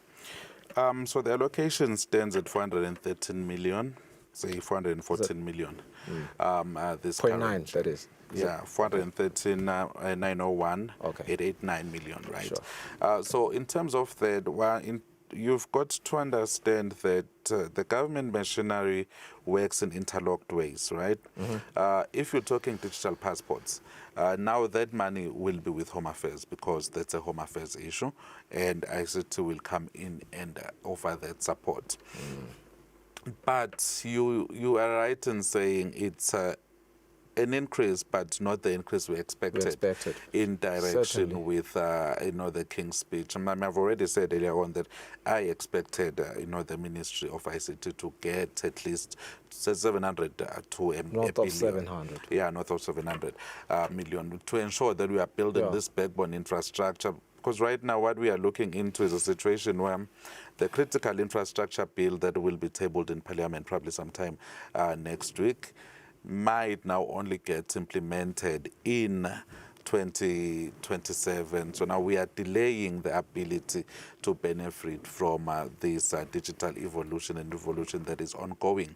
And I mean, the frank truth about the 21st century is almost all new billionaires are tech billionaires. So we need, as a country, to go that direction. They are all, tech has produced more billionaires in this 21st century, and they are young. So we are missing an opportunity as a country where we have a lot of young people, and I've been an advocate of this to say, every time I need an app, I've never bought one. I simply get a person from Limkokwing or the university or Christian University and tell them, just make this for me. For all my data collection apps and quite a lot of things, they are quite at that level. What we need to do is... the talent pool is there. Yeah, the talent pool is there. We just need to give them the platform to run. Yeah. So yeah, I do agree with you there that we could have done a bit better in terms of the allocation for ICT. And, I've had quite a number of encounters where we've seen that there is a bit more push within the ministry, but the issue then becomes with the resourcing. But I do believe we are incrementally getting there. And also given the fact that when you allocate a budget, when you're a finance minister, you have to deal with the problem of scarcity. We have a lot of huge competing needs and wants, but the envelope is only so much. Mr. Spear, let me just talk to our viewers briefly. We very much appreciate the viewers of Eswatini TV, especially the avid viewers of Eswatini TV, and we are awake to the reality that as soon as it hits 1300 hours every day, midday, you expect to watch Tindzaba Tasemini. But this is the most topical conversation today in the Kingdom of Eswatini, and we are doing the rightful thing. But we do promise the viewers of Eswatini TV who enjoy especially the news that we will have our lunchtime bulletin at 40 minutes after 2, that is 20 minutes before 2 p.m. 40 minutes after 1, 20 minutes before 2. So stay with us as we continue to wrap up the Finance Minister's budget speech. Mr. Spear, rightfully so, you are, saying we expected north of 700K, allocation to the ICT sector. Where would you say we could, what would you say the first real dividends should show up in that sector? So I think for me, we need to ramp up local service provision so that we are not importing quite a lot of their services, because I think that is what has also impacted on our balance of payments position, from the surplus to somewhat of a lower level surplus, because we're importing a lot of services, and when you look at the services that we are importing, a lot of those can be done locally. What we need to do is get those local companies to come in and do those. So that's where the very low hanging fruits are. But there is one which I do believe we are missing the boat on, and by the time we wake up to it, it will be long gone. I mean, I've seen quite a lot of beautiful content coming in from social media and all of these other places, and we have a lot of talent in Eswatini, which we could monetize, and that would get a lot of our youth into that. employment pathway. So that's the very basic dividend that we'll be getting, and it would solve the unemployment problem. One that we should mention that the ICT Ministry has promised us and assured us that they are working on actively, and that is monetizing all these platforms where the youth is very active on. I want us to move to infrastructure. Infrastructure clearly getting close to 2 billion Malangeni clearly speaks to it being a very key economic lever for the Kingdom of Eswatini. And the question for you is, at what point do we really enjoy multipliers here or see multipliers? So infrastructure is critical in the sense that when you inject that money into the economy, there is already a multiplier within the implementation period, because if you employ me to work there, then I'm going to spend somewhere, and then the person I'm going to buy from is also going to spend somewhere, so the money gets to circulate within the economy. So we do get that one earlier on. But where we get the long-term multiplier, Mr. Ngumalo, is when these infrastructure now creates employment beyond the construction phase. So again, that depends. If we can get the ICC and FISH, just working and being able to attract those global conferences to come into Eswatini, then again, we'll have people employed now beyond the life of the project. And if we can also look at getting, industries set up there by, between Gege and Mangaya, where we have a very nice road there. And every time I'm going to Nhlangano, I use that road now. It's very fast, very nice, very smooth.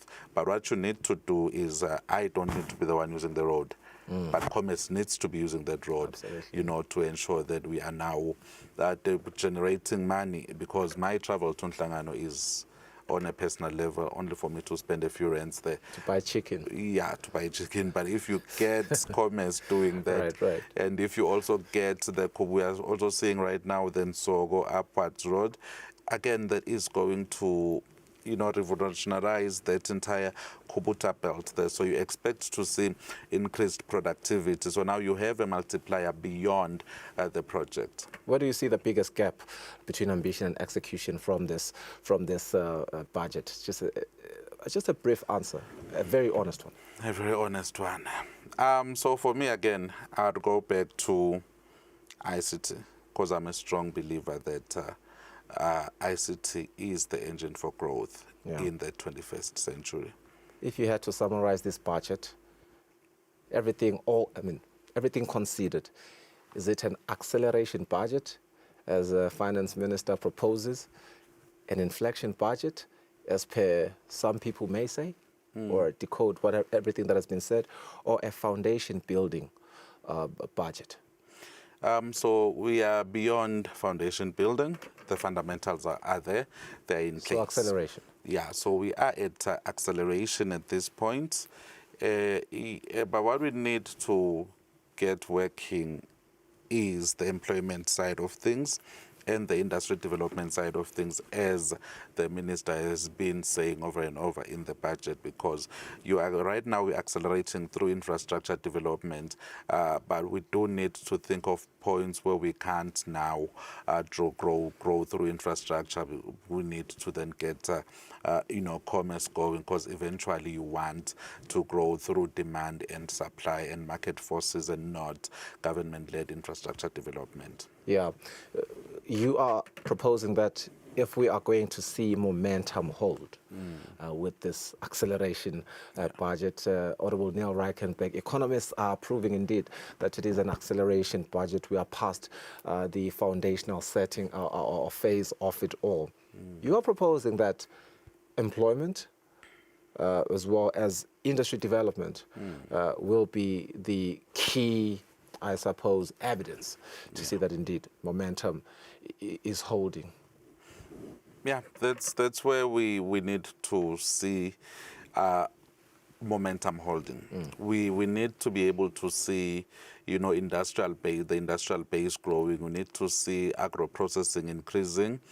And we need to see new industries coming into the country, purely because we are now logistically quite flexible for when we are moving from one end of the country to the next. So you know, if we get to tar the 60% of the roads at this point, whereas the minister was suggesting in the budget, then that makes Eswatini a logistical paradise comparatively in Africa, where you can simply move your commodities. So now we should then expect to see industries grow beyond, you know, beyond the right now. A lot of the industry that is growing that we are seeing is the retail and wholesale sector. Now that shows that we are a mass consumption economy that is highly anchored on government employment, because government is the main employer in the kingdom. So what we need to do right now is to see industry growing outside of government, so that we are able to employ more people and grow through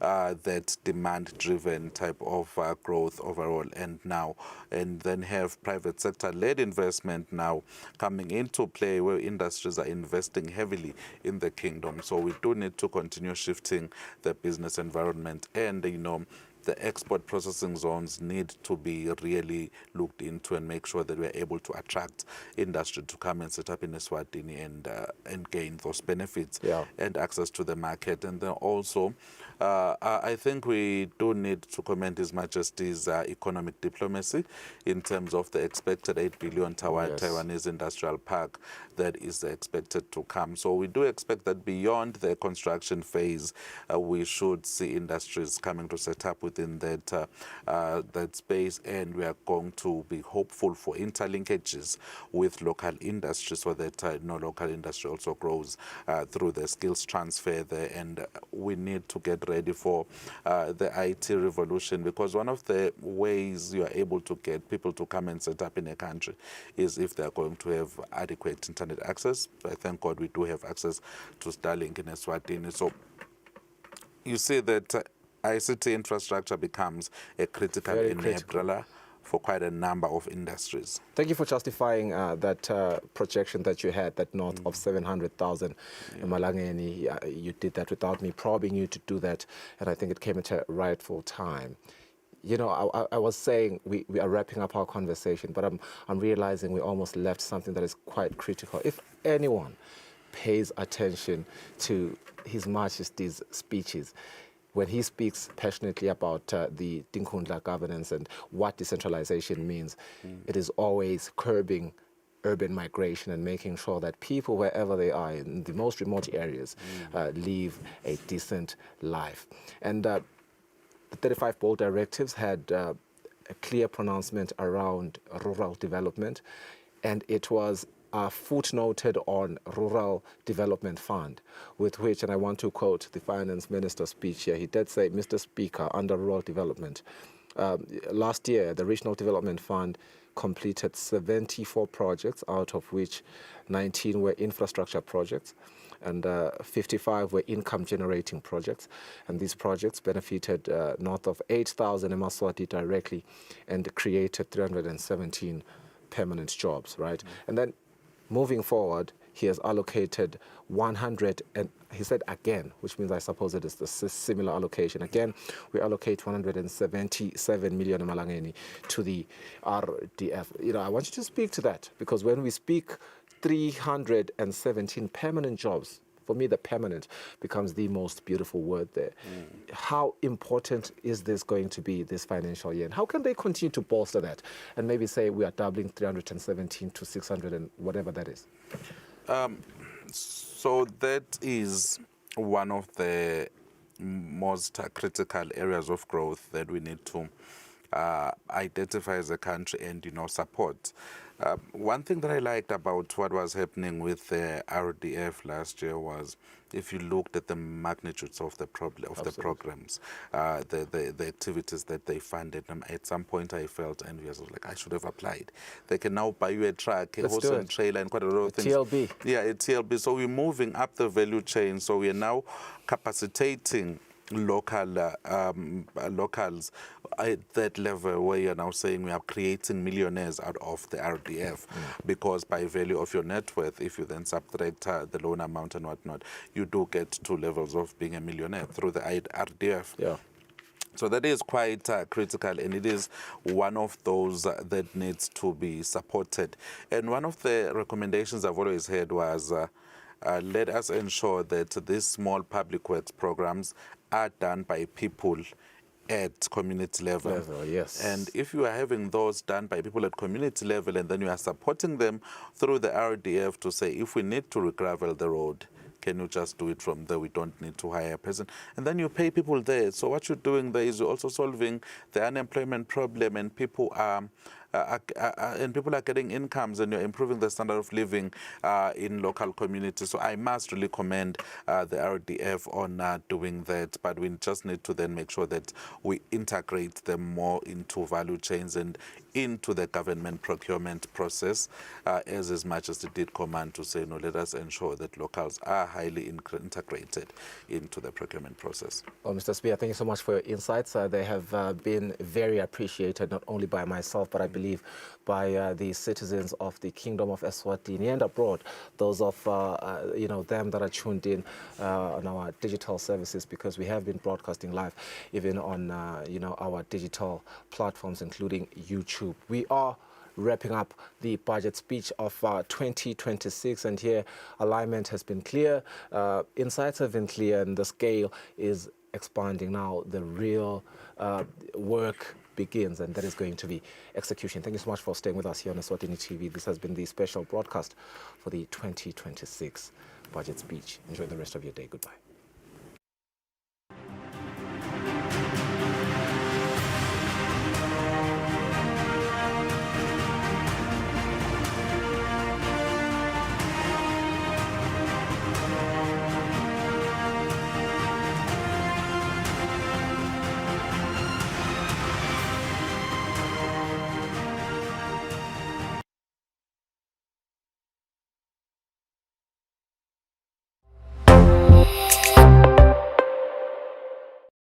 Mzado